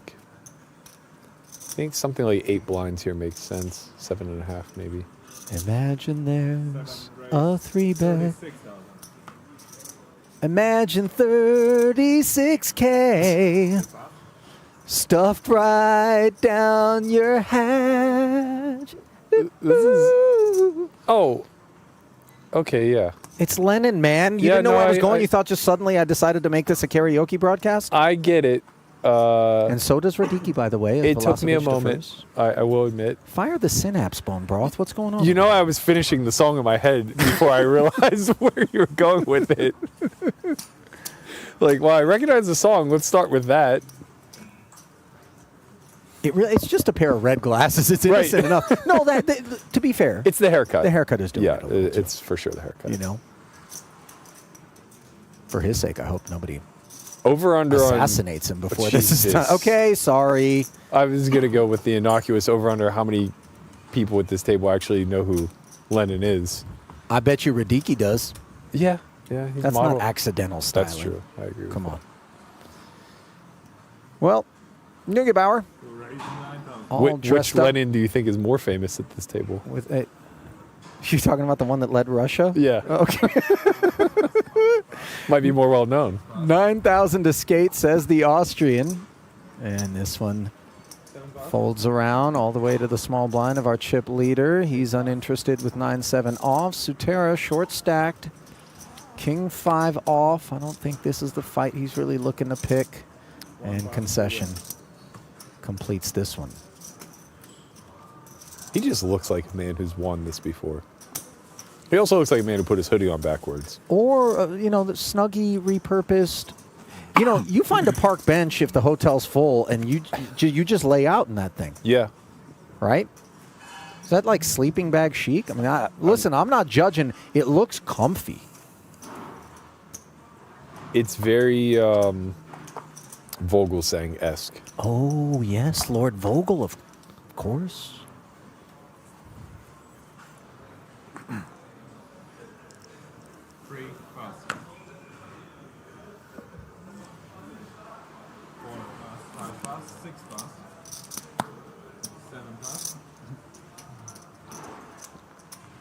Well, button plus boss stack plus king 7 equals what, Matt? This is an open for sure. This is well above the standards necessary.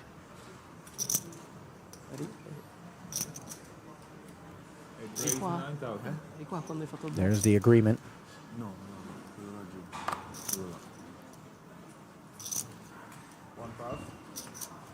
Inferior king for Neugebauer. He's got 250K in front of him. And kind of an impressive line item on his resume in terms of being involved in this event. Yeah. Reigning champ factor. He'll defend. Has some issues. Sharing that king.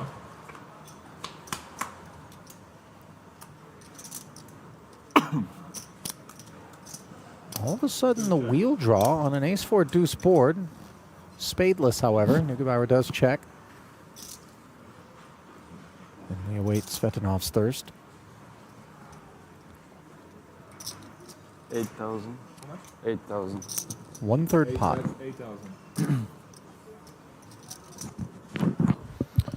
With the spade, you may see the occasional check raise here from Neugebauer's candidate without, probably not strong enough to check raise, but too strong to fold, of course. Yeah, king high has some value. Of course, the 3 dangler is nice. Turn, however, perhaps not considered as nice by Neugebauer. It doesn't complicate the texture, however. No, I imagine we're going to see check-check here a lot. King high rates to be the best hand, but you're not really extracting value from much.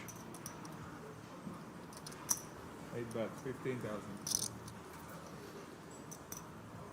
15K now. He's going to continue with the story that he has at least a pair.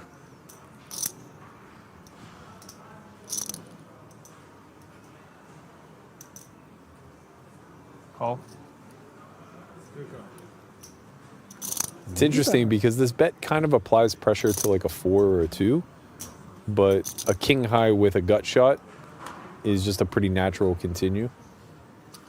Neugebauer agrees. That 7's going to play if we find showdown, by the way, which we will. And you kind of think the king 3 might be good here with some frequency. Yeah, yeah, for sure. Feels unfortunate when you kind of get a little bit merged on here.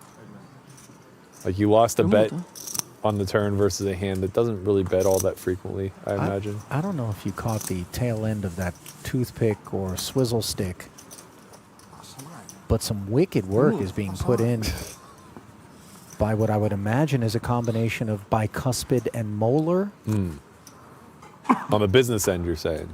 Yeah, Yeah. I'm not looking to reincarnate as that piece of wood. My goodness. We really do have a table full of Bond villains in a very Disney kind of way. Yeah, I'm just seeing it now.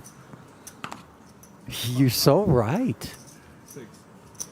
My goodness, you're every single. Yeah, nothing serious, but like if Disney were to recreate James Bond, have we central cast this thing? I think we might have. It's fantastic.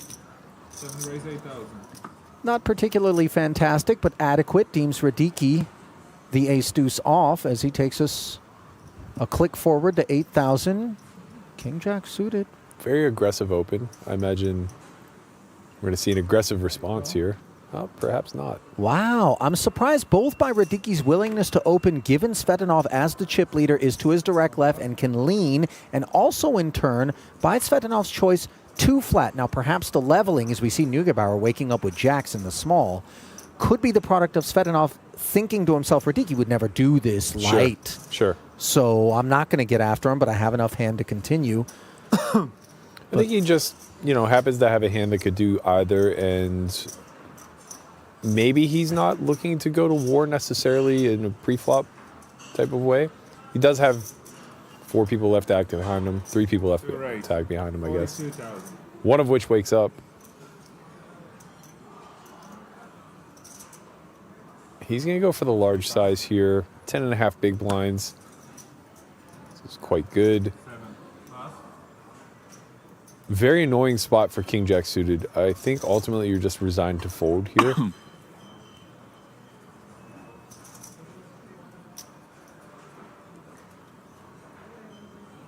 Yeah, not a lot you can do about that situation. So that extra scoop to 42,000. Just a little too healthy, says the King Jack suited ultimately. And that round won by Neugebauer. By the way, Berkey, I've done a thing. Okay. I loaded up YouTube. All right, this is already headed in a dark direction. Only for the purposes of unearthing the YouTube chat on the WSOP channel, where many of you are soaking us up right now. So welcome aboard. Our apologies for lacking engagement to this point. We know there's... You are a man of the people, Ali. Listen, 1,600 people out there 1,600 people joining us. Hello and salutations. Please, any complaints that you would like to file, send them directly to Ali Najad at don'tgiveashit.net. Yeah, I was going to IDAF, but that sounds about right. Queen 10 suited here. Radicki suited 1 gapper. And raises pocket 4s just into the bin there. Sutera, I think, is going to be approaching things somewhat surgically here off of the lean stack. Raise and take it. I like this guy, Berkey. He's got some moxie about him. Great word, by the way. I feel like it fits the glasses. Also a lower end Marriott brand. For those that are on the poker grind. Fair. You can get some real cheap rooms. Meanwhile, We're going to switch dealers and give you a glimpse at the current state of affairs. Sutera, 12 bigs. You saw him pass up those 2 4s, but at some point, one would imagine he's going to have to pick a spot here at the bottom of this leaderboard, deep into day 2 from the King's Casino in Razvedov. World Series of Poker Europe main event coverage coming at you. If you're enjoying what you're seeing, click like, click subscribe, whether you're soaking it up on the official World Series of Poker YouTube channel or, of course, the King's Casino YouTube channel where we are being simulcast. Make sure you don't miss a moment of what is in store. And by the way, you know, GG Poker having acquired the brand, they have a lot of plans. I can't share all of them, but I can tell you there will be plenty coming at you. So you do well to get out in front of it by hitting subscribe. And, of course, mashing the like button, always appreciated. Now, Queen Jack being shown some gratitude by Radicki to the tune of 8,000. And Sutera yet again just showing restraint. 8-9 of diamonds, not deep enough to speculate. Trying to find the one he can pile. Now, plenty deep is this 8-6 of hearts. Hence the defense for the extra 4. Table for 2.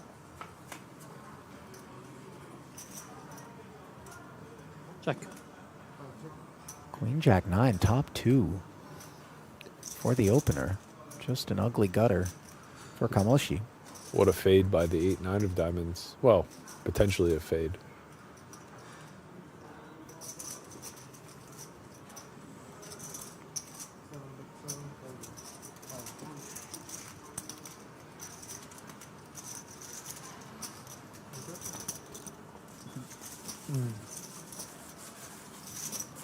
Uneventful drawing of the curtain there.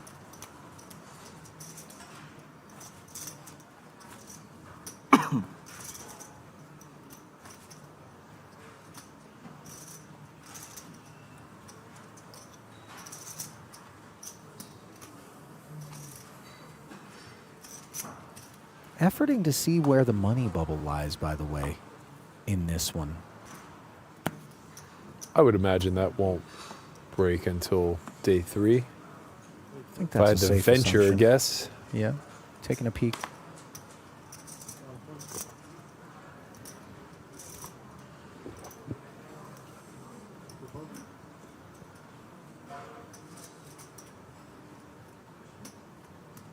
Prize pool not yet posted. In terms of the payout grid. Ace 10 posting 12,000 and taking it as we see Arai.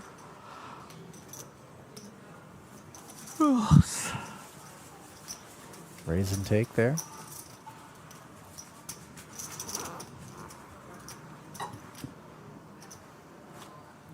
There he is.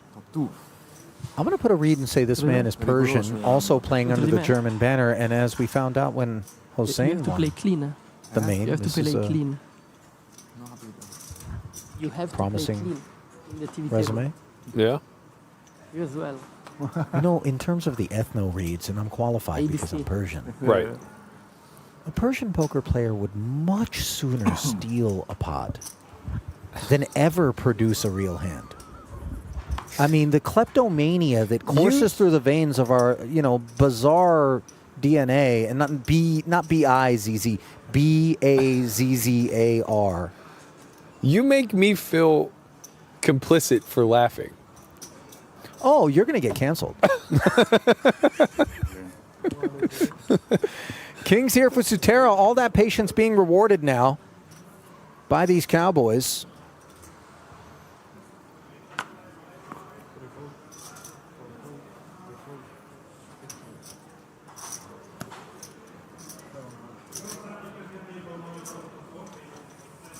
Well, no patrons available. But that's fine. An orbit's worth of tokens acquired. By the way, is that the Dolce & Gabbana plaque there on the sweater? It appears it may be. I don't listen, Pittsburgh. What the hell would you know about? Well, Are you 25% Italian, so you know the Dolce brand? Listen, I just know that when you have a metal plaque on your chest, it could be Philip Plein. Okay, Could fine. be Prada. Regardless, it's $2,500 minimum. Quarter rebuy invested. Right. Right. in the sweater. You know, I mean, this suggests that we've prospered in terms of either poker or the lottery. Or perhaps maybe they have peddling of contraband. I mean, maybe they have an outlet there. It's, you know. Yeah. That's oh, he's Italian. Right, yeah. It's got to be way cheaper in Italy. That's what I mean. It has to be, right? I mean, I don't think it's like H&M, but, you know, it's for Fair. what it's worth. It's not the Old Navy of Italy clothing. We've been duped internationally into thinking it's something. Yeah. Well, Field might get duped by this ace-9, which isn't exactly top-shelf liquor.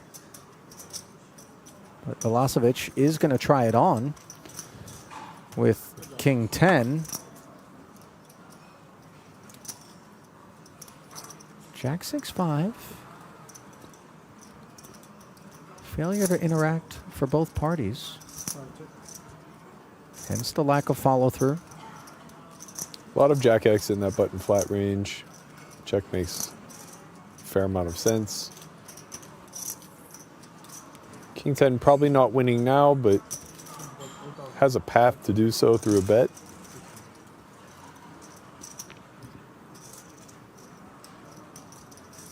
You don't want it? I'll take it, says Danilo. Livello questo sono. Due livelli qua. He's got a little resume on him too. Rast does. Milosevic 12 ha compreso.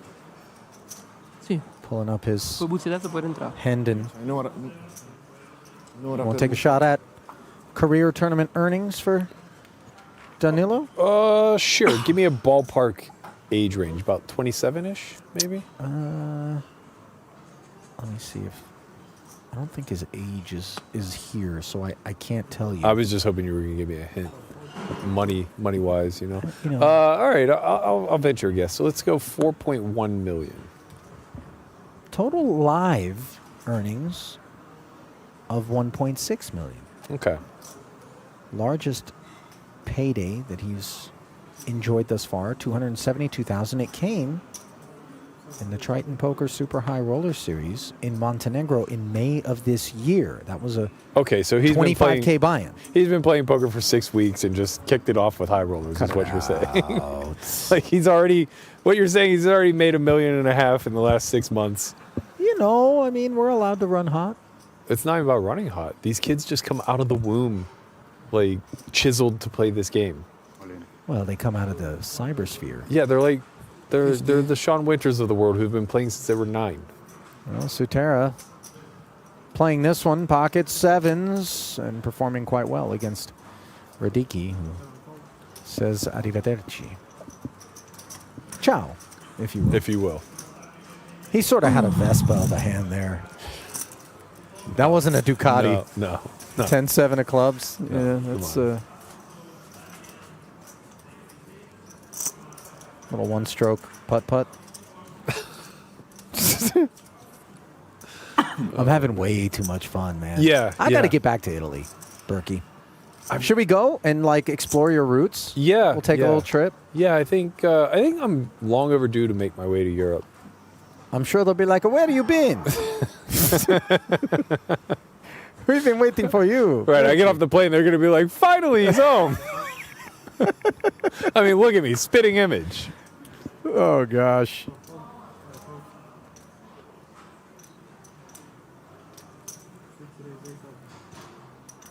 King 5 of hearts has piqued the interest of Milosevic. It's a discipline fold with the 6-4. I have a hard time looking at that hand on the button. Yeah, your bank account not investing some chips. Definitely reflects that. You can't take it with you, Ali. You know, if we're not here to have a party with 6-4, I don't know. I don't know what we're doing. Well, for Neugebauer, we're defending with 10-7.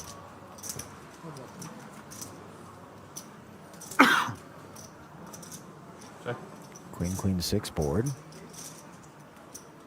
Failure to interact for both. Might have just enough of a backdoor here to peel. 2 big blinds might be a bit steep.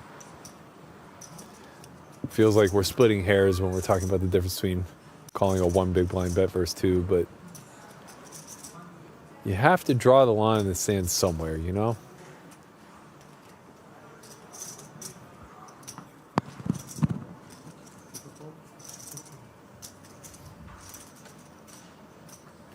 Oh, that line.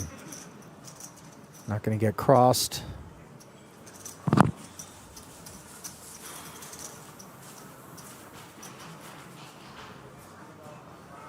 Matt, I have a confession, and it's actually one that I shouldn't make, but that's never stopped Those are the best before. ones, so Yeah. by all means. This guy's reading a book, by the way. I don't blame him. You know why? Hand me a book right about now. I'm bored. That is short stack ninjaing to its like, do not give this man action. You know what'd be great is if it was a really dusty old poker book that he was reading to try to make people think he was bad. Yeah, he's just a Harrington and Hold'em Volume 3, the cash edition. Someone's like, excuse me, what year was that published? Just out of curiosity. Right. It's like 97. Thank you. Yeah. Let's do publishing. Check it out. I'm all in. That was your confession? Yeah, I'm bored. Yeah, that's fair. Not the story arc that we had built up on the first table. You know, that's the problem. You build a rapport with these guys, and then they leave you at break, and we're left to figure out a whole new slew of machines and European names that I can't pronounce.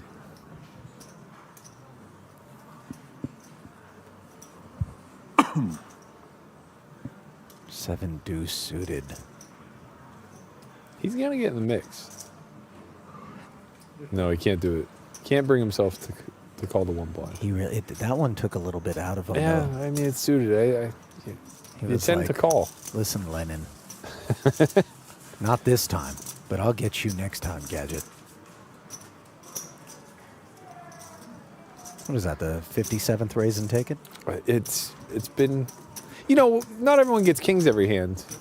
Like my, I'm gonna forget his name already. I'm not gonna try to go back to an hour. No, who are ago. you talking about, Matt? What is there? Like, if you remembered the name, you would have hazarded an attempt. Well, I would have taken a shot at it, but without remembering, I'm probably gonna smash 3 names together.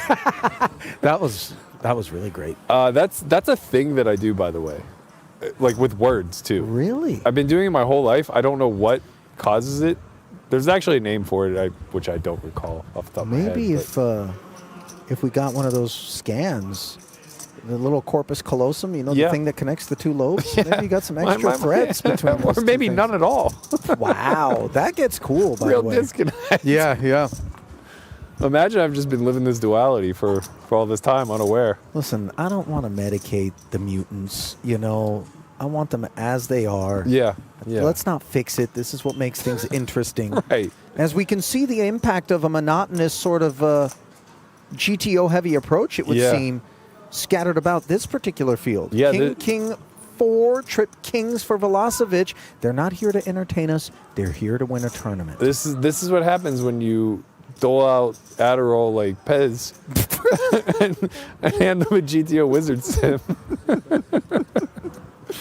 Berkey, careful. Pocket 6s, by the way, have themselves some merits to continuing here. Yeah, no club. Probably always just going to follow through with a call.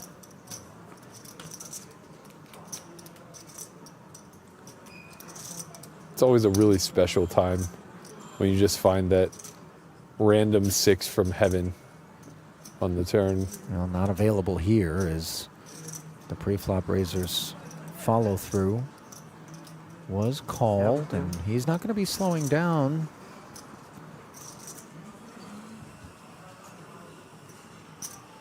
There's a barrel.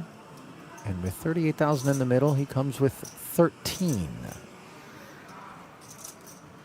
This is one of the biggest differentiators, I think, between cash and tournament strategy. When we follow through on turns in cash games where the SPR is a bit deeper, we start to play like the king, not king game, you know? And you start to go for like really big, greedy bets. But in tournaments, you're massaging, you know? It's a constant back and forth of chicken where the river leaves you with the nuts, yeah, basically. A counterfeiting effect. I know that's not where you were going with your No, story, no, but it's actually quite a good event some of the time here for the full house, for the King Jack, because sixes can't show down, you know? Now, of course, we know that he's probably just going to bet and win, but... You mean in terms of what? A bluff? It happens from time to time, believe it or not. Not as a raise, does it? Well... Berkey, you're just thinking back on your own life right now. Yeah, you know, you got nutbag. You got to bluff something, Ali. You know, what better than the 6 high? You know? Well, here comes a very cozy third and final barrel from Balašević, and of course, Svetanov. Doesn't matter how deep stacked you are, you're not feeling good about a man who's willing to get after you across 3 streets on that particular board with air. Maybe a card, by the way, that saved Svetanov some chips, as it turns out. Certainly, if we see like a 2 or a 3 come on the river, he's a lot more apt to just pay a third barrel, I think.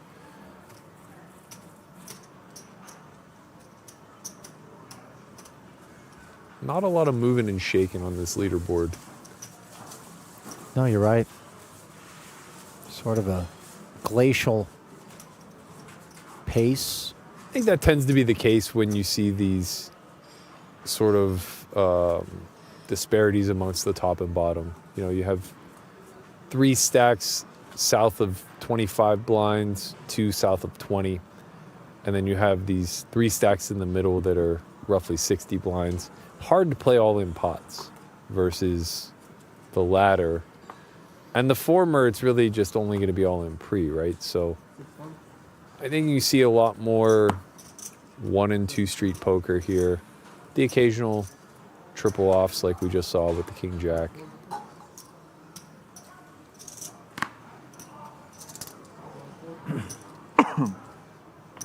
Reg is closed now too, so that probably hinders a little bit of the fast playing. Yeah, we talked about on the path to the closure of registration how you could see some speediness out of the short stack spin up artistry. Yeah. And now that option is no longer on the table, you're going to see some tension, some stiffness. Yeah. I think the impact has been quite immediate, although, you know, I think a lot of it has to do with just the overall aptitude level of a very GTO-heavy slant that we have upon us. Also, the distribution matters tremendously when it comes to action. If you see kings, ace, king suited, and queens all dealt in a row, there's going to be fireworks. Our cup ranneth over in that regard at that last feature. Yeah. So perhaps we shouldn't be blaming this crew as much as we should blame the deck. I blame these guys for nothing. They showed up today. Look at them. And, you know, I was being a bit facetious when I said it, but it is a genuine fact that we need to be reminded of is this is a real poker tournament with a 10,000 euro buy-in and an absolutely massive payout that lurks, one that Neugebauer is intimately familiar with as the reigning champion here. So even though they've been picked and tapped to play at this feature table, it isn't as though these are clowns here for our amusement. Right. I do think that is a bit of a misunderstanding when it comes to stream poker. I think that there's a perception that there's something particularly entertaining that people can do. You know, like you can really get out there and put on a show and wow some people. It's like, you can just make a bunch of really good decisions. Yeah. You know? And by the way, there's a sexiness to that. Yeah. You know? So we see the 7-7-9 board not having a whole lot of sex appeal for ace-10, but paired textures sometimes will grease the wheels of the c-bet, as we see here. Just a nickel into the machine. Balašević obviously going to be hanging out with these eights.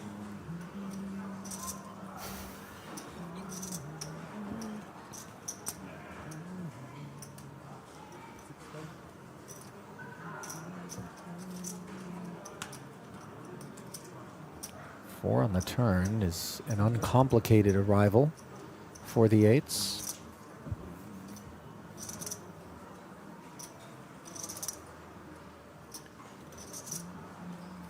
Not a lot of positive properties working for Neubauer here to barrel again. I think he's just happy to check back, realize his equity, hopefully show down a winner some of the time. Beat worse ace highs, beat worse king highs.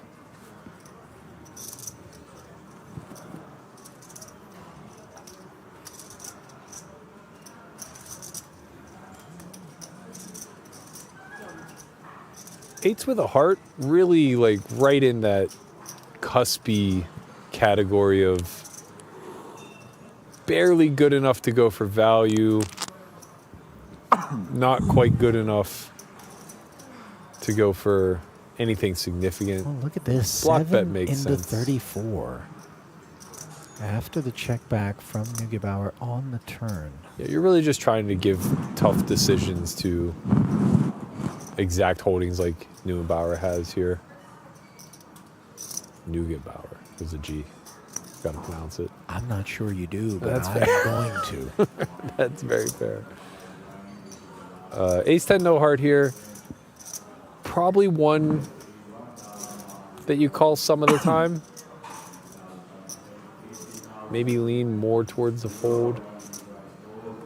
It's tough to know. It's tough to know exactly what he gets to this river with that's better or worse. Of course, he'll have some Queen X, some 9X. 10 is obviously a bit unpleasant in terms of bluff catching because you do block Yep. those combos that you're Yeah. after, the Jack 10, 10-8 stuff, Yeah. maybe some 10-6.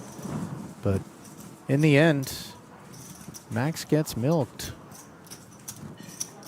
Nice pickup there for Danilo, who will inherit the small blind.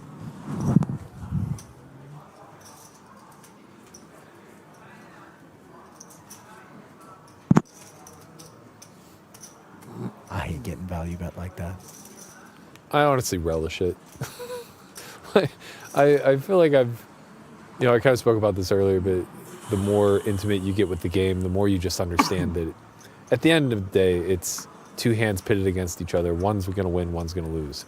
And because of the pot and the pot odds you're laid, everybody just pays.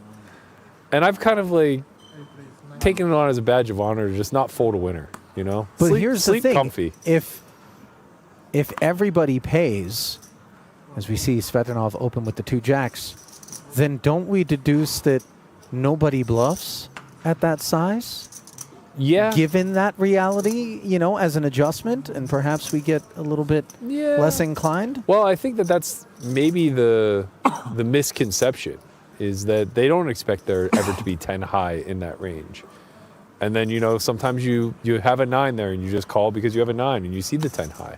Sometimes, by the way, you take that ace 10, which lost chips to you moments ago, and you bin it.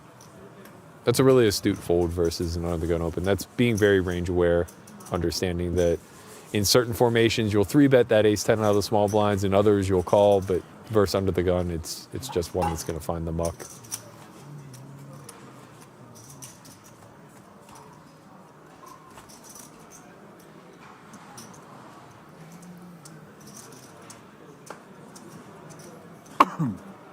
I think he works both sides of that toothpick.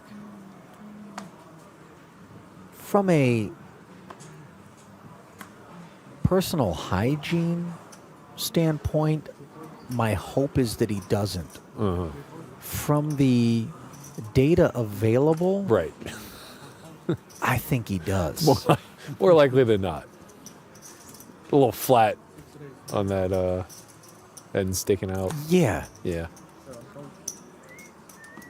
I don't know where he would have found a read, which is the only sort of thing that might look like that out of the box. Yeah, I got to tell you, it's a look, and I love it. Oh, yeah. Normally you're being overquoted for a remodel in Vegas when somebody's working that look. Yeah. Meanwhile, Queen Jack working an open ender here. Svetanov the defender. Velocevic the antagonist. Button versus big blind. This is actually a bit more hand than required for these guys to tussle. Velocevic with a 6K follow through. pretty nice one to check raise, should he choose to do so. He's going to elect to go just call.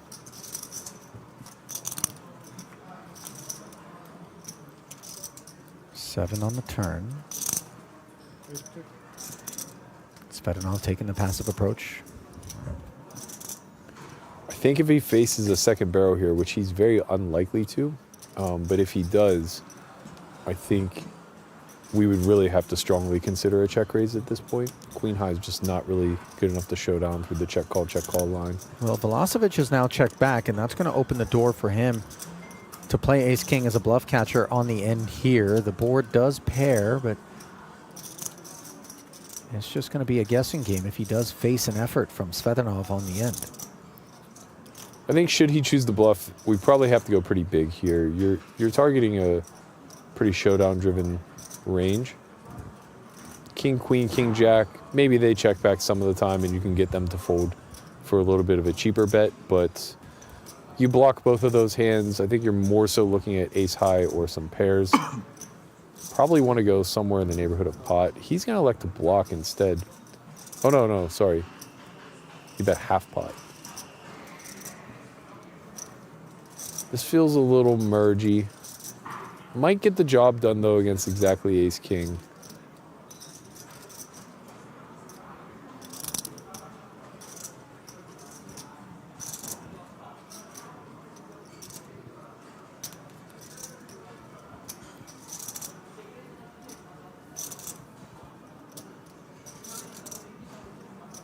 $26,000 is on the healthier side of the spectrum here, into 36. Yeah, I think the sizing is pretty good. I think what you want to consider when you're thinking about your targets is what can make a 3 indifferent. So just pick a size that gives bottom pair a really tough decision, and you'll do pretty well, because then the ace highs and king highs will also naturally have a very tough decision, if not just an easy fold. And it does get through. Credit to Svetanov for finding the size that was going to leave that ace-king less inclined to bluff catch. Velocevic Gioca lento come gets muscled out of that one. Pochi. 30. No, di più. 40. Anche 50, secondo me, se si va un pochino. Un'ora e mezza il livello, eh? Uno ogni 2 minuti ci arriviamo. Yes, the mother tongue. Music to my ears. Oh, now all of a sudden that 25% of you is tickled, Berkey. Ace, queen suited, tickling Ahai. Plunks 8 dimes out there as a min raise. Jack 10 off in the small for Svetanov. Out of there. Deuces for Sutera. Can hunt ducks for just one more big. The term just one more big might not apply when you're this thin on chips, but nevertheless, the proposition deemed good enough for Sutera to continue. Does not find the duck, nor does Ahai find a spade or a pair. Might not just have a give up versus single C bet, given the deuce of clubs in hand. We do have a pair. He's short, so he kind of has to fight for these pots.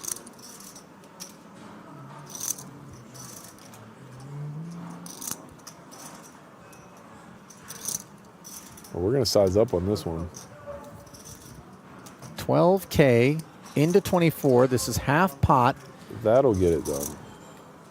And a nice choice from the pre-flop aggressor, who chisels away on a stack that really can't afford to be chiseled. Yeah, it's kind of a dicey C-bet size with ace queen high specifically. You get check jammed on, you feel pretty bad with all options. Conquering the arguments against on that occasion. Sarebbe giusto quello stato, Sarebbe giusto. Dovrei riprenderne tante, però intanto come inizio. Se fai prima questo direi. There's a button to Pensato. press here. Sì. Voglia ricompensare. Il primo però, il secondo no.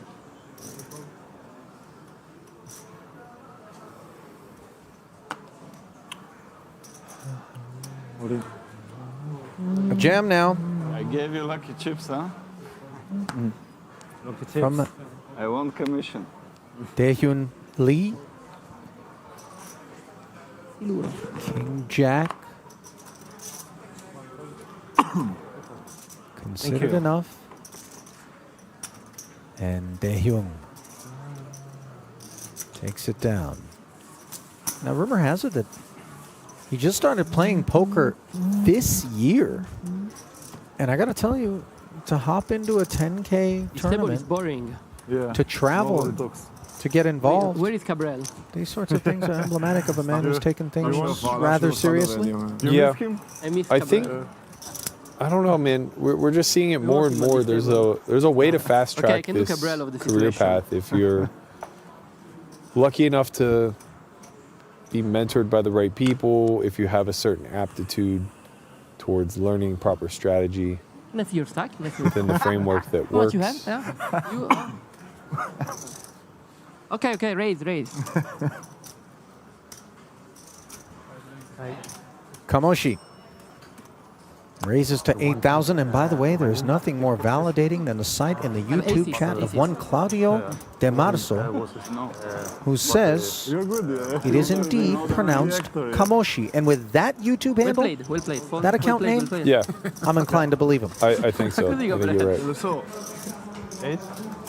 Now, let's see how Neugebauer feels about ace-9 of clubs out of the small. Let's see the flop. A flat and then, I believe, a lobbying effort from the opener. If you do too much Cabrera, I'll become Ferry. Become what? Ferry. What it means? Fakhreddin Mustafa. Ah, You know how he was yeah. skating on. I'll be the anti-Cabrera. Oh, we have a hand there. Ooh. How much is that? My goodness, of all the things that we expected to glance up at after the raise and call, a jam from Queen-8 offsuit in the big is not among them. And that tilted head, not unlike a puppy being whistled at, that which 100 I'm is too much. soaking If it up was in the 29, booth here from 99, Berkey. It's 100, ambitious. No, too much. It's The real Cabrera It's would gonna never work. Jack 9 suited, man. It's definitely gonna work. He knows what's coming. How about it? What did I say about the Persian dudes, Berkey? Yeah, no, you're right. Stealing the pot was all he had on his mind. It's my man.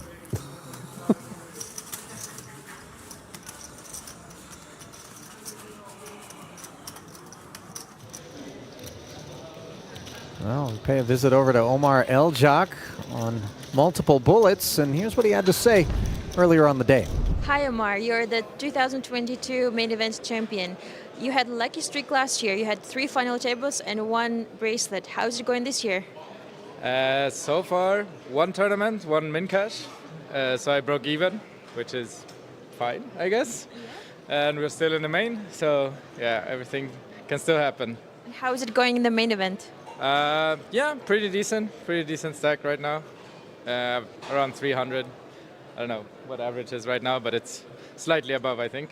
Thank you very much. Good luck in the main event. Thank you.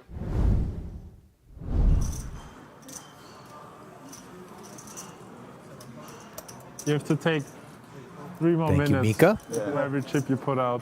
She's staying busy out there He's on the sidelines throughout the course of the day. No, please don't do that. No. Kamoshi staying busy with King Jack suited. Under the gun open. He wait till the maximum time. Without glasses. It's okay, thank you. Action on Ahai. Here we go. He's finally realized it. Now he folds the King 10. And another King Jack. In the big blind. Will defend for Lee. Couple of open-enders. On this queen-high board. Plenty of reason for Kamoshi to follow through, although he is looking over at that 73,000 and 7. taking that into consideration as he charts his course. 7,000, 1/3 pot. Never finding the muck is Lee. The peel brings a board pairing queen on the turn.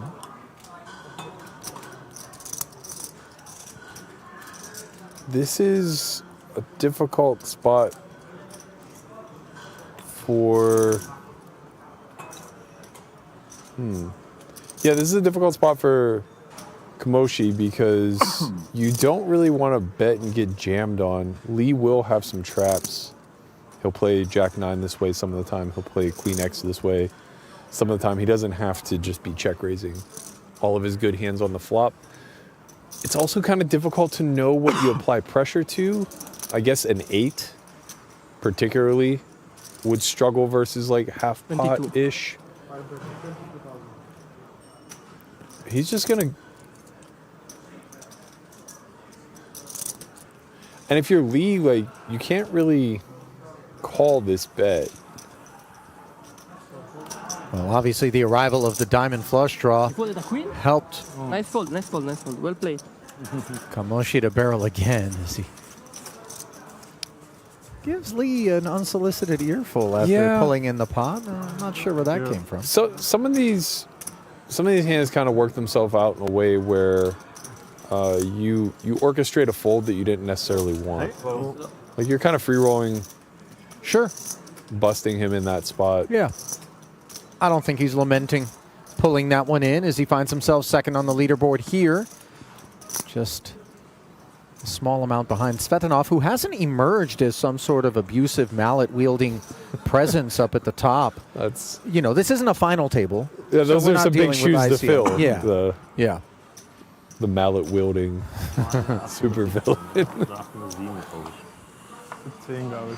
No, I would say Kameshi's using his stack more than anything. The ace-9 off under the gun, 1 open is a bit on the wider side. The double barrel there with king-jack of diamonds. He gets jammed on. I assume he's probably calling it off. Doesn't feel great. Maybe it's fine. Do put a lot of pressure on ace-high and 8x there with the double barrel.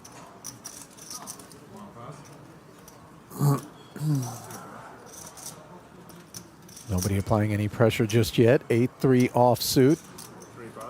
No heroics on Arai's mind as an opener. Okay, let's do it together. You always do that. Aces. Nice hand. Gets a walk. Yeah, deuces. 15 bigs. I think Jack-7 probably has to VPIP there. King too good of a price. Maybe through a limp. If I true bet you, I will have king-3 offsuit. Don't worry. I believe him, by the way. King-3 off strikes me as in his range.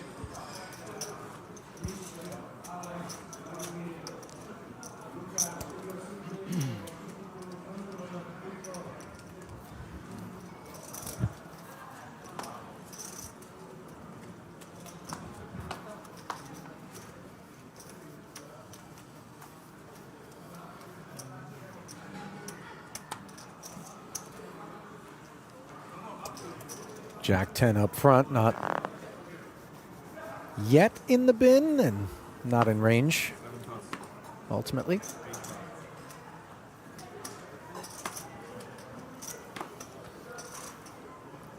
You know, this feels oddly, and I know that we don't have adequate data maybe to make these sort of blanket generalizations about what we're seeing. An ace suited on the button, a jam from Lee, but I was going to say sort of a piece of fruit ripe for the picking in terms of the deference and sort of the lull, like anybody that wants to actually say, all right, let me change gears here and snatch some chips.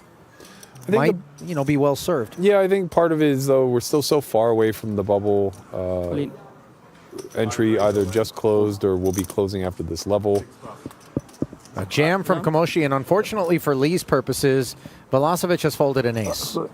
Spades are live, though. The path to a W and continued attendance here in this main event has been made that much more difficult for Taehyung Lee.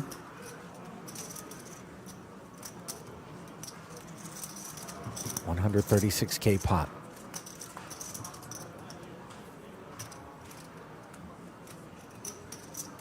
Now, while that isn't the flop that we had in mind, it does present an opportunity to counterfeit the nines. We'd love to see something like a jack. Jack on of the spades, turn. 10 of spades, maybe for max sweat. The 5 of diamonds instead. King of spades. What a boring turn. King of spades for split pot. King of spades is split pot. Spends money back. Kamoshi facetiously pretending not to have a grip on Oh. the game. Hello. And maybe this is somehow a karmic arrival on the river as Lee, given a stay of execution, and ask your doctor if your heart is healthy enough for a double. My heart. Lucky guy. Lucky. Oh. He's still with us. Lee is quickly going to become one of my favorites, I think. I can tell already. You know,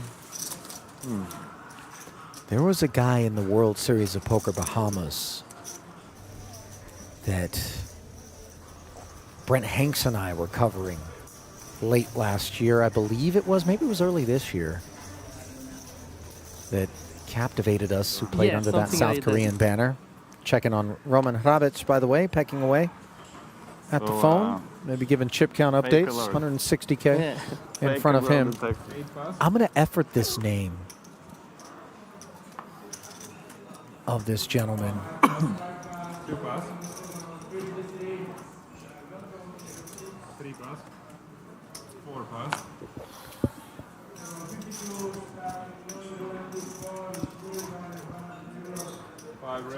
Dong Wook Moon. That's who it was. Yeah. Classic. You remember this guy? I do not. Wow. I'm sure I should. You toyed with me there. I did. It was the 3 name Your that feelings. really got me. I have feelings, Matt, and they are hurt.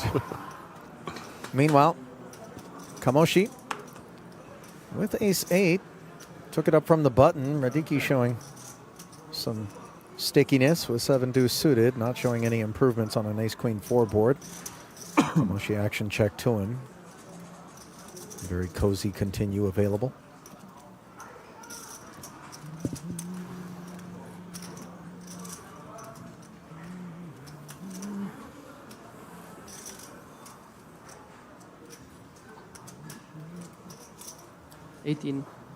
Nice double up. 18,007. Went with a larger than average size there. It is a big bet board. You can play multiple strategies on flop textures like that. Play overbet Diamonds, if you Broadway so choose. stuff. Yeah. Usually ace-8's like about that line. Usually it fits more into the small size or check back if you're only playing a big bet and check.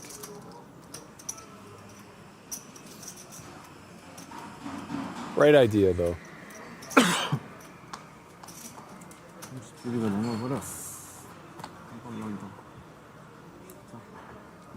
Oddly enough, I think the person having the coughing fit is not the masked man. You find that odd? Well, a little. I mean, I think it'd be more odd if Lee were to offer his mask to whomever has the coughing fit. I think that would just be a humanitarian move. Perhaps, yeah. Monkey tilt. Yeah, monkey tilt now. Kamoshi has really become active, and maybe he's the guy that's sensing that which I touched upon earlier, that if you're all going to be passive and you're not going to punish me, I'm just going to get out here and just chisel, cobble, and collect. Yeah, he has a particular style about him. He's going to be a pip or two wide in most spots while he has chips. And But these are allowable adjustments, though, in consideration of the climate. yeah, And certainly allowable. Here's a classic example, by the way, of why we are incentivized to behave in this manner. If the boss stack of Svedrinov is simply willing to defer getting laid that price, then Yeah. I'm getting after it. Yeah, I mean, you know, we're not seeing anything out of the norm. 10-5 off is not a defend, so he's just making a correct fold there. But Your point is well stated in the sense that when it comes to fringe hands, people aren't always going to have the answer and are going to tend to lean passive. Well, checking in on Gabyeong Kim, one of South Korea's most decorated players. He looks like he's got all his biscuits in the basket. And he gets baked. Didn't quite catch the run out there, but I don't need to explain why he's gotten up and walked away.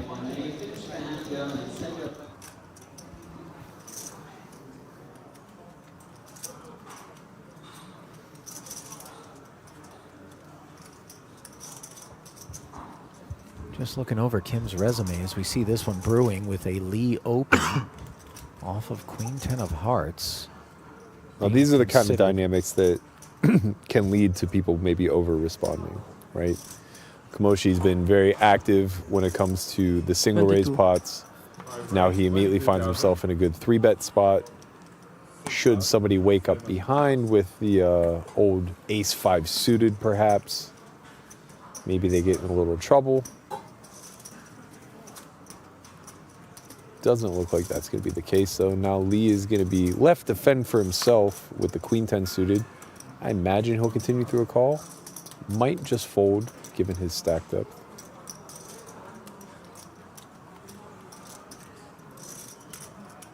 For call 22.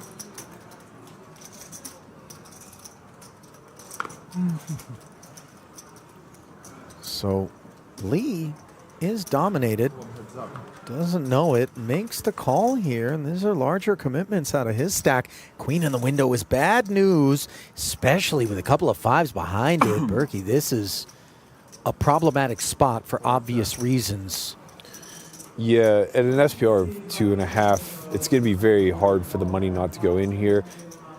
Although I do think that it's going to require a little bit of massaging of the pot. You can't go too strong here if you're Kamoshi. You don't want to just let your opponent assume that you have kings or aces and get away cheap. 5-bet 12,000. 12,000's good start here. Lee's obviously going to follow through with a continue.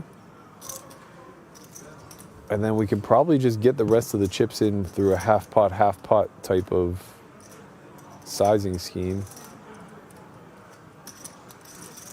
12K sets us on this journey, which rates to end poorly for Lee. Another 12 off of his thinning stack. Pot up to 78 now. Ace Queen performing very well. Now our kicker no longer plays. Not that we expect that 10 of hearts is of much use relative to the Queen itself if we're Lee. Yeah, and there's only one combo of Queen Jack suited remaining, so as Kamoshi, you're not very fearful here. You also block Ace-5 of hearts, which is very important, so you're really never beaten in this scenario. You just need to make sure that the money goes in as easily as possible and as efficiently as possible. I think the best way to do that is to set up same percentage of the pot over 2 streets. Is this what we now? Yeah, I was just going to say, is that the term that's kind of been percolating? It's a nice little hack that the solver has unlocked for us. So roughly half pot here would get the chips in most efficiently. 5-bet 26,000.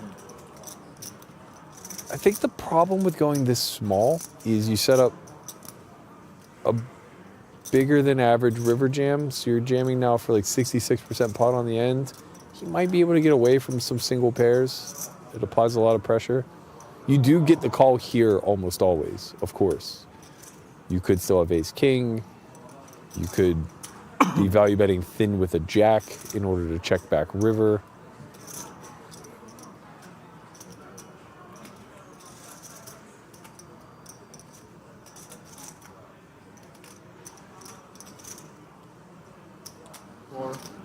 You can sense the discomfort that Lee is experiencing despite having a good bit of hand here. Yeah. And it doesn't rate to come to an end on this river.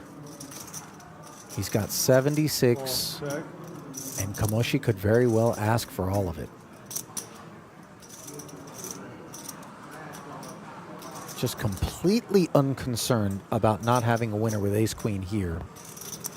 And once we get called across a couple of streets, you do get the sense that a hand that can call does lurk. Yeah, certainly. You almost always are going to have Lee positioned into having a worse queen here. On occasion, I suppose, he'll have a hand like ace-jack with a backdoor flush draw that might have a very difficult river decision. But most frequently, in order for you to get called 3 times here, he's just going to have an inferior queen, of which there's a fair amount of them. You know, he's probably going to have 2 combos of king-queen suited, 2 combos of a queen-10 suited. Ace-queen. Well, this was a decision for Lee's tournament life, one that has come to an end. Unlucky. It really is pretty unlucky. I mean, Lee's going to have a lot of hands that have to fold turn or river. You know, pocket 10s aren't going to be able to hold on for 3, for instance. Pocket 9s, pocket 8s, things of that nature. They're mostly just going to be folding to that turn barrel. So for him to show up with a hand that actually calls is quite fortunate for Kamoshi and pretty unlucky for Lee. Indissolubilmente Kamoshi. Sempre solo Kamoshi. Well, fortunate is Lee and the remainder of this field, as I errantly suggested might not be the case, to have registration still open through the end of this level. I thought that prior to the break we pulled the curtain on things, but in fact, another 10,000 euros and change will get you right back in. So we'll await those decisions from the 2 South Koreans.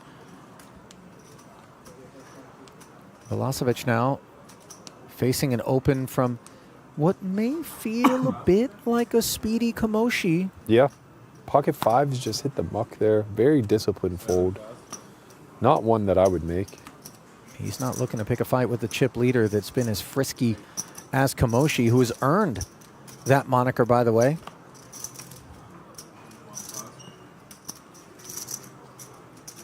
Now a suited 1-gapper in the big for the reigning champ.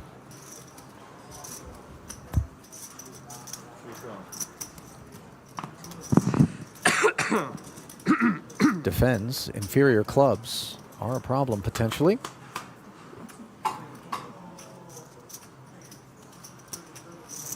Two spades, 2 10s, and a 6. Both parties whiff, and you see Kamoshi just zero hesitation. Drops 5K in there and continues.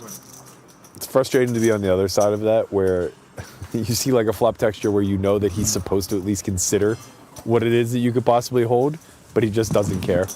Just hits you with the one big blind. Do with it as you will, my friend. God bless you if you can find a check raise.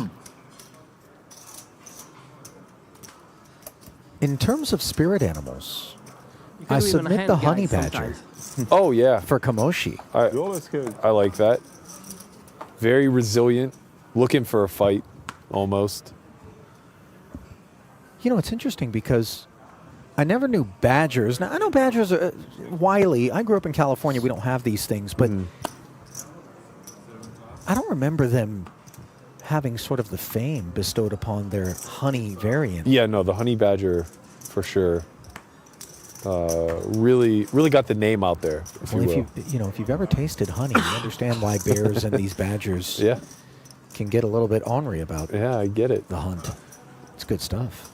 It's nice when the distribution cooperates with the type of game that you want to play. You know, Kamoshi wants to be V-pipping. He wants to be in all the pots. Getting dealt ace-king every 3rd hand doesn't hurt. No heroism out of Al-Haid this time with 9-3 suited. He just concedes, and that has been a familiar sight right there. The young Italian running away with things. It's tough to kind of make sense of it in your mind while it's all happening too, because you're just observing the world around you. So for Kamoshi, you don't know if they're laying down to you or if they're just playing really well. Johnny, you wanna see? Every time, but I think I will not see the cards, right? Johnny, you play very slow, otherwise very good. Good fault. You had aces? I had aces B. Is that Pumbaa It was pretty obvious. atop Thank you, Dylan. Cabrel's It would appear stack? so. A warthog of some sort. Which, by the way, if we're on the topic of spirit animals, a cartoon warthog. Don't do this to Pumbaa, okay? Wow. That's just an unfair categorization of Pumbaa, putting him in the likes of Martin Cabral. No Listen, offense to Cabral, but like... It wasn't long ago he parked his bones in there with that 100K stack, and he's sitting on 550. Tournament average is 280 and change. Yeah. I mean, he made quick work of that table. Well, you make a hand or two and you just tell them to do what you want. People fall in line. Everyone's looking for a leader. Why not Martin Cabral? He is absolutely the most tilting and controversial player on tour. As we return our attention to the feature table, which does not contain Cabral, perhaps mercifully for those with eardrums. Ace Jack 3, all spades, Broadway gutter for the opener. Svedranov, who has the action checked over to him by this king high.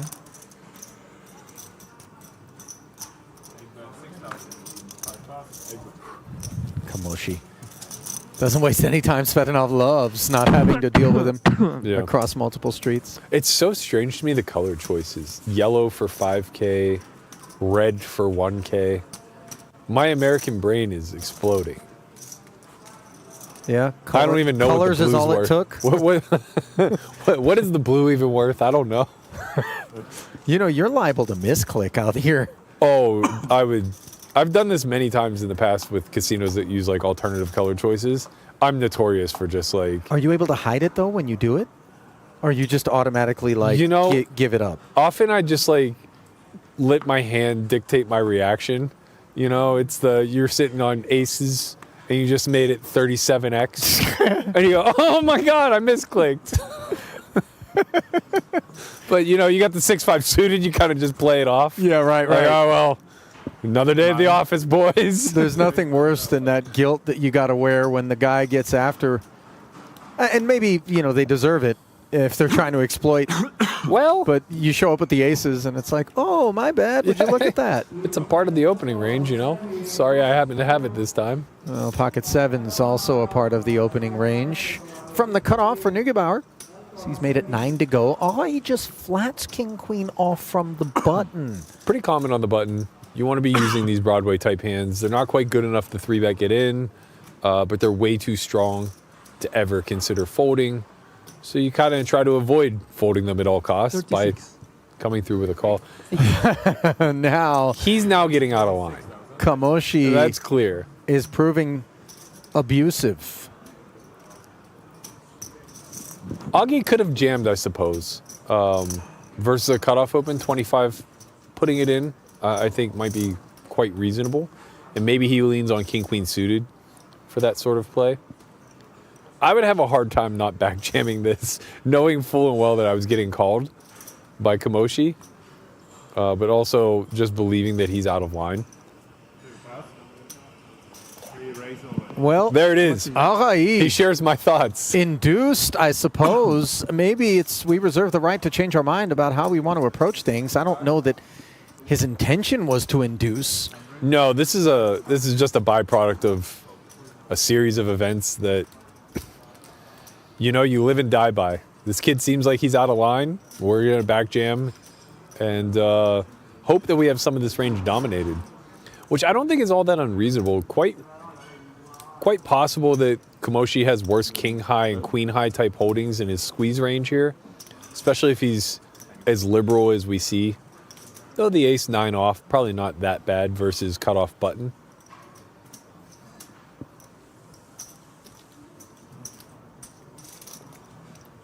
He's already got 36 in here, and he's just kind of really questioning what this is unconventional behavior from Arahi, right? Yeah, and we did see the queen 8 off, but nobody else knew. No, right. But from Kamoshi's standpoint, he's kind of like, what? It feels Flat weird. jam? Yeah, it feels weird because you expect the pocket pairs like below below the 9 to just be jamming pre. Correct. And the bigger aces also to be maybe taking up a more aggressive posture. And so look how well he's performing here with something as paltry as ace-9 for a 233K pot. And check how well he was performing. Correct. The update now is a very poor performing king-high flop. Oh, he can get behind it. Tasting the 233. And it doesn't spoil on the turn. Just needs to dodge an ace, which he does. 4's full on the end. Roll your sleeves up and enjoy a deep stack. I got to tell you, I might spot him the 4% to just have the king-queen there. Felt pretty good about that one. Thought the Broadway cards might come home.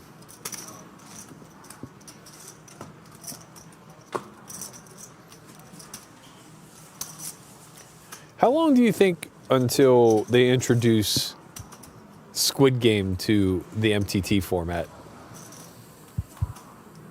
I don't know that sort of proppy, as we get a look at the bracelet that awaits our champ here. That's a pretty one. I don't know that these proppy cash game sorts of things are ever going to work their way into the MTT. Should you disagree? You think people are ready for it? I mean, what do you know, man? We do a progressive bounty, squid, mystery bounty format. Right. You know, everybody's just all in every hand, and it just becomes a flip and go. Well, they actually have a flip and go now, so right. That's where you can get that fix. Yeah. What did Scott Seaver lose trying to get his way into the flip and go? 36,000, I think. Don't ever By the say way, that man 1K doesn't at a have the time. heart. Yeah, Yeah. of course. Six blue. He did not make it either, by the way. He had to tap out. That's so painful. Neugebauer, ace-9 opens. Radicki, a suited ace-10, very content to simply defend and take us to the flop. Heads up. 6, 7, 8, producing gutters. to Kind both of a parties. nice spot to potentially lead. Ace-10 might be a little bit on the awkward side. Plays pretty well as a call. Might want to lean more on like the Queen 10-esque type of hands. Jack 10, certainly. He is going to lead. The backdoor hearts are very appealing. And Ace 10's a very awkward check raise holding here. 8,000.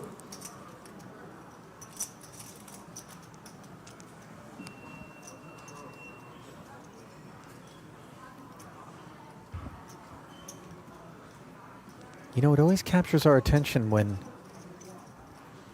convention is broken in this way by the pre-flop caller.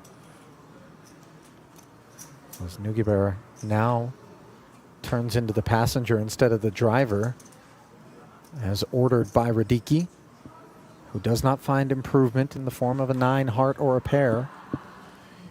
Yeah, this is where the breaking of flow in order to lead flop starts to feel a little bit awkward on the turn. But for all intent and purposes, that deuce brick just further solidifies whatever advantage you may have had as the big blind to begin with. Yeah, So- this is not a card that presents concerns. Right. Versus the open from Neugebauer. Maybe some backdoor club draws with overs have arrived, but yeah, arrived might even be a rich way to describe them, just given that that's an incomplete hand that still needs to respect the texture. The tricky thing is that ace high still retains a fair amount of showdown value. So if you have Jack 10, you're very happy to just barrel off here, I think. But with the ace 10 high, it's like, well, we still beat some floats. I mean, he could just simply have ace 9, for example, or any 9x or 10x type holding that we dominate. So it goes check, check. Jacob pays a visit to the river. Now I think our hand might serve us a little bit better as a potential bluff. Stands to reason that Big Blind has much more Jack 10 in its defending range / lead than hijack will have. It's always nice to be able to show this one down and get some of the pot back. That's exactly where we find ourselves.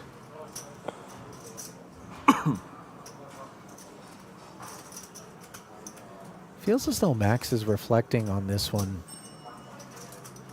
as if to determine whether or not there was another road travel that would have yielded the entirety of this thing. As we send it down for Max's thoughts from earlier today with Mika.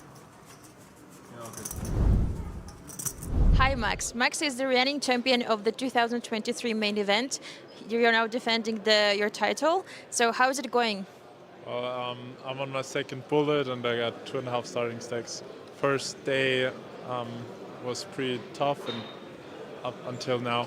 I was quite nice. I mean, not so nice actually. Sean Deep got me in the hand and I kind of am pretty grateful to see that and appreciated the way he played, and I really liked. He did some crazy stuff, and I really just admired the way he played it and the way he really grinds the WSOP and comes here as well.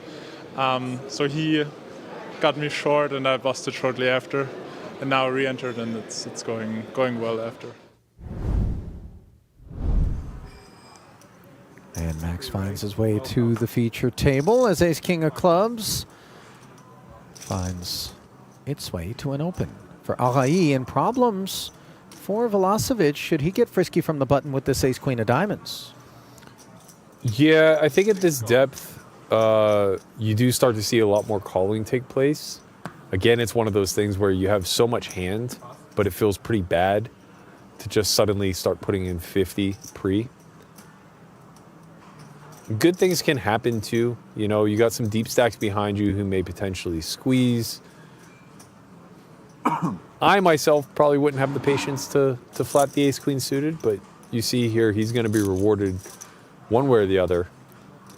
Well, it's curious. Look at all this interference and a setup for Svetanov whereby this King Queen of Hearts really tempts us to rise up, does it not? Yeah, but I think it's like, again, one of those things where this is too good of a hand to turn into a bluff. I just struggle to put in a bunch of chips here and then have to fold to a 4-bet. Svetanov agrees. Yeah, I think the call here is very good. Shows restraint, and well served to have done so. Dominated across both of his opponent's holdings. Diamonds favored Velocevic in the window. So close to everybody having a backdoor. 6-6-4. Yeah, I think this one's just going to check through at a pretty high frequency, especially with the long tank out of the big blind. You tend to range him more pair dense in that instance, 7s, 8s, maybe unsure of the path forward. 10 on the turn, the product of the round of knuckles. Arai did not waste any time checking his hand.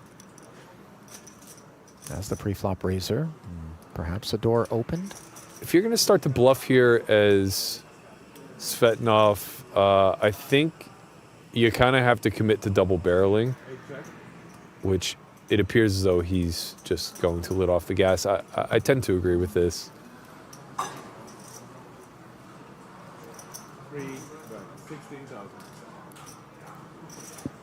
Tricky spot for ace queen.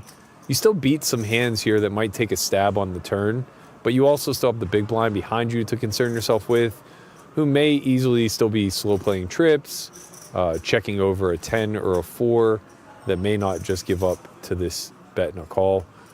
I imagine he's just gonna have to find a fold. Yeah, that's a very disciplined laydown. Really could have been much more violent for Velocevic had he traveled a different path. And for that matter, Svetanov. And it's going to be tough to earn chips in spots like this. Yeah. You know, if guys are going to play these hands that well. Yeah, I mean, I think that's a great illustration of why preflop matters so much and what good preflop play looks like. Now, don't get me wrong. The deck also cooperated pretty heavily Are we coming and back conspired in favor of Ace King there, where not very much blood was going to be shed. We could have seen something much bloodier, like Sure, a but Jack I 10 think high we'll board make with another 2 of a suit. level here. Now all of a sudden war is waged, but nevertheless, it's going to come just dry with no real opportunities there often enough, and Ace Queen and King Queen will get saved, which is just a byproduct of playing pretty well.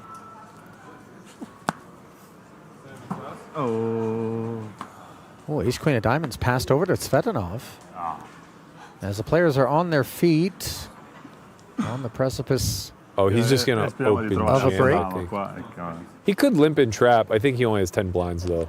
Yeah, so he's just going to open jam. No. Sutera. No bluff.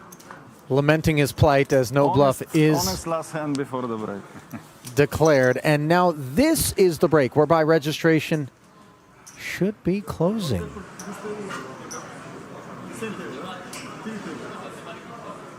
So we are going to swap this feature table out on this break, I believe. You put in a word to the higher ups. I wish I had that sort of influence.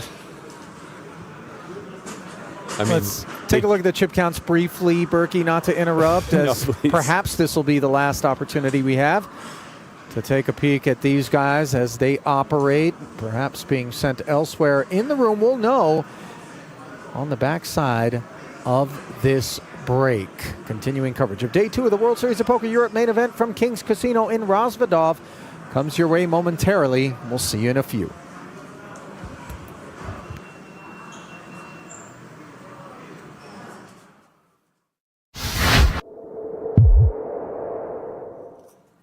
You play bomb pot a lot or no? Not really. There's actually a lot of skill in bomb pot. Yeah, I mean, Because the fish don't bluff enough in bomb pot, and bomb pot's a lot about bluffing. I never saw any bluffing bumper. I don't know what bumper. I haven't seen a bluffing bumper either. I don't know what bumper to play, man. What do you mean? Sorry. What do you mean? It's a big bluffing game. If people are... You're a big bomb pot No, guy. I think Palmer's just stone wrong Talking here. double board? Yeah. You're talking... Okay, I was gonna say that- Yeah, double board. No, bomb because pot. I ordered No, before. double board bomb pot. Then there's a lot of bluffing Yeah, in the game. even more At wrong. least it is. If you're playing it right, you should be.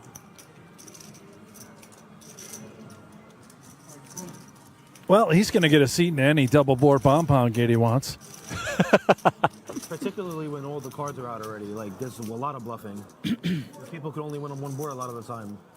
So it's hard to call all-ins when you can only win one board. Yeah, I mean, I haven't been playing much.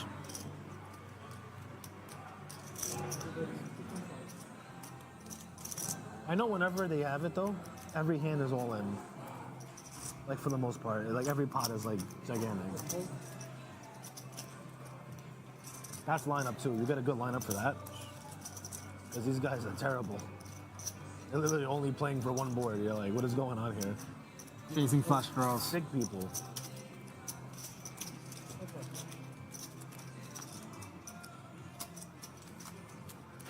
And now turning full is Runkin. Oh. Good check back.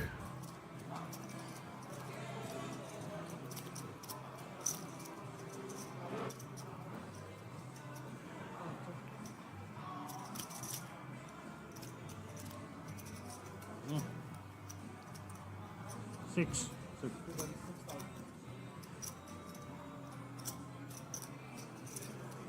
Oops. Betting 6K. Not Yeah, going to love what sneaky comes check next. on the river by Runkin with the boat. Check both turn and river, and obviously now come in with a check raise.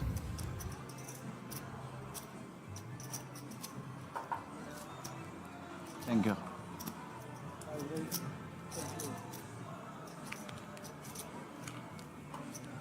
See y'all's comments about the sound. Our producers in Korea communicating with those in Rozvadov, so they're going to get the table sound turned up for you guys.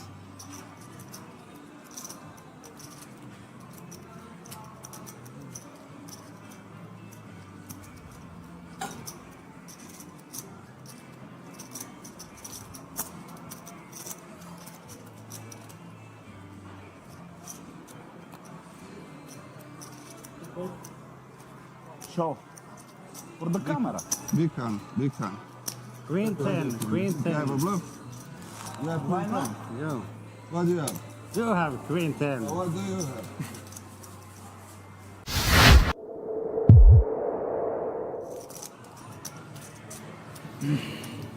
So, Fotis, this is a good question. It helps advantage, but you'd be heads up at some point. for some of our newer viewers. Can someone explain the event? Sure, this is the World Series of Poker Europe main event. A 10,350 euro buy-in. This is day 1B. You see on the top right corner of your screen 107 entries in day 1B, 91 players currently in the tournament. I love folding. I watch the blood. Watch the blood. So this is our main feature table. We have so nice to just be on the sideline. about 11 more just like this out in the field. I won car accident. One accident. Car accident, yeah.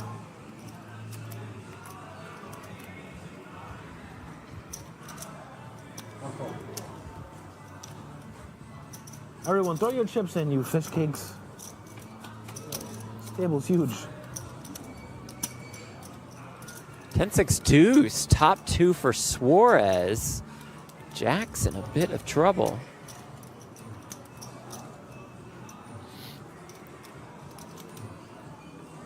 And Suarez, too, opening very early position with 10-6 suited. Chips as closest to him as possible. A dream scenario. Somehow flopping top two on a rainbow board and up against two jacks that were lying in the weeds.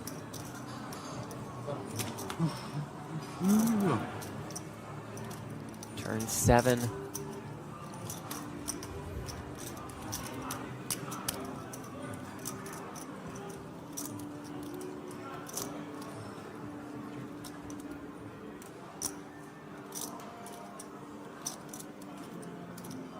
A little defensive now, Suarez. 10,000. A little concerned about hands like 8-9 suited that could have been home, I suppose.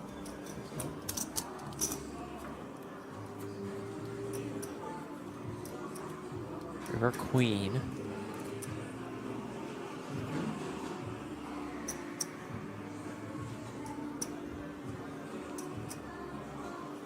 Mufasa decision. Do we try and get a little extra value? What are we targeting? It would have to be a 10, maybe pocket 9s, pocket 8s. The backdoor clubs did start to show. Then the Queen of Hearts on the river could complicate matters, and he is going to go for some thin value with the jacks. Snap called. Yeah, the look on his face says it all. Is the 10-6 suited? How? How are you in there?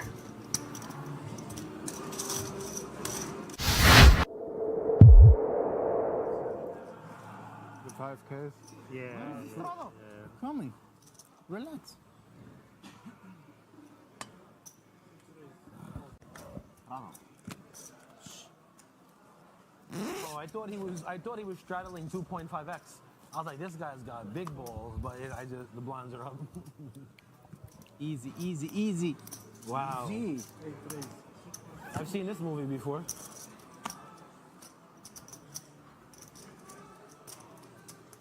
Michael, why are there so less entries on day 1B compared to day 1A? All the satellite winners online do get pushed to 1A. Yep. 507 entries in that flight. Working on 110-ish here, as you see in the top right corner of your screen.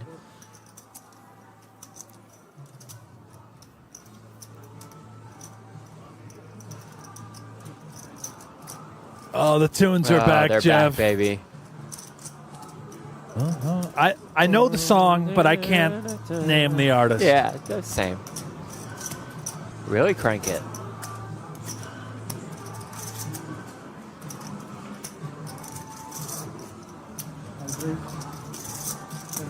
See, all this because of Okay, his brother. the cold 4.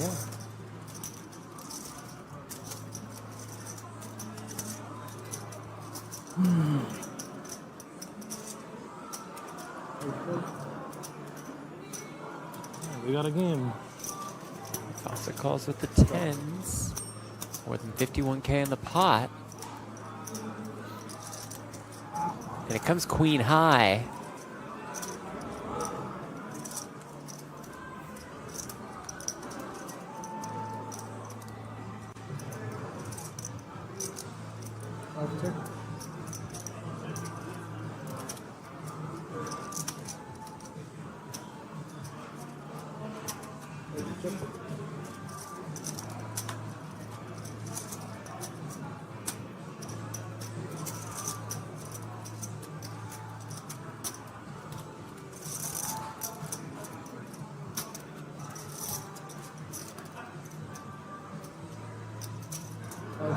Todd starts to get more in.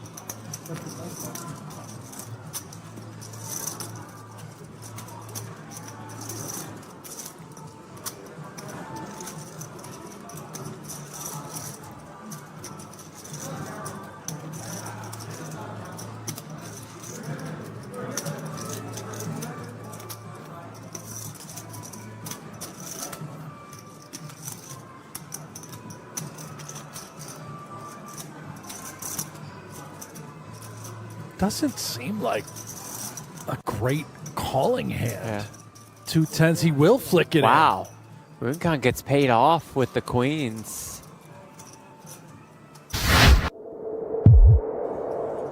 Like back in the day, it wasn't like that. Now everybody is either selling action or stakes. So you have more availability. Yeah. You don't need to have like a bunch of money yourself. Yeah, You get somebody with money, and there's a lot more business. Also, Bitcoin doing good is good for poker in general.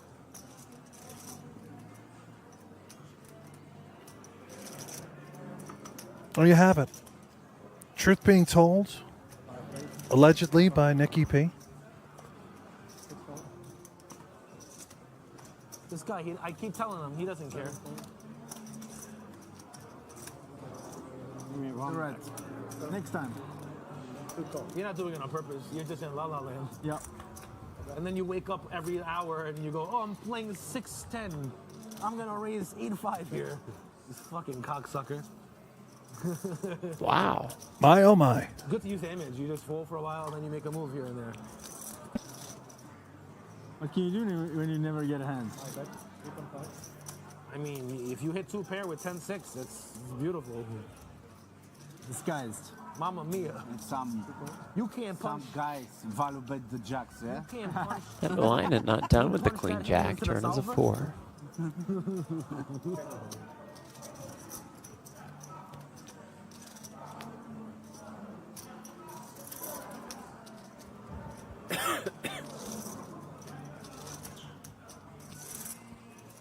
You look at solver a lot or no? Sometimes or ever? No, never. Never. Never.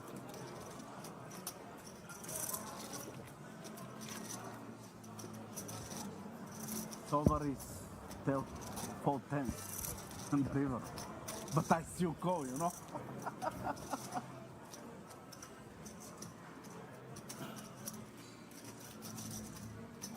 Right? Very bad play. Poker exploit. Very bad play. The check raised to 33K with queen jack.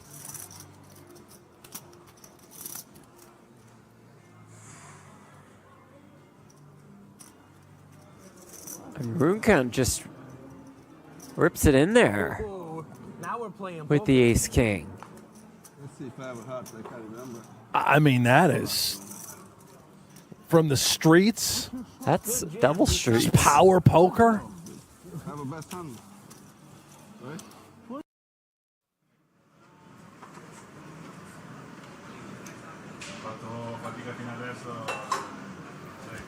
Well, night has fallen upon the complex here in Czechia. Kings Casino, Rozvadov, playing host to multiple days of play required to crown this year's champion in the World Series of Poker Europe main event. Just day 2, the 3rd day of action thus far. Day 1B coverage yesterday, brought to you by Jeff Platt and Brent Hanks. Yours truly, Ali Najad, here for the run of things. Matt Berkey gave us a day off of his docket, and it looks like we're going to keep these gentlemen intact, Matt. GTO operators that are really showing off their chops. I would imagine some deep runs are going to be associated with these gentlemen just based on the soundness with which they have avoided minefields that were created by the deck as we fight on now with the registration period no longer open. 3K, 5K with a 5K big blind ante means 13,000 in orbit. Gets shaved off your stack, and if you're Sutera, that is awful news. And he really has not been able to do a thing. Neugebauer dominated, facing this 12K open.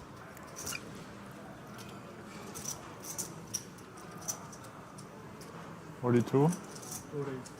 Oh, hang on. I don't think that we expected this behavior. It's a thing. This is one of the low frequency, quote unquote, bluffs that we work into a big blind 3-bet range, especially versus button. Unlucky for him, he smack dab ran into it. Why the King 5 offsuit?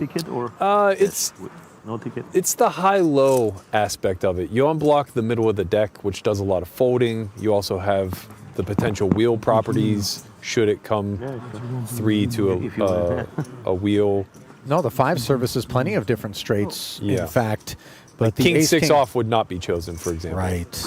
The Ace King of Spades is chosen, however, and that is a demoralizing development for Neugebauer, who gets punished. As we've learned, blockers are not guarantees, just guidance. And on this occasion, I don't want to cheat. it was poor guidance. You must bring it to the... It does look like the boys have been joined by some fresh faces that weren't present prior to the break. Maybe just one in particular there between Kamoshi and Hawaii.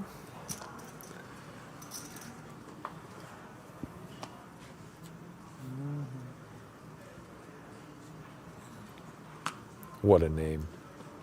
I mean, with a name like Metal, how do you go wrong? And before you jump in and give me the correct pronunciation, it's Metal. All right. I see the redundant A, and I'm going to ignore it. Yeah. No, that's very Pittsburghian of you. Or maybe it's your Italian side. Right, being elitist. precisely. I don't know. It's just working its way through. Dai un appoggino per l'acqua? Oh. Well, Neugebauer got worked through moments ago. Yes. When his King 5 offsuit was forced into the bin. Here he is from the small blind, limping in with an ace. Ahai stays out of trouble with the 9-6 of diamonds. No, water.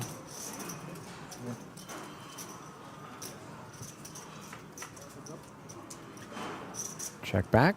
Produces a 6-high board. Gut shot. A little something for everyone. Ace high for Neugebauer. Top pair for Ahai. Ace of hearts is pretty nice. Could see a check raise come through here. 4 might be a little bit dirty, so maybe we continue a little more cautiously here.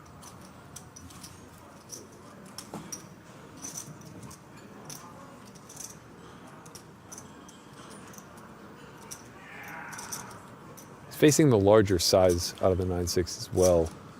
I kind of like this, particularly if we don't plan on betting the turn at a very high frequency. A hand like 9-6 of diamonds, it's not going to have a lot of safe turn cards.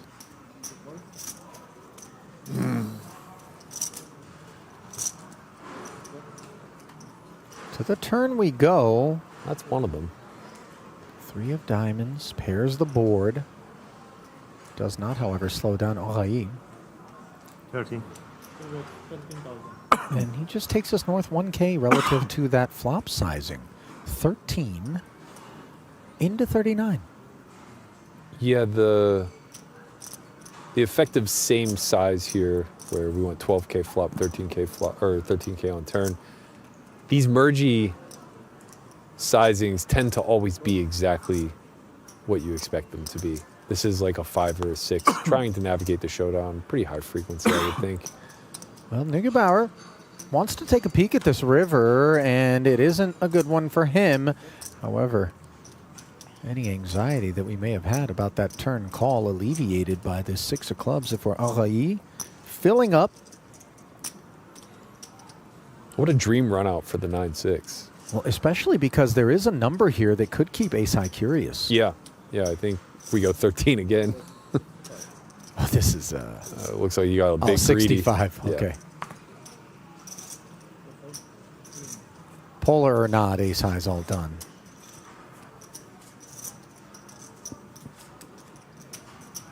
I'll tell you what, that gentleman there has been trending very much in the right direction under that German banner. Now knocking on the door of 300,000. This was the scene as the break worked its way down to a close. Last minute hopefuls. Been in that line one too many times in my life, you know? You know, there is a line of shame element to it a little bit there. Daniel Razai. We knew Daniel was going to be there. Oh, listen, I mean, he doesn't feel complete without a multi-bullet experience. We tease, of course, and Daniel's good for it. He ravages. So there it is. Late Reg officially closed.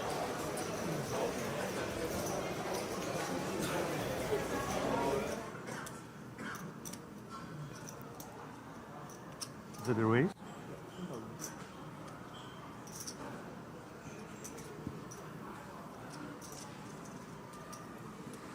$43,000. Pretty nice sizing here.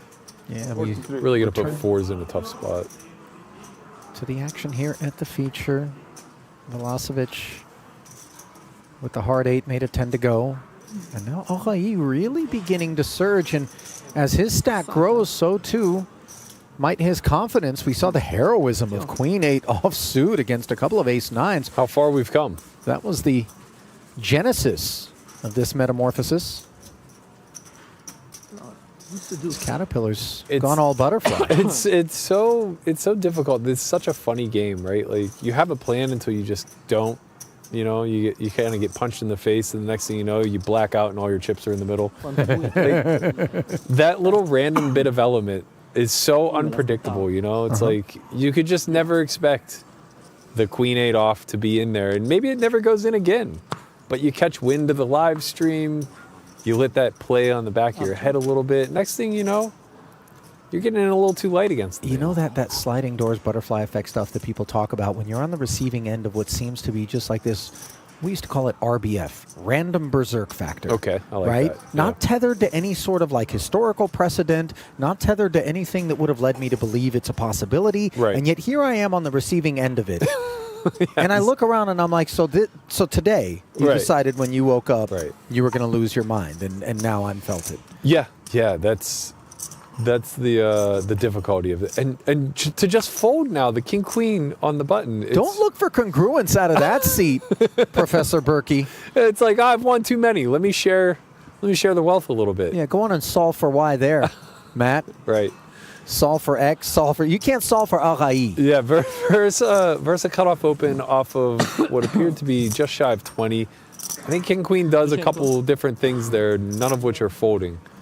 So Armin has himself up to third in chips. As things stand, Benedetto Sutera has just been parked at the bottom of the leaderboard and unraveling just 6 bigs, 31,000. He might have to be my new pick to click. Short stack ninja. Govert Metal. Okay, there we go. Joining him down there under the Dutch banner. 17 bigs deep, not exactly comfy. This shows how worldly I am. You could have told me that was French, and I would have said, of course. Yeah. Could I have told you it was the U.S. flag just because it had the same 3 colors? No, You come knew on, there's some don't stars don't there? get outlandish. Wait a minute. You know me, and you have for a long time, and Yeah. you had the gall to ask me not to be outlandish. Right, as if like that was the most extreme version of it. You're drawing dead first off to that request. I mean, come on, I know the native land. Now, if you put an Aussie flag up there, I might mistake it every now and again. Oh yeah, the ones that have the kingdom, you know, Yeah. like whatever that little mini Union Jack. You know, I don't know. Is that Papua New Guinea? Is that New Zealand? Is Right. that, You guys have the same flag. You just, you remixed it. Yeah, you made it a little tricky for us to know the difference. Oh, a tricky little Jack 9 of hearts from the button here as 11 of 87,000 are deployed forward. Velocevic with the suited wheel kit. 2 Frenchmen going up against one another, as you can see by the flags denoted. You know, of all the countries to get after there, Matt, the French no likey that so much. That's fair. That's very fair. They've got strong feelings about Americans, much like Velocevic will have about this all-club texture. Flopping the flush against top pair, no less. And Matal has it checked over. Yeah, he doesn't have a lot of maneuverability here either. So he's going to start off with a bet, and if he's met with a raise, I'm not sure he's going to get away. Well, let's see how Velocevic chooses to approach the matter. These small flushes where you unlock so much of Matal's continuing range tend to want to play pretty aggressively.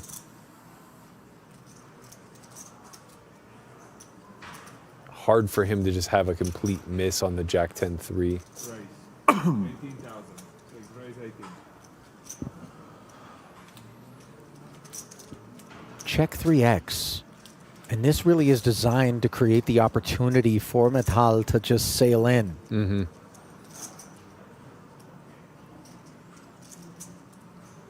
It's a tricky spot. Jack 9's not a very strong hand here on this particular texture, especially when facing check raise. But the big blind does have a lot of available bluffs to him. He could have a hand like 8-9-1 club, 7-8-1 club, things of that sort. Even just ace high or king high with a single club could potentially be getting after it here.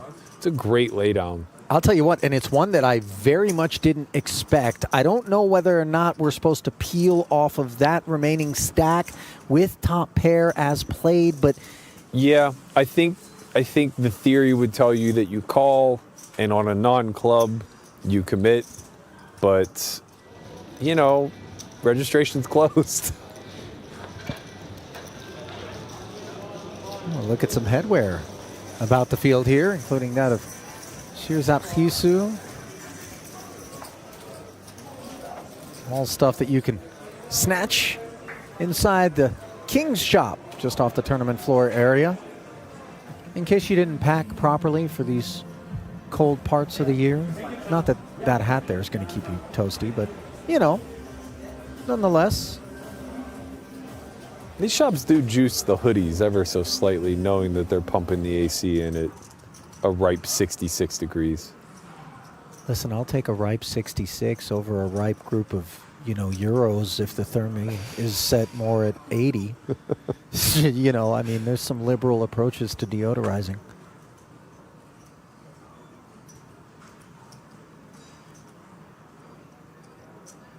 Tricky spot. He's going to sail it in. My man's had enough. And look how well served Matal is to have released the Jack 9, drawing so thin with one pair versus the flush, and then to just rip in the ace-6 from the cutoff and fight on. You don't have to follow the rule book. That's what makes poker interesting. It's what makes live poker in particular, I would say, which is, I'm not going to call it less technical, but more robust in terms of that which needs to be considered in any given moment. I think that's very accurate. You have a lot more data points to operate off of, even if they are a little bit subjective. I also think that, you know, just the nature of the sample being so condensed to a few hands kind of forces you to need to be right at a higher frequency rather than needing to keep things in check. You know, to hell with balance. I'm going to play 85 hands with these guys, you know? Yeah. Maybe let me live and die by getting this one right. Yeah. Yeah. I mean, I suppose you do need to be a little bit careful in terms of having objectively poor selections. Correct, Even though yeah. there is some subjectivity at all times in the live Sure. streets. But there is, spots where it's like, okay, yes, it did work out, but oh my, are you giving up a lot of equity? Yeah. Stepping aside here. For example, dry board, you just fold a set. Right. And it's like, okay, you happen to be right that time, but let's not make a habit of that. Yeah, and the inverse is the person who's just like putting way too many chips in the middle with way too weak of a hand. Mhm. Of course, over time, you're naturally going to get punished doing that. Neither of these guys guilty of such things here. Blind versus blind, limp pot, 5 deuce turns into bottom pair, up against top pair, monotone texture. Radicki knuckles. There are some very fun turn cards here. Like the Joker of Stars? Not, that might create a foul deck. I was thinking something more along the lines of a red wheel card. 5s and deuces versus an open-ender and top pair. That's what we'd be indulging in that spot. Let's see. Prophecies from Berkey? Nope.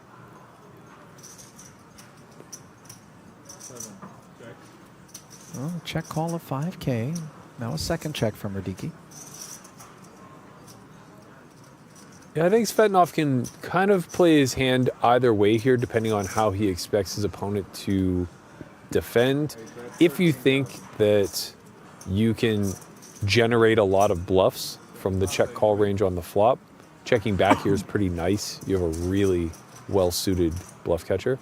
What you have is a really comfortable gentleman back there who I believe, apologies, Matt, I know you're making a sage point, but by all means, this guy's really made himself at home back here in the, what is that? Feet up. Just they're like gaming chairs in front of a slot machine. This is a place I want to gamble. There's no zoning laws. I mean, you can set your casino up how you want. That's very out here. True. But go on and finish the point. I'm sorry, Matt. It was one worth I don't making. know that I had a great one. I was just saying, you kind of have a hand that is right on that cusp of needing a second street of value and determining whether you want to get it immediately or potentially delay to the river where the 5 deuce might pay in some sort of capacity.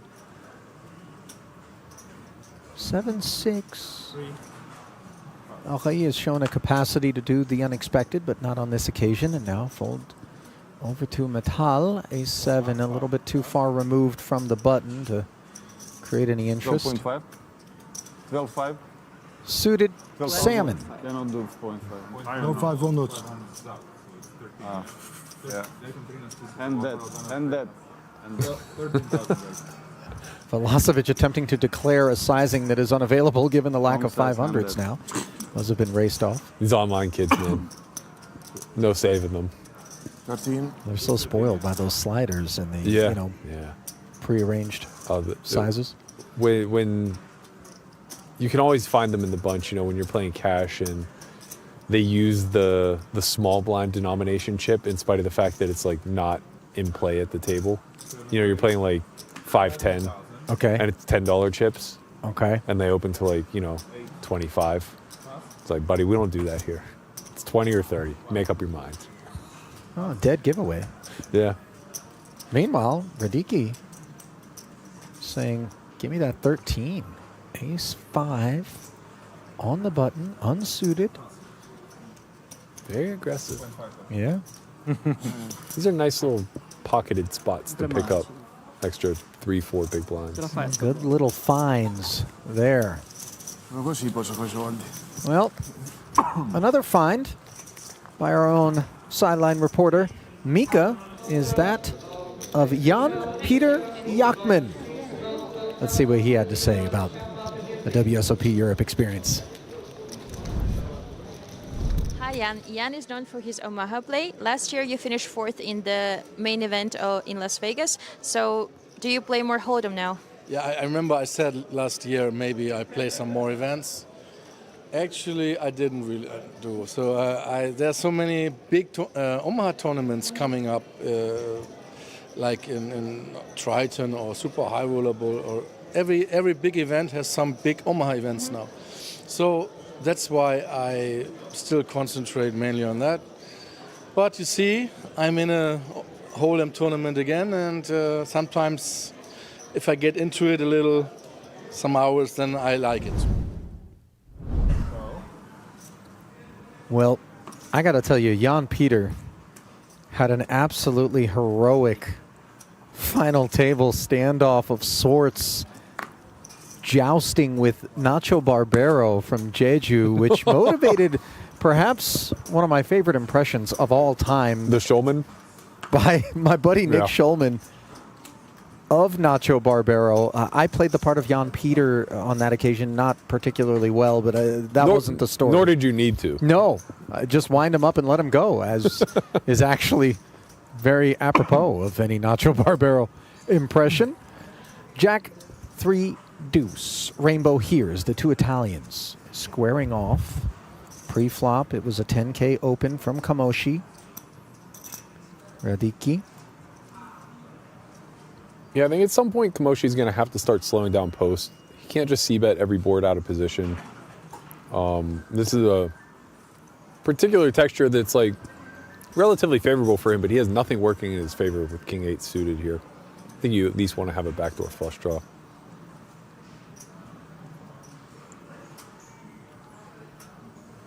Nicely straddling that Jack of Diamonds with position. Radicki still awaiting Kamoshi's decision. Now, eventually, he does settle on a little north of half pot. Yeah, and this bet just doesn't really accomplish, I don't think, what he wants it to, as even a hand as weak as King 9 of Diamonds here is very likely to peel in position. It's just too much hand to give up to a c-bet. Now we're playing a very inflated pot. This is kind of what I was speaking of, just like putting in way too many chips with not much of a hand. If you're going to c-bet this board, small seems to make a fair amount of sense. A larger size obviously could exist, but I'm not so sure we have the exact holding we want for that. Here we are with the pot having grown 36,000, courtesy of the flat from Radicki, with just no future whatsoever. And how hard will we choose to go with this? The less of a future, the harder we go. Gotta bluff something, you know, Ali? No, Did you read that at Panda Express? Yeah. It was my fortune. Opened it when I was 9, and I'm living it every day. Zoltar machine in the lobby or something? What's going on? No, this is a clear give up. We do still have a little bit of showdown value, perhaps with King High through the check line, and it can also potentially serve us as a delayed bluff if King 9 checks back here, which I suspect this one's a little bit tricky. I think it probably starts to bluff, try to clean up the equity versus the ace high hearts, ace high diamonds, king high hearts that may exist. You don't really expect Kamoshi to have too much in the way of clubs when he c-bets for that flop size.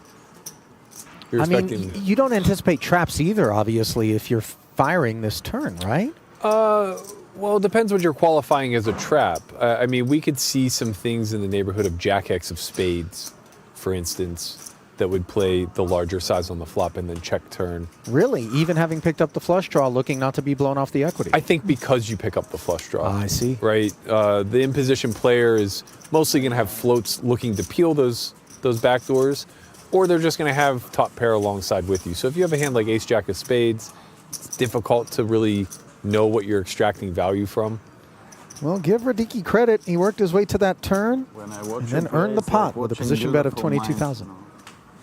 Why? Like you start like counting in the air, drawing equations. Svedanov alleging he's at a table full of John Nashes. Oh, I got it. Like Queen of Osgard. Or Goodwill Hunting for the older demo. What a movie. To this Hold day, on, one of the better ones. Did you just make it seem as though Goodwill Hunting is more dated than John Nash? No, but Beautiful Mind is a newer movie. Right, okay, I see. Oh, John Nash, come on. you brought me back full circle. They're probably not that far apart. A couple years. I'll take the over. Over on 4 years? I think it's close. I might take the over on 4 years, yeah. Yeah. I think Goodwill Hunting's older than you Lui think. devo vincere i piatti 98. semplici. Fammene vincere uno anche a I'll me, take over Madonna, le metti 02 tutte fino adesso. on Dai, Beautiful su. Mind. It might mess around and be Dammo le 2000 cariche though. No, it's for sure not. For sure? It came out when I was Ho a beccato junior in un po' di college, which would have been like 02, 03. Yeah, so 4 is a fair line. Yeah, I think it's going to be close. There's going to be some pushes. What the hell are we talking about? Welcome back to the World Series of Poker Europe main event feature table, day 2 here. Come for the poker, stay for the tangents.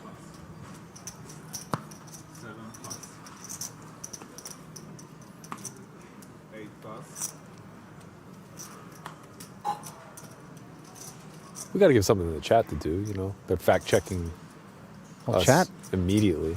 doing some solid work here. Ray T stepping in to advise Rain Man precedes both of those particular films. Very, very good call. That's the OG. That's the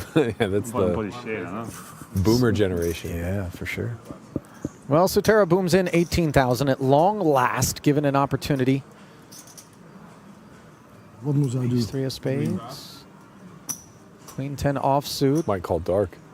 The thing is, Metal is not exactly all suited up with chips, but he is in for 5 and 5 already. Another 13 does get delivered. 2 clean cards. 10-3. So a 3-2 favorite It's not is that Sutera Fa la for mano migliore. his main event life. That's suited. Jack.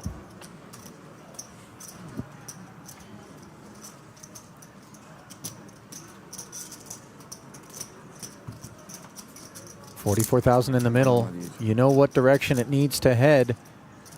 If you're Sutera, things looking good on a 5-6-8 board.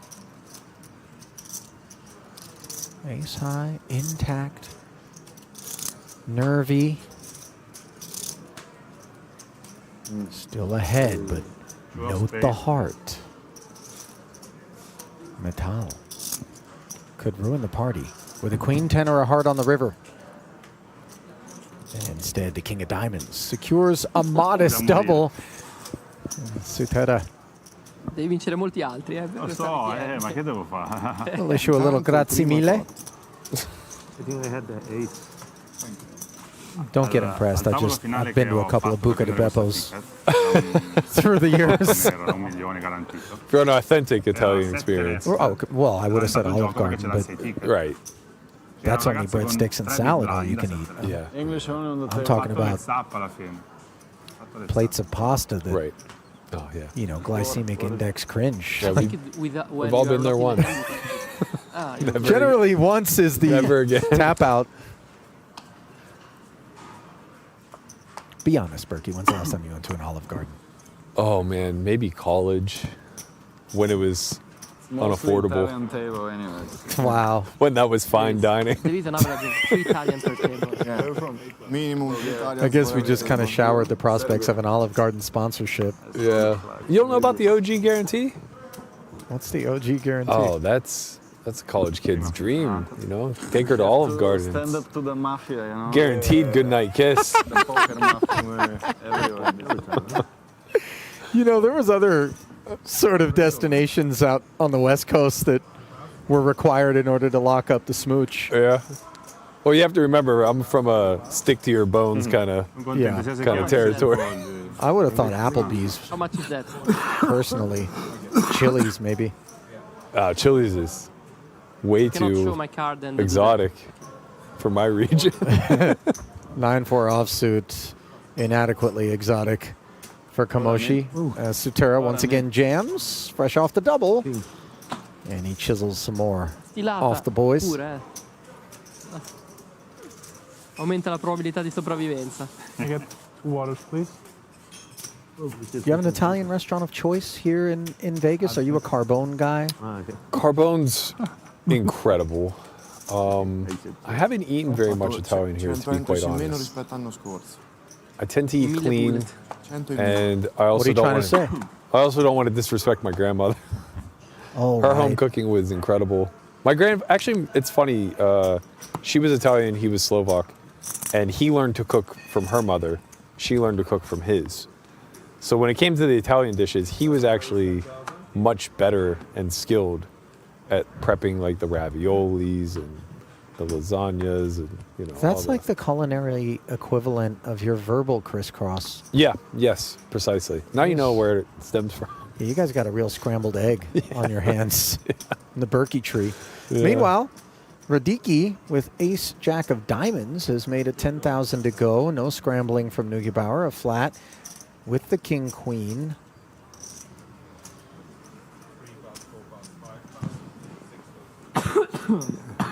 Yeah, Neugebauer here is just trying to make a hand. I think he's calling with the intention of folding to a squeeze. Can't jam versus under the gun. It's too dicey. And unfortunately, he's going to see an ace-high 2 spade board. Maybe just enough hand to peel versus, like, say, quarter pot. Blue or 3 blue?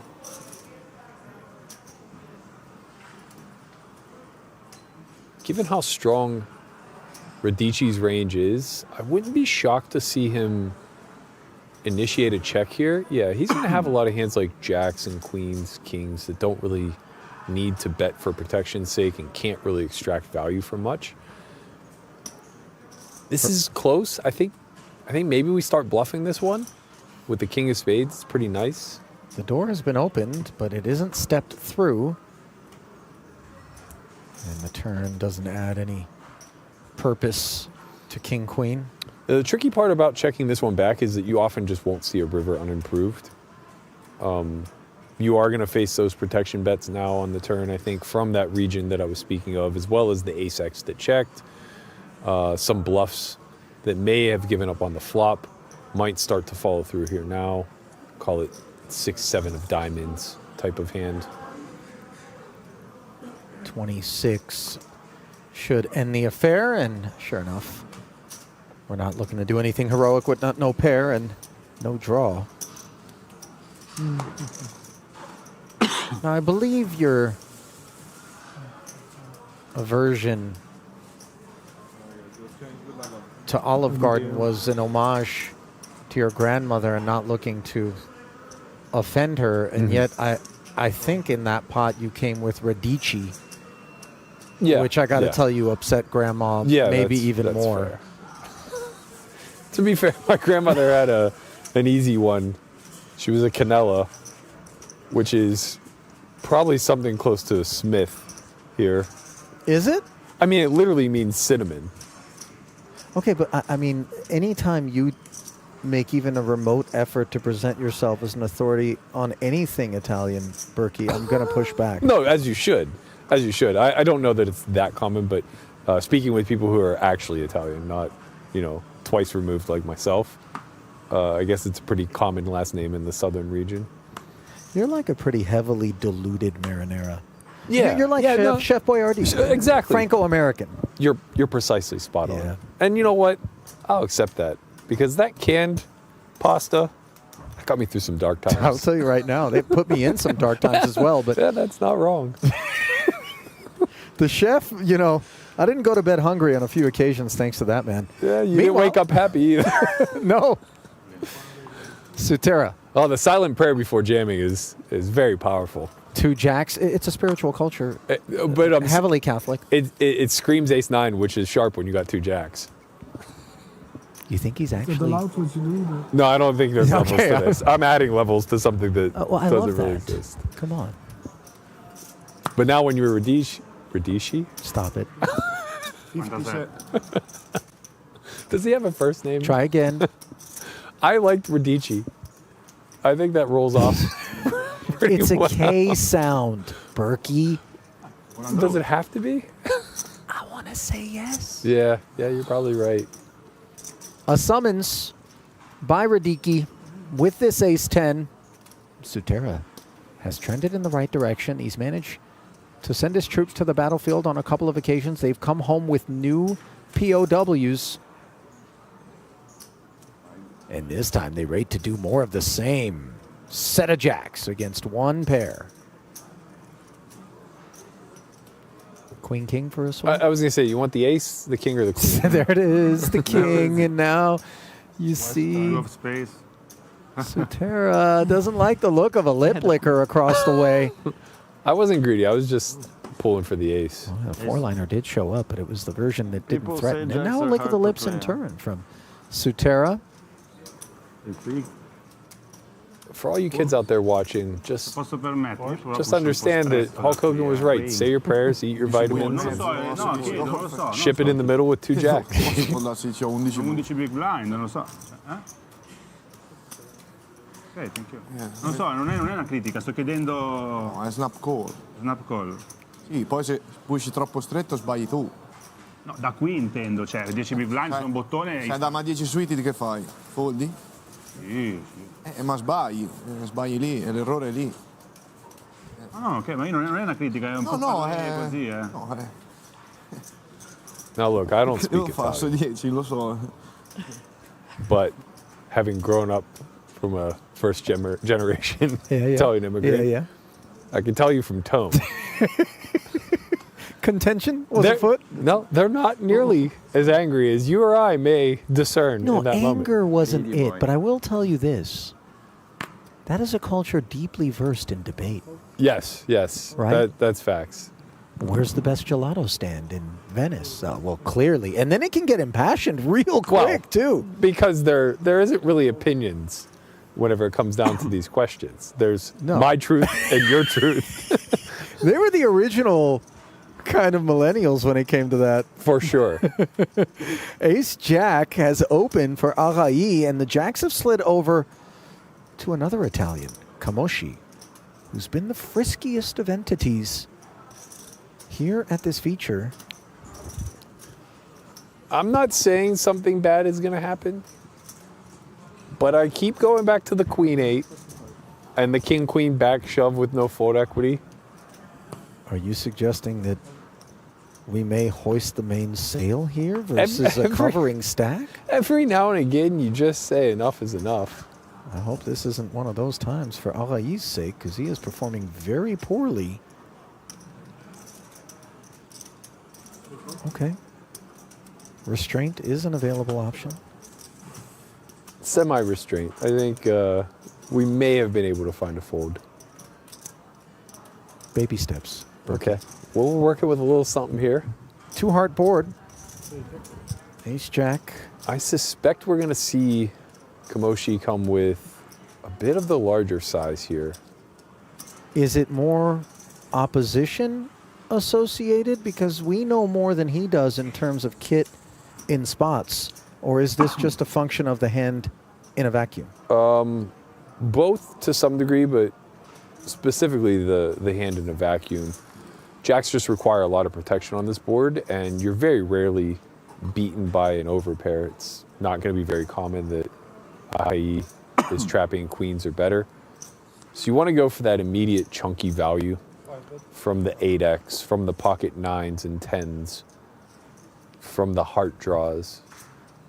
And you can see that he comes with just shy of half pot, 40 into 83.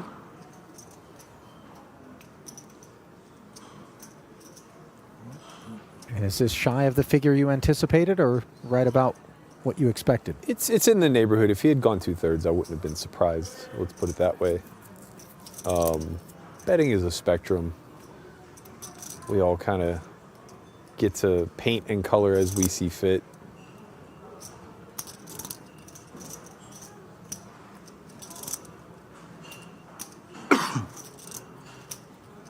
To me, this becomes a bit of an over-defend if we start calling with Ace-Jack 1 heart. Already a hand that maybe we shouldn't be in there with. We have better Ace-Queen, Ace-King that we didn't 4-bet pre. So he does step aside, capping his losses.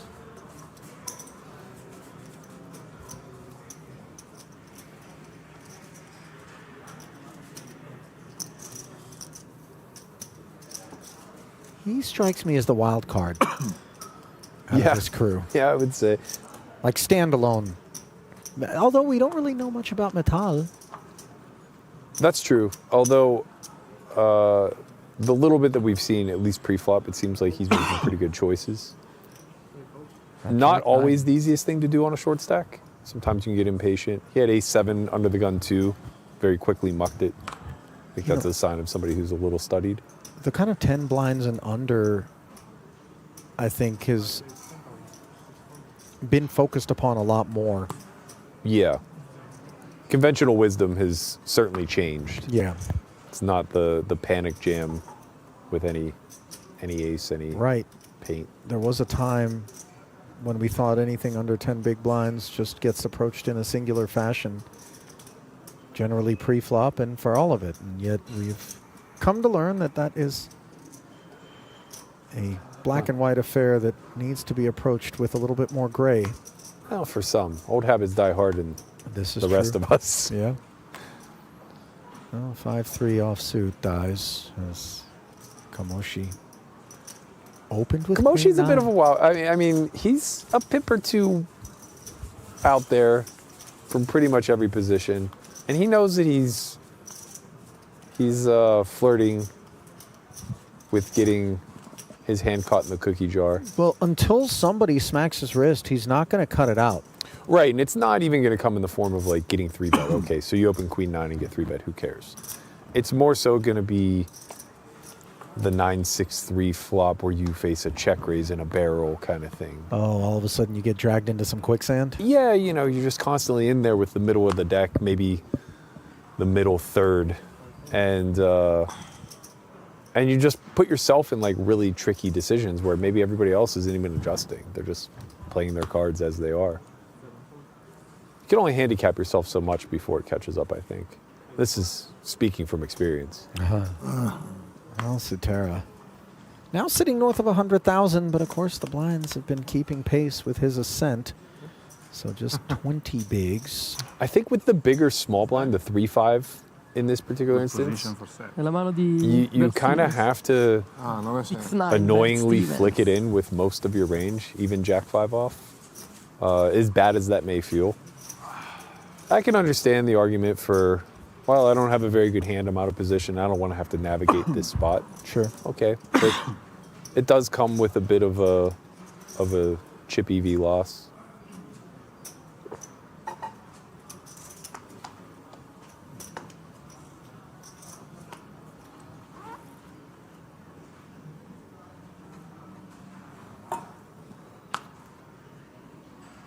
So is the French flag upside down then? Blue, white, red? If we do this enough, you're just gonna have to be my geography teacher. Geography, world cultures, perhaps a little bit of language, maybe even my own native tongue. Blue, white, red, vertical. Vertical, right? I That's forgot France. flags could even be vertical. What a silly thing. Why would anyone do that? Right, the rest of us, you know? Yeah. We read left to right. So do you think that Neugebauer hails from the equal sign? Is that what you're staring at there? I think I saw that on a knife once. They're eating the dogs. They're eating the cats. They're eating the pets? Is that what's happening? Oh, please turn your attention away from American politics, rest of world. We'll return to our regularly scheduled program at some point. Meanwhile, nothing irregular about a Velocevic Open. Ace-5 of clubs. Mins it, and of course the 10. For two big blinds. So a flat versus the upfront opener. We begin to range at least one of these two guys higher up. Yeah, what we have seen start to happen is because there's a need to have a calling range, it's probably one we could just let go. A rare four-way affair. And an 8-high flop. Metal with the best hand. No flush draw out there. I mean, granted on the board, but in reality, nobody has the spades. You know, it's... But I hear where you're coming from. It does end up being checked in 3 spots. No, Velocevic does have a wheel gutty, and Radicki just has a dream. This is a pretty ambitious stab. I mean, you know, he will be protected by having a lot of pocket pairs in his range here, so it does make some sense. Going half pot into 4 people with no pair, no draw, no backdoor of any real note, it's a dicey endeavor. I mean, you are going to get the 6s to fold here. They don't really have much of a choice. I stand corrected. He's a non-believer. And now if you're Matal, this might be why I would just open jam. He might find a hero fold here in spite of the fact that he's being laid quite the price on the pot. And actually has his counterparts here drawing nearly dead. Well, it is interesting how exactly the argument in favor of not checking is revealed as Radiki's position bet finds a flat in Arai, and that flat sends the best hand into the muck. Ace-5 hits the muck too, which would have turned the nuts. Yeah.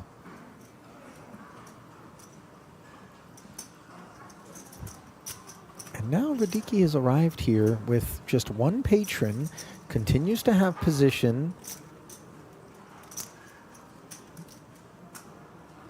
It's just kind of impossible to fire again. You're just like way too naked. I think you just have to not double delay, but delay here and potentially play some river jams depending on what the run out is. I mean, it's just hard to find the hands that fold here to half pot. 6s, no spade exactly, and even that, I'm not so confident.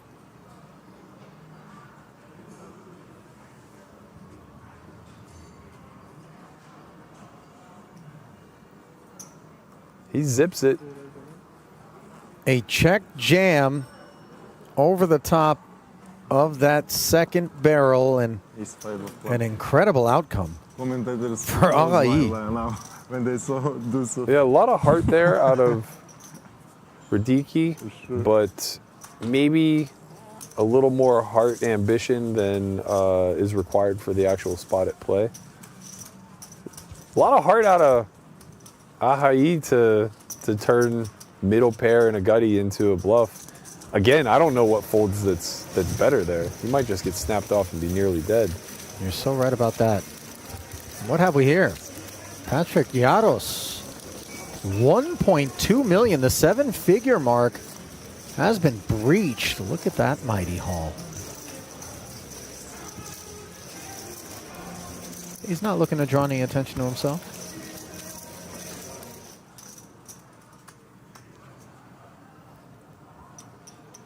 Current chip leader. Total live earnings, 1.8 million for him.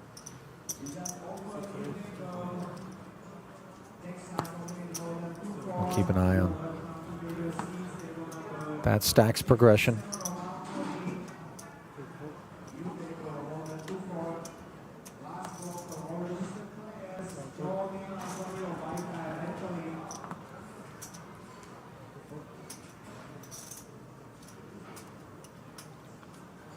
King 8 suited from up front, by the way. Opening here by Velocevic. It's a fine starting hand. Gives you a little bit of flopportunity. Well, you got dominant hearts here, as it turns out, with Kamoshi defending his big.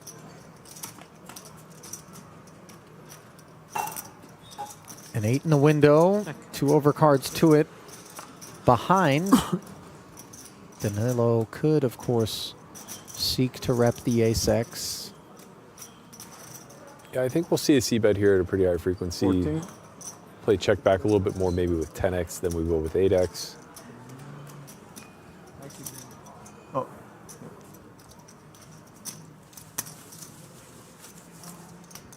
Nice pickup there.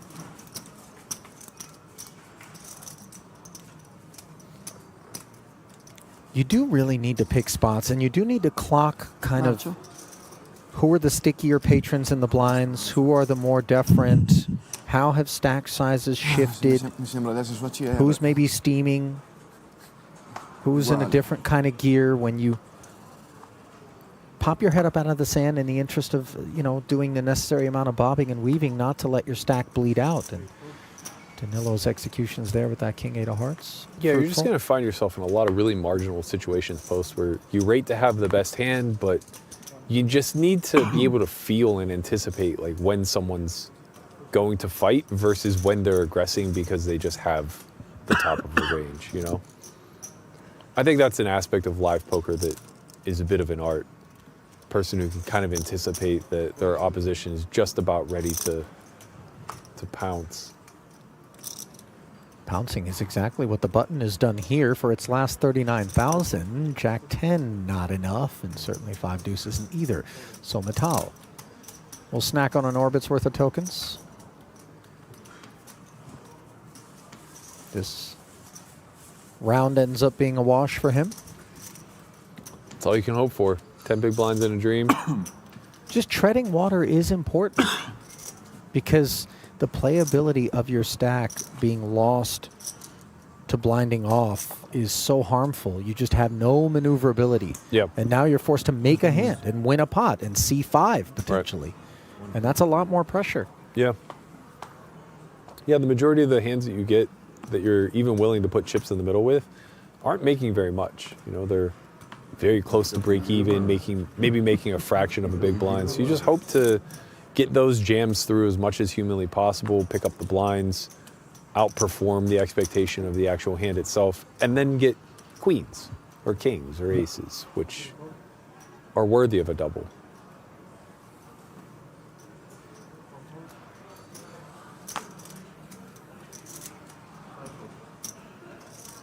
Kamoshi's 10-6 offsuit.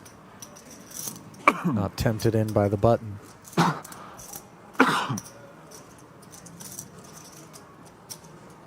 This really has been a crew that's given us predominantly heads up, single min raise defend kind of procedures. Yeah, it's been an interesting choice to see how much small blind raising has taken place.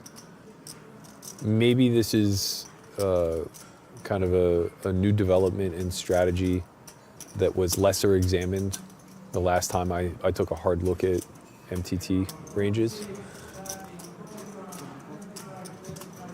The tricky thing is inflating the pot out of position like this off of effectively 22, 23 big blinds is hazardous to one's health. Well, it's just you don't flop much very often.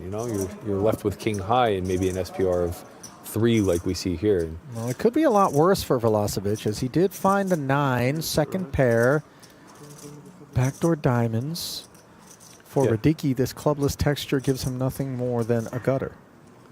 Yeah, this is a spot where he's going to want to slow down because Radicki's going to have so many continues, and King 9 just isn't quite enough to want to play an all-in pot, at least not, facing an in-position jam or raise or whatever the case may be. Radicki has a nice bluffing candidate. I would say 10-7 of spades probably more apt to check back because you have a little bit more equity to try to realize. You want to keep the SPR a little bit deeper for future street bluffs, but just drawing naked to a gutter here, I think we want to start off bluffing. 12K, the size at which the effort is embarked upon, a little north of 1/3. What you're hoping for here is like some suited aces that miss, like ace high low, even ace 8, call it of hearts or clubs.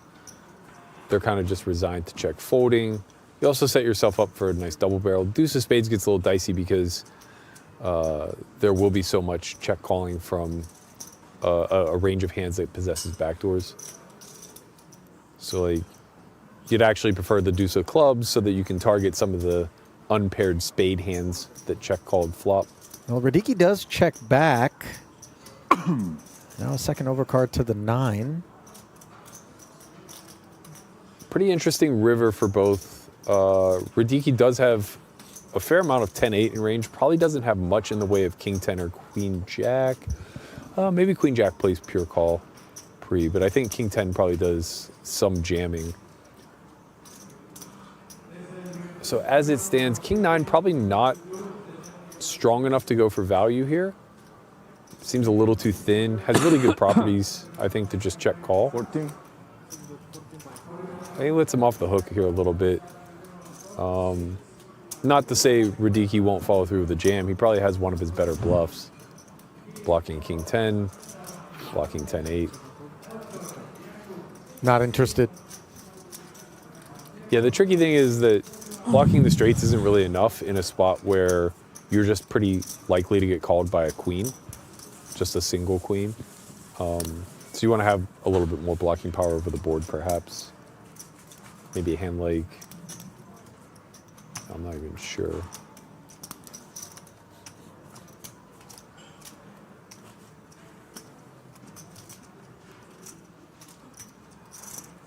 Well, it ultimately ended up a fruitful choice by Velocevic to open and then defer post-flop.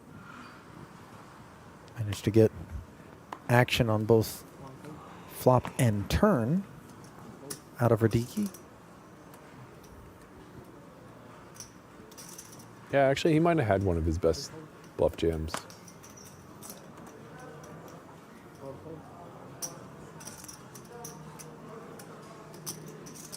Actually, Radicki didn't barrel the turn, did he? Oh, yes, he did. No? No, he checked back. He checked back, sorry. Yeah, and then faced small bet on the river. He could have potentially jammed over the top of that, I think.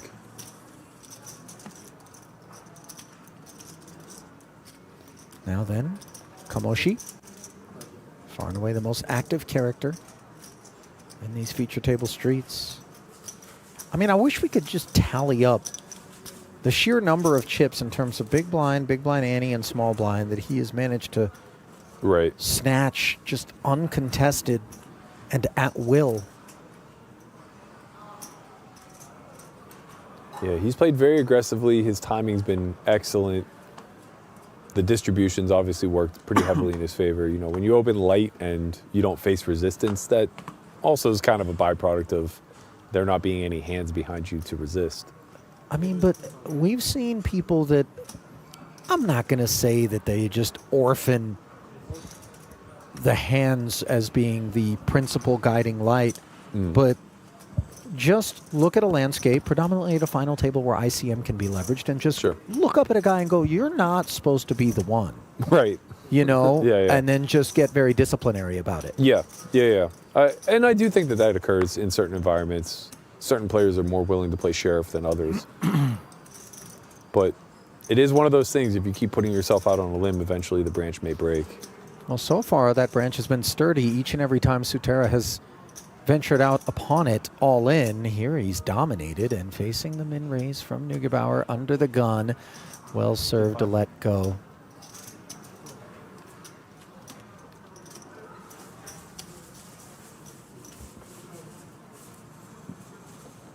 These guys very much appreciate that in this main event race, one cannot expect to win it with a sprint. Sure, perhaps we break away from the peloton on occasion, but truly a marathon is what we're tackling.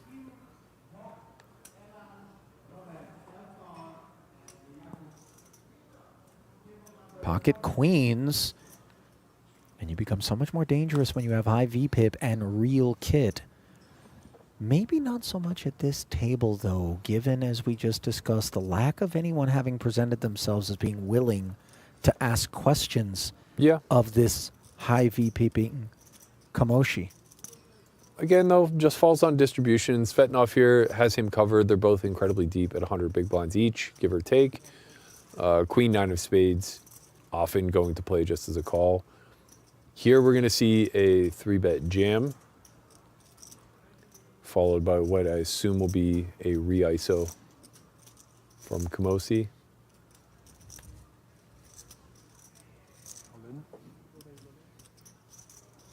Well, Neugebauer quite happy to have a little meat in the sandwich as he rips it in, and yet he's going to be involved in El Clasico. Can't imagine there's any world in which Kamoshi suddenly nukes queens. No, it's really just a question of call versus jam. He knows that he's almost never being trapped by the button, so it's a question of if he just continues through a call, can he ever induce? He is just going to call. Of course, as we can see, Queen 9 of Spades is going to have no further interest. So they're on their backs now as we play an over 200K pot. Defending main event champ is behind, but just by 2% with 5 to come.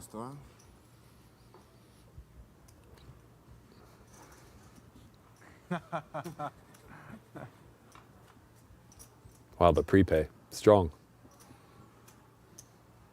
And effective, it would seem, on a spadeless 998 board. The queens. How fortunate. Leap way in front. He faded the Queen 9 of Spades. Almost a 3-1 favorite now, better than 4-1 after the turn presents the 4. So Neugebauer knows the bell tolls, needs to find an ace or a king to down the ladies, and instead it's an 8. And we will have ourselves a new champion this year in the main. I mean, I guess that was always a favorite to be the case. Yeah, but you know, facts. You root for the back-to-back until it's no longer on the table. I mean, that reminds me about the Adam Friedman 3 consecutive years The dealer's victory in choice? the dealer's Yeah. choice at the World Series of Poker, Las Vegas. Then you have some otherworldly feats, like winning the 50K Poker Players Championship on 3 occasions, something that I believe both Michael Mizrachi and Brian Rast have Correct. accomplished. Yep, that's true. And then Jungle Man won it twice in a row. Back-to-back, no big deal. I mean, it is a streaky little event with an incestuous and small player pool, granted. Yeah. Pocket 5s here. And will it be time for heavy metal? Yeah, this is never a comfortable one, but I think 7-handed, he goes for the open instead of the jam. I think this is an idea, but maybe not with 5 specifically. I don't really think that they fall in the category of wanting to fold. I also don't really think that they want to put in a third of their stack and call. And so you prefer just to rip the whole thing in there and pray? I think you just got to just jam it home. Conquer the variance. Off of 15, I think this is much more of an idea where maybe you play raise or fold. But off of 10, I think we got to zip it in there and hope for the best.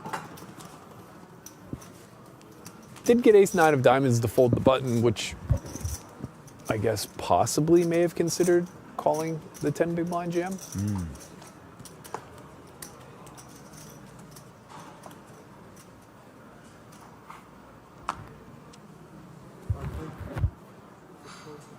'Remember, Metal's still here in that seat, courtesy of having C-bet top pair and then folded to a check raise on a monotone jack-high board where he had jack-9. But was, at least for the time being, drawing dead against the flop clubs of Velocevic.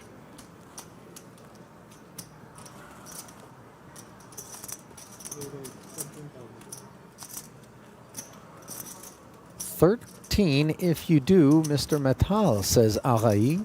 I think we got to defend there. Suited jack is just way too strong in position, even off of only 10. I certainly could be wrong.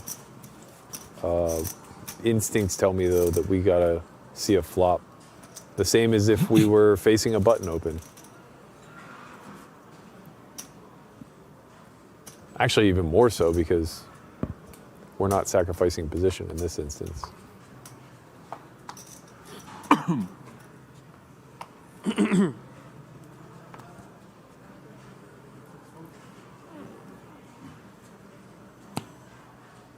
Suited one gapper.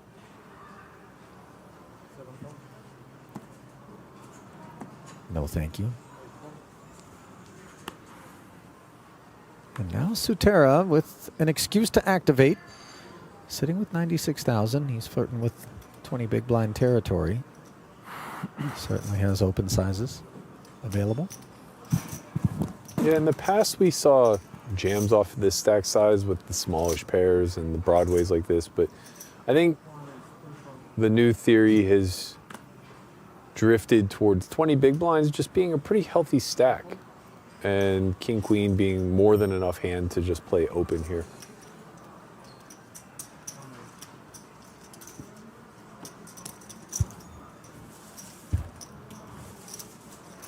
Well, he's just hanging around. Operation Resilience. Thank you. Has proven a fruitful one.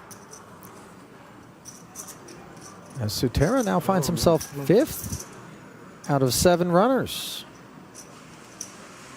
Natal, the shortest of stacks.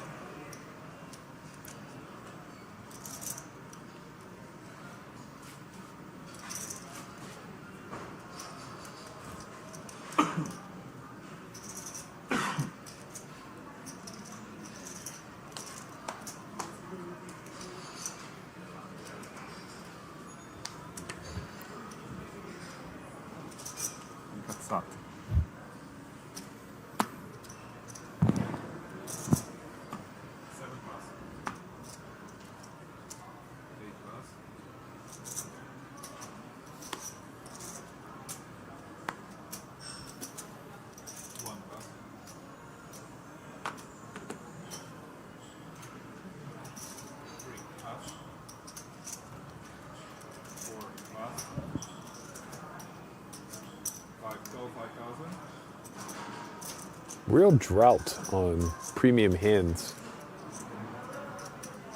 Well, listen, they're harder to find than garden variety kit. But there's been a few junkyard dogs out there willing to tussle with less than top tier. Ace 8-3 as the blinds square off in a limped one pre. I mean, this is kind of where the rubber meets the road, right? Like, two guys heads up in a limp pot where neither one of them are going to flop anything really ever. I think Camosi could have started with a bet here, having the queen of diamonds and probably more ace-x in his range than he can expect Vulesovic to have. 10 of hearts on the turn kind of has strong range interaction with both players. Queen high still probably sufficient enough to try to just show down, as is king high. I imagine king 9 is way ahead, way behind here quite frequently. Certainly true once we arrive at this river. Don't really see Camosi turning his hand into a bluff. Pretty difficult through the check line to try to get king high to fold on the end. He agrees. I could see Queen high has showdown. Yeah, I could see a world where Vulesovic goes for 1.5 big blinds of value here. Might be a little bit on the greedy side, but all queen high certainly can't fold. And I would imagine king jack, king queen would be more apt to bet flop or turn. Boy, again, I turn my attention to just how difficult it's going to be to accumulate chips at this particular table if these guys are going to be the surgeons that we see on display. Yep. For the run of it. To be fair, though, they don't need to accumulate at this table, right? They just kind of need to survive in advance. Only day 2, probably going to wrap the day with a quarter of the field remaining, maybe a little bit more. Listen, life isn't always about what we need, but more what we want. That's and fair. I venture to guess all these guys want to be among the chip leaders, giving them buffer, a few bad beats, and cruise and coast as opposed to paddle feverishly toward this finish line. I'm not so sure MTTs were built for the hedonist. No, in fact, I'm sure they weren't. I think that's more the cash streets, you know? Oh, yeah. I like those cash streets. You like those cash streets. Love the cash streets. It's just a different variety of psychopaths. No one's arguing with that. Here I feel like you're trapped with a bunch of Dexters, you know? Cold, precise. Oh, yeah.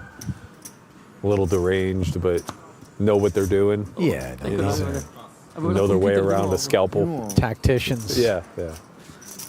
For sure. They're not going to leave behind any trace evidence. Right, yeah. Cash games, it's like Prima contro il mio one side of the table you have hai a vinto dei soldi perché c'era you have a vagabond La who computer fa sempre soldi. barely rubbed two sticks together, matematica. let alone get a Con la sentence out. computer non puoi On the non other fare end of the soldi. table, Long you term have ci fai stampi soldi con la computer. somebody who's not all there mentally, you know, just checked out, having a good time, but ready to get taken away in a straitjacket. Man, I've played in cash games where you had the literal owner of the Lakers. Right. Right. You had like a top shelf pro. Mm. You had a guy that obviously was laundering. And I don't mean dry cleaners. No, yeah. You know? Yeah. Somewhat ill-gotten. Another Must guy. have been the gains, especially the relationship he had with the money. Right. Another guy in there with his last 6 bets, and they're not even his. Yep, there you go. Yeah. Case backing. Right. Wonderkind, who, if they carded him, would be kicked out of the casino. Yeah. And then a guy who looked like genuinely he had just finished a shift at a Chinese restaurant and maybe was wearing $17 worth of total clothing, but had $60K in chips in front of him.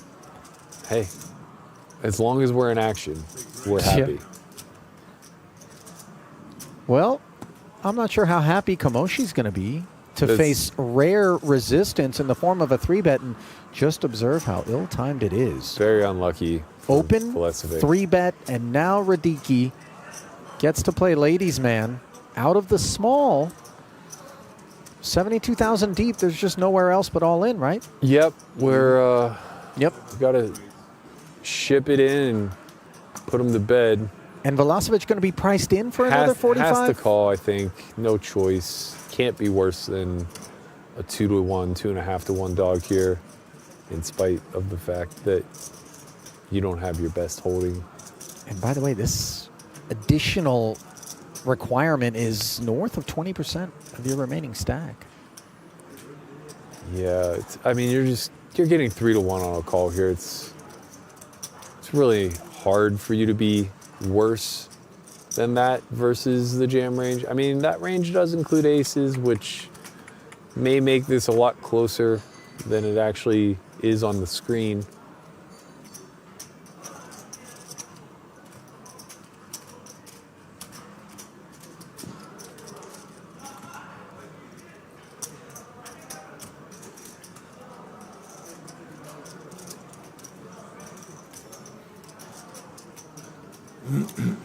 I think if you're the queens, you obviously at this point want to call. Must be a very light 3-bet, huh? You know, want. But I think you want the call because you don't expect it to be this hand. I think you want the call because you expect it to be like Queen Jack. Yeah, the struggle bus made it seem like maybe we don't face an ace. Yeah. Like, oh, I might be 9-to-1 favorite, not 3-to-1. Well, his back is up against the wall, but he's in a great way here. 68%. Decent, okay. Is Radicki to double through Vulesovic.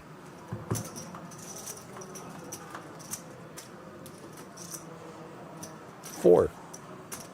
Oh, 6-5-3 would have kept. Yeah, the pocket fours have been loving this one. 4 of hearts. That was, I think.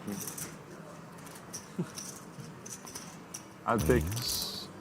Brandishing a nervous smile. Don't need to worry about the monotone texture, given Vulesovic lacks a heart in hand, and now lacks any path to victory beyond the ace. I had the 4 of hearts. Miracoli. Bored. Yeah. I think I had Pairs it on in the end, and Dicevi tu? Radicki Eh sì, le filavo. with the No, double. contro di te perdevo. Ero pronta, gliele lanciavo in faccia se foldavi. Su 5. 4-4. Vabbè, ma tanto folda, mica. I had force. Forse, I mean, you wouldn't win this spot. yeah.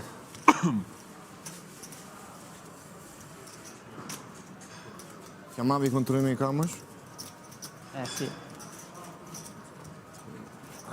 15 bui.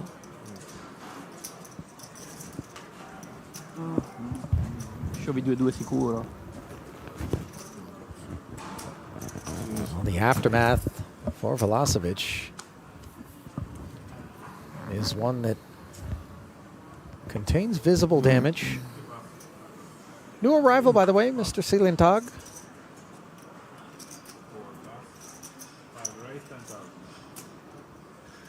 Kamoshi, undeterred, opens again. Now pound of flesh available to Velasevic, albeit redirected.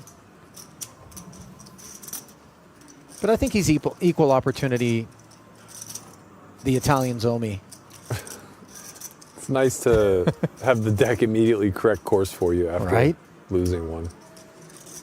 Although, you know, when you think it's course correction and you lose a second pot, potentially, that's when it actually can come crashing down. You want the true justice of somebody now waking up with queens behind again. Well, so far, it's not the case. Halfway there was Sutera, but he'll bow out. And so will Kamoshi with Jack-9 offsuit. He was always up to no good. I guess picking up 5 big blinds after losing just shy of 20. This is where in the cash game streets, some smartass always hits you with the freaking lose one, win one. Right, yeah. We're even. That's when strangulation and, you know, just kind of, just those thoughts, man. You're sitting there, you're like, how long would I serve in prison? They really if I should ended do you? a social experiment just on poker players in general, because we're not mentally well. Poker is the social experiment on poker players, Matt. Good point. What did you think it was?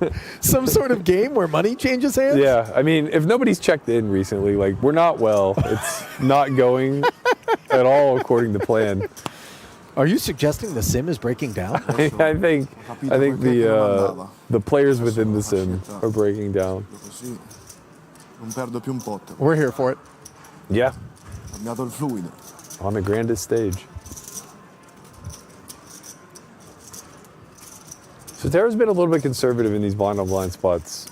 But again, with the large small blind, I think he can just by default close his eyes and limp everything.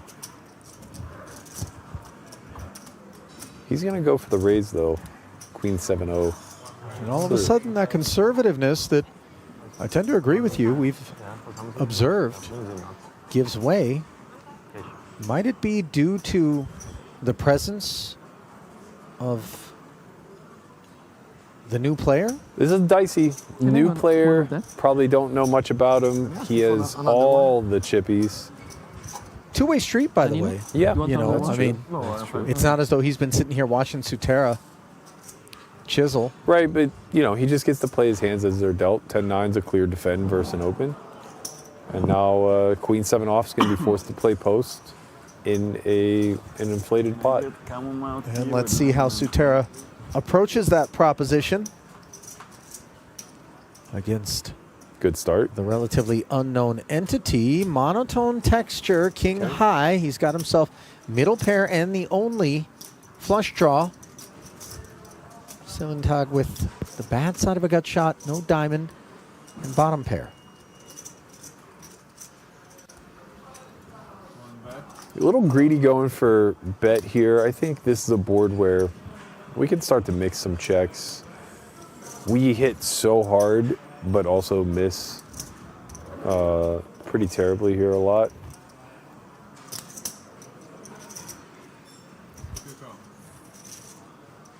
And a call of 12,000. Slightly destabilizing to these queens, unimproved on this turn. I think if I had started with a C-bet in this particular spot with his hands, I'd probably lean towards checking now. Again, this becomes one of those spots where it's very difficult to get better to fold or worse to call. Targeting a very narrow range of like Jack of Diamonds, X, maybe Jack 10, no diamond. Well, you observe the immediate implications. Kind of just don't want to let your opposition play that perfectly. Like 10-9 just hits the muck very easily. Oh, looks like an easy breezy rub down taking place here for Victor. 160K in front of him. Countryman Omar Eljak, 242,000. There's Alex Foxen, the American, 356,000. Everybody blocking me here. I don't know why. Don't know why. Cabral knocking on the door of $500,000. Oh, and Sean Deeb quietly going about his business. 750,000. Osted, 850K. The Swedes showing up en masse.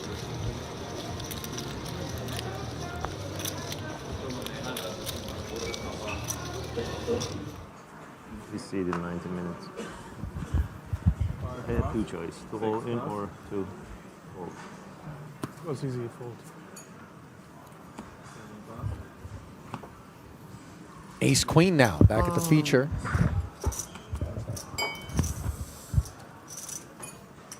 Svedunov takes a sub.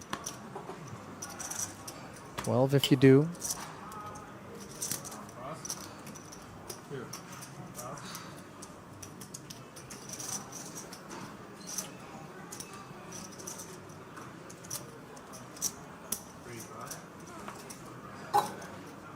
Natal in the big blind with a pretty one to defend with. Unfortunately for him, as we can see, he's dominated. Yeah, this one might feel a little bit enticing to just jam, but I think conventional wisdom is just call, try to flop any equity, and then be all in.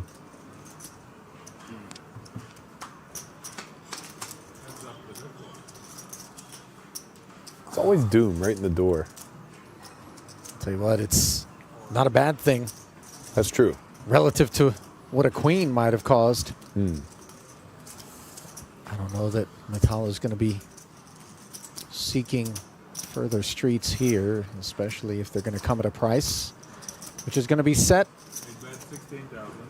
by an entrepreneurially minded ace queen. 16 dimes. The big bet is... Shop's closed. Big bet's a little bit maybe leaving some money on the table there. I don't think you want to price out the lower equity hands that may have to continue. And the higher equity ones are obviously always going in. Well, kind words have been issued here late in today's coverage. The only one which Berkey graced us with from one Opus Dog Poker in the Twitter streets who says, great job on the commentary. Berkey needs to do more of this. That's a man of great taste, the Opus Dog. What's greater, his taste or your humility? I mean, I assume, the Opus is a reference to the wine. And are you an Opus man yourself? I've never drank in my life. Wow. Now, I've never been drunk, per se. I mean, yeah, like tasted. I just don't like it. Not into it. I've never been curious.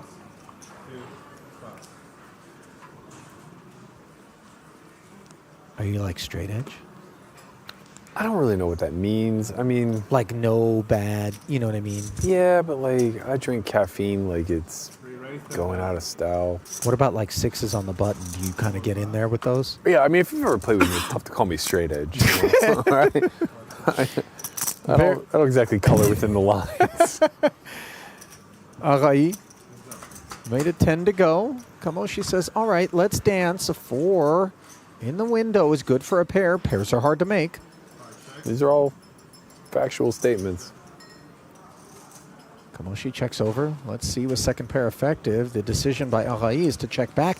Now, the 7 produces an open ender. Pair and a gutter for Kamoshi. Let's see how proud he is. It's an interesting check back with a hand that stands to be able to bet at least once and still reach showdown. I don't think Kamochi necessarily needs to bet the turn here. You're not really extracting value from worse very often, and your hand does a pretty good job of bluff catching. That being said, betting can't really be bad. You have a pretty strong-ish holding, all things considered, from the big blind defense. And you don't really anticipate a 7 is suddenly going to rise up. I mean, if it does, it does. Like, that's just kind of the issue is, are you when you get called, are you getting called by worse often enough?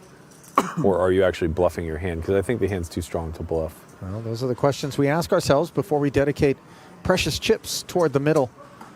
And Ohai content to just check it all the way down. I would imagine at least one street of value was available to him. Well, he did call the turn bet. I think that that's probably about what he would have bet himself had it been checked to him. So kind of works out the same as far as like net amount of chips exchanging hands. But from a strategy standpoint, I think the 8-4 may play slightly better as a check call. Ohai did sort of allow Kamoshi to do his bidding for him. The check back was sneaky. A little bit.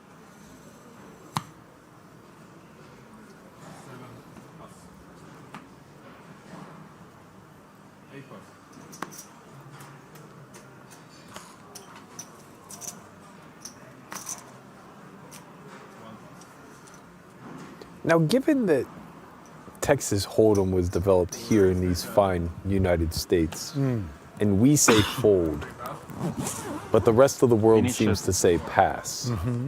Is that a translation thing, you think? After the break. Like perhaps fold isn't a part of all the other languages, you know, maybe more of an English word. Well, I mean, fold as a word in and of itself is, although I don't know. I mean, with the connotation that we use it. Yeah. You know, pass does seem to make a lot more sense. Yeah, I tend to agree. Just another one of the things that we do differently and very likely incorrectly. Yeah, every time I pump gas in gallons, right. I'm reminded of that. Right. These are anti-metric imperialist So saw the ways math and measures. math I was doing over in Dubai. Oh gosh, I can 20 only kilograms on the bench. That's 44 pounds, I think.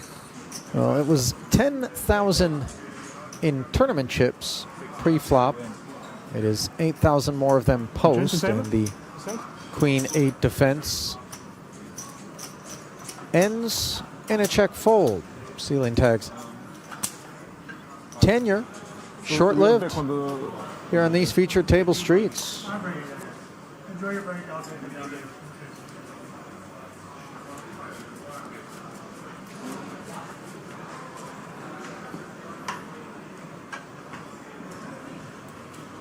Well, Matt, I think that's going to put a pin in things for us on the day. So soon? Yeah.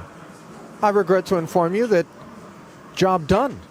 Okay. For you and I, perhaps, in terms of the coverage, but not for these 8 and hundreds others who will be returning tomorrow as members of Day 3, although I understand another level of play will be taking place. We're going to recap that one for you at the onset of tomorrow's coverage, where Justin Young will join me here in the booth. In the meantime, on behalf of our crew here in Rosvedov and my man Matt Berkey in the booth, this is Ali Najad signing off, and we'll see you tomorrow for more of the World Series of Poker Europe Main.